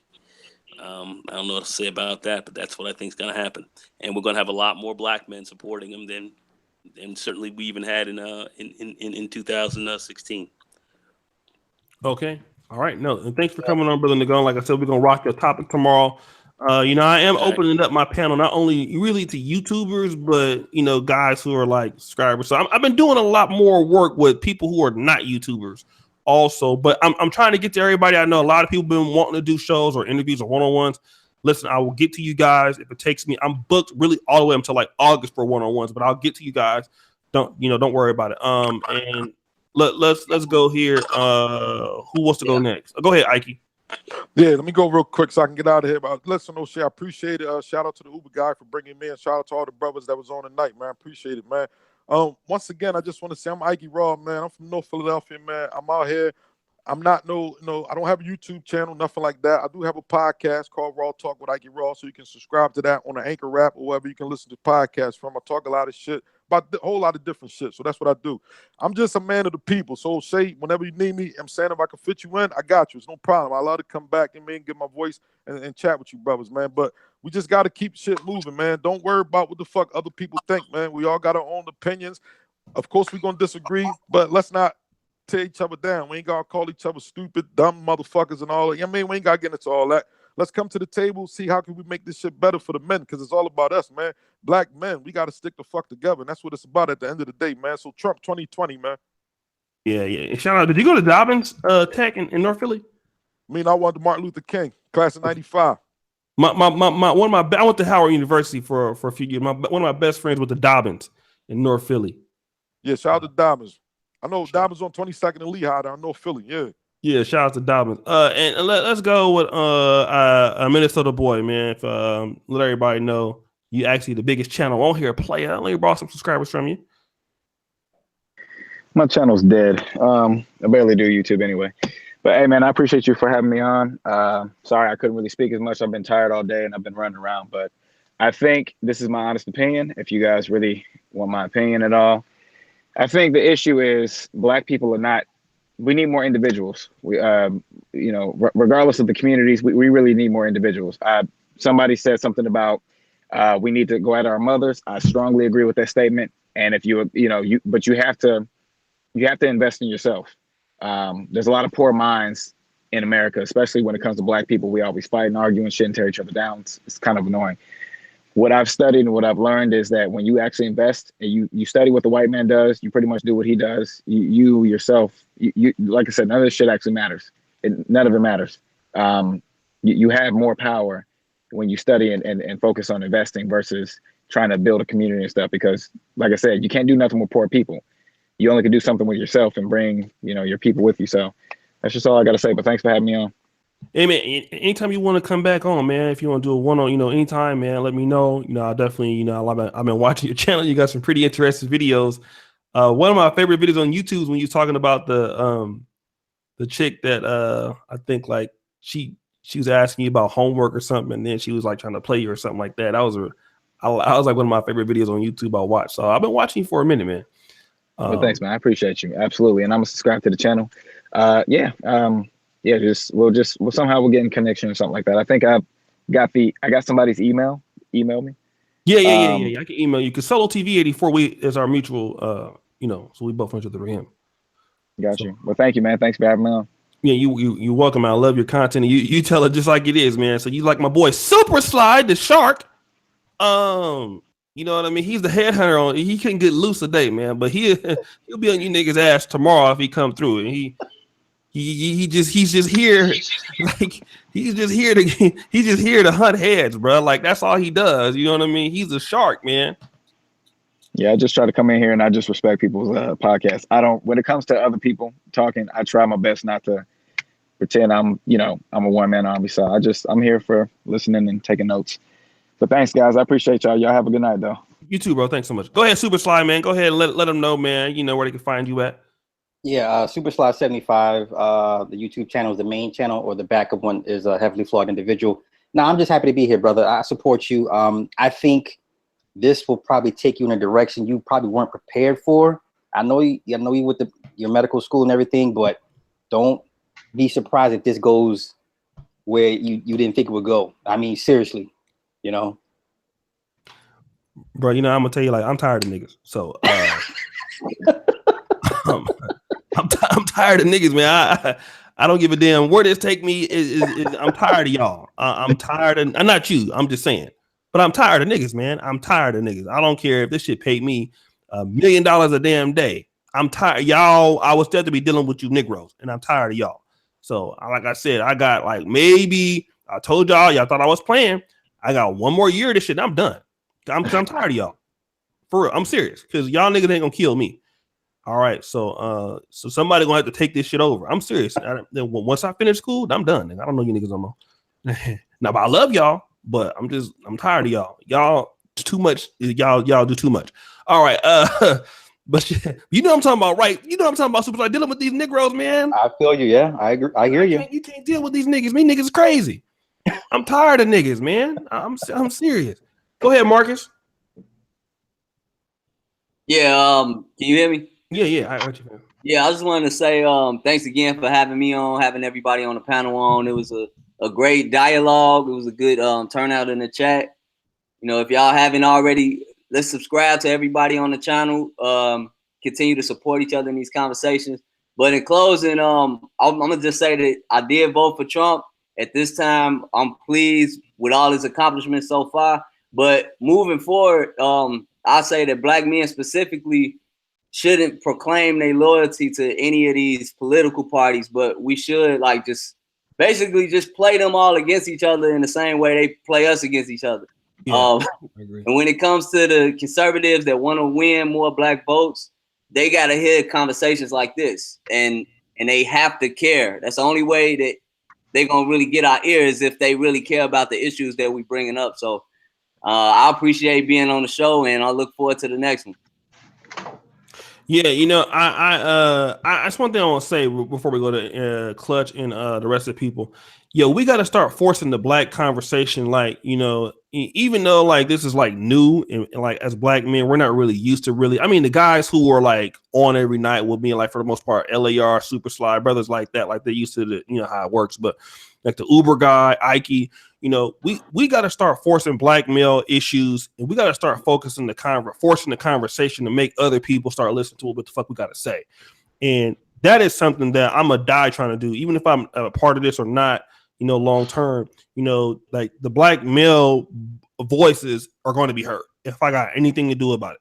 Like it has to be heard. You know, if you don't hear it, like I'm going to force the conversation. That's something I'm very adamant about through hell or high water. I'm going to force it. You know what I mean? Like a lot of the money I spend with Negro Manosphere, you better support me. I try to put that back out and bring brothers together. We're going to force the conversation on America. You know, you got to see us. The politicians got to see us. Y'all gonna have to represent. Y'all gonna have to recognize our buying power, our spending power, our vote. Like it's time that y'all realize that. And I think every black man needs to start forcing the conversation about what black men want. You know, like that's important. Not about what the black community wants. Not about what black children want. Like if you get what you want, everybody gets. The community does better. So we need to force the conversation about black male needs, desires, and all that shit. It's very important. Let's go to Clutch and then the Uber guy. All right, so I want to thank all of you for having me on this podcast. Shout out to all of the individuals who are on here or who were on here, regardless if my views and their views align. And I want to say something right quick about O'Shea leaving the Black Manosphere. I know it's not going to happen anytime soon, but check this. Here's a message to all of you out there, and I include myself in this. We need to start picking up the ball. And by picking up the ball, I mean helping out the people like O'Shea and others, the big hitters on this side of YouTube, the third version of the Black Manosphere on YouTube, in which I can explain what the first and second ones were in another day. But you see O'Shea doing these hangouts until 2, 3, upwards of 5 in the morning. And I hear a lot of you guys saying, oh, I wish these streams were longer. Why can't you do 8 hours like BGS and them? Who's to say that you or I can't do them ourselves? Who's to say that we can at least help O'Shea and other big names carry this mission known as the Negro Manosphere? As far as that's concerned, yeah, talk is cheap, but what are you willing to do in order to help men like him and others carry the message of what all of us, regardless if we agree with one another, what all of us have to say? So, especially as time goes on, we all need to do our part, whether it's stepping up the quality of our videos, making more diverse topics outside of black women or white supremacy, or even doing 8-hour hangouts. If that's what you can do, then just do it. Yeah. The money's fine. The support is cheap, but action is where it counts. And for all of you who want to check out my channel personally, I'm a person who takes it down the line. I don't play leftist nor rightist politics. As I said, I'm more of an independent libertarian. So if you want to check out the views of a person who isn't trying to play pandering to this side or that side like it's WWF or a football game, go ahead and check out my channel. Everyone else out there, always bet on X. And let me just say this real quick. You guys see me all throughout Black YouTube. I'm always super chatting shows. Like, really, we do need more. We do need more shows in the Manosphere. You know, like Donovan Sharp's not on. I know, like Super Sly, he's on. But Super Sly talks about a lot of different stuff. You know what I mean? Not just men stuff. But you know, like the only people I do see that stream a day, like Super Sly. I see the Uber guy. You know, but we do need more. We do need more shows. I know it takes a lot to do these things. There's a lot of energy, but we do need Obsidian. Shout out to him. He has a show. You know, and I try to have one at least 4 or 5 times a week. But we do need more brothers. Shout out to Salon Baptist. Good night from Paris. Hey, email me, brother. I would love to get you on one of these shows. Or sister. I don't know if it's Salome. That's a, you know, but definitely a black person in Paris. So we do need more shows. We need more black male content. We need more content creators. Like there's so much of a need. You know what I'm saying, for everything. So we do need more people. Like I'm trying to get the brothers in the UK to get their own stuff. That's why I've been helping them, trying to get them to get their own version of their own podcast going. So the week, because you know we do need more creators that I want to be dedicated to it. So but last but not least, let me my boy Pharaoh with all the money. That was trucks player. Man, I just appreciate you having me, man. And you just a blessing to the black community. You blessing to everybody out here, O'Shea. You doing the Lord's work. And just to clarify, I seen some people in the chat when I said conquering your mother, they thought I meant like abuse or cussing your mother out. No, you don't have to do that, man. You just need to go down, have a talk with her, and you need to just tell her the truth. Tell her that, mom, throughout the years, you failed as a mother. You need to go ahead and really tell her that. And I think when you conquer your mom, you can pretty much be straight up and tell women, who was on some disrespectful type crap. You can tell them what's up. I mean, brothers just need to know this about, about the system and your black women, your sisters, man. Your black women have low-key contempt for y'all. They have low-key hate for y'all, to be honest. So y'all need to always keep that in mind. That's why they don't do anything for black boys. That's why you see your black boys failing in school. They can't even read at a 5th grade level when they're 12 years old. So, I mean, only thing we can do as black men is, we need to stick together, especially for these boys that's growing up out here, because their mothers don't love them. They truly don't. If they had to, they'll dump their boys on the side of the street and keep the girls. So, I love all y'all, man. Everybody in the chat, man. Shout out to all the mods, man. And appreciate it, O'Shea. Shout out to that nigga Pookie Jenkins. Shout out to the PayPal, man. I got that. Let me just do this real quick. And guys, we got a good week next week. You know what I'm saying? We got Lucario, we got Dr. Kenyon Meadows coming back with some more financial literacy. Shout out to my bro Super Sly for hooking me up with Sal, the Great American Investor. We got him coming. We got Ashley W coming. We got to hang out with Chris Law. We're gonna have a show with Donovan Sharp with the Brother Peel. So we got a lot of good entertaining stuff coming. This week, the UK podcast again. So I want to just shout out to the Stakes is High, $2, the Yeti 90, the Truth I Hear. These hangouts just make my wallet loose. Dude on the right in a few before was preaching Black Soul Star, $2. Gracios 6132. Facts that got me a Polish woman. Xavier Mathis, yes, O'Shea, no nonsense. Omega Dread under the chestnut tree. I sold you and you sold me 1984 on Earth. Trump Space Force until we meet something that puts us behind an intergalactic, broader, average philosopher. Michael Robinson. USA was founded on capitalist ideology. President Trump is America's first unabashed capitalist. Conversation starts there for me. Shout out to you, bro. What minority group in history has ever gone from the bottom to the top by voting? None. Avoid politics and gain skills. Asians. Booker T. Washington. Jay Williams. That's a good point. Again, thank you all you brothers, man, for supporting, what you brothers have been doing. All the moderators, man, you guys have been doing a great job. We got a really good week. We got some professional brothers coming back to talk about some finance and stuff like that. We got some dating coach type of stuff. We have like open panel type stuff. We're gonna have a whole lot of great content for you. I know you brothers, man, y'all be like, yeah, we need more, nigga. It's 4 hours. I can't give you niggas more. You know what I'm saying? Y'all gonna need to go to Super Slides channels. Y'all gonna need to go to Uber Guy and get more content. That's why I'm trying to bring more people on so y'all can get it from them. You know what I'm saying? For real. So go into the description, get all my brothers, man. They in there. Ikey Raw, I'm definitely gonna be in contact with you, bro. Because you fire, man. I gotta have you on here. You know what I'm saying? So shout out to everybody, brothers. And we'll be talking to you guys tomorrow. I'm gonna schedule the show. Are black men addicted to black women? If you want to get in on that, anybody on the panel, just email me. We'll be in the Gone and everybody else, and we'll see you guys tomorrow. Peace.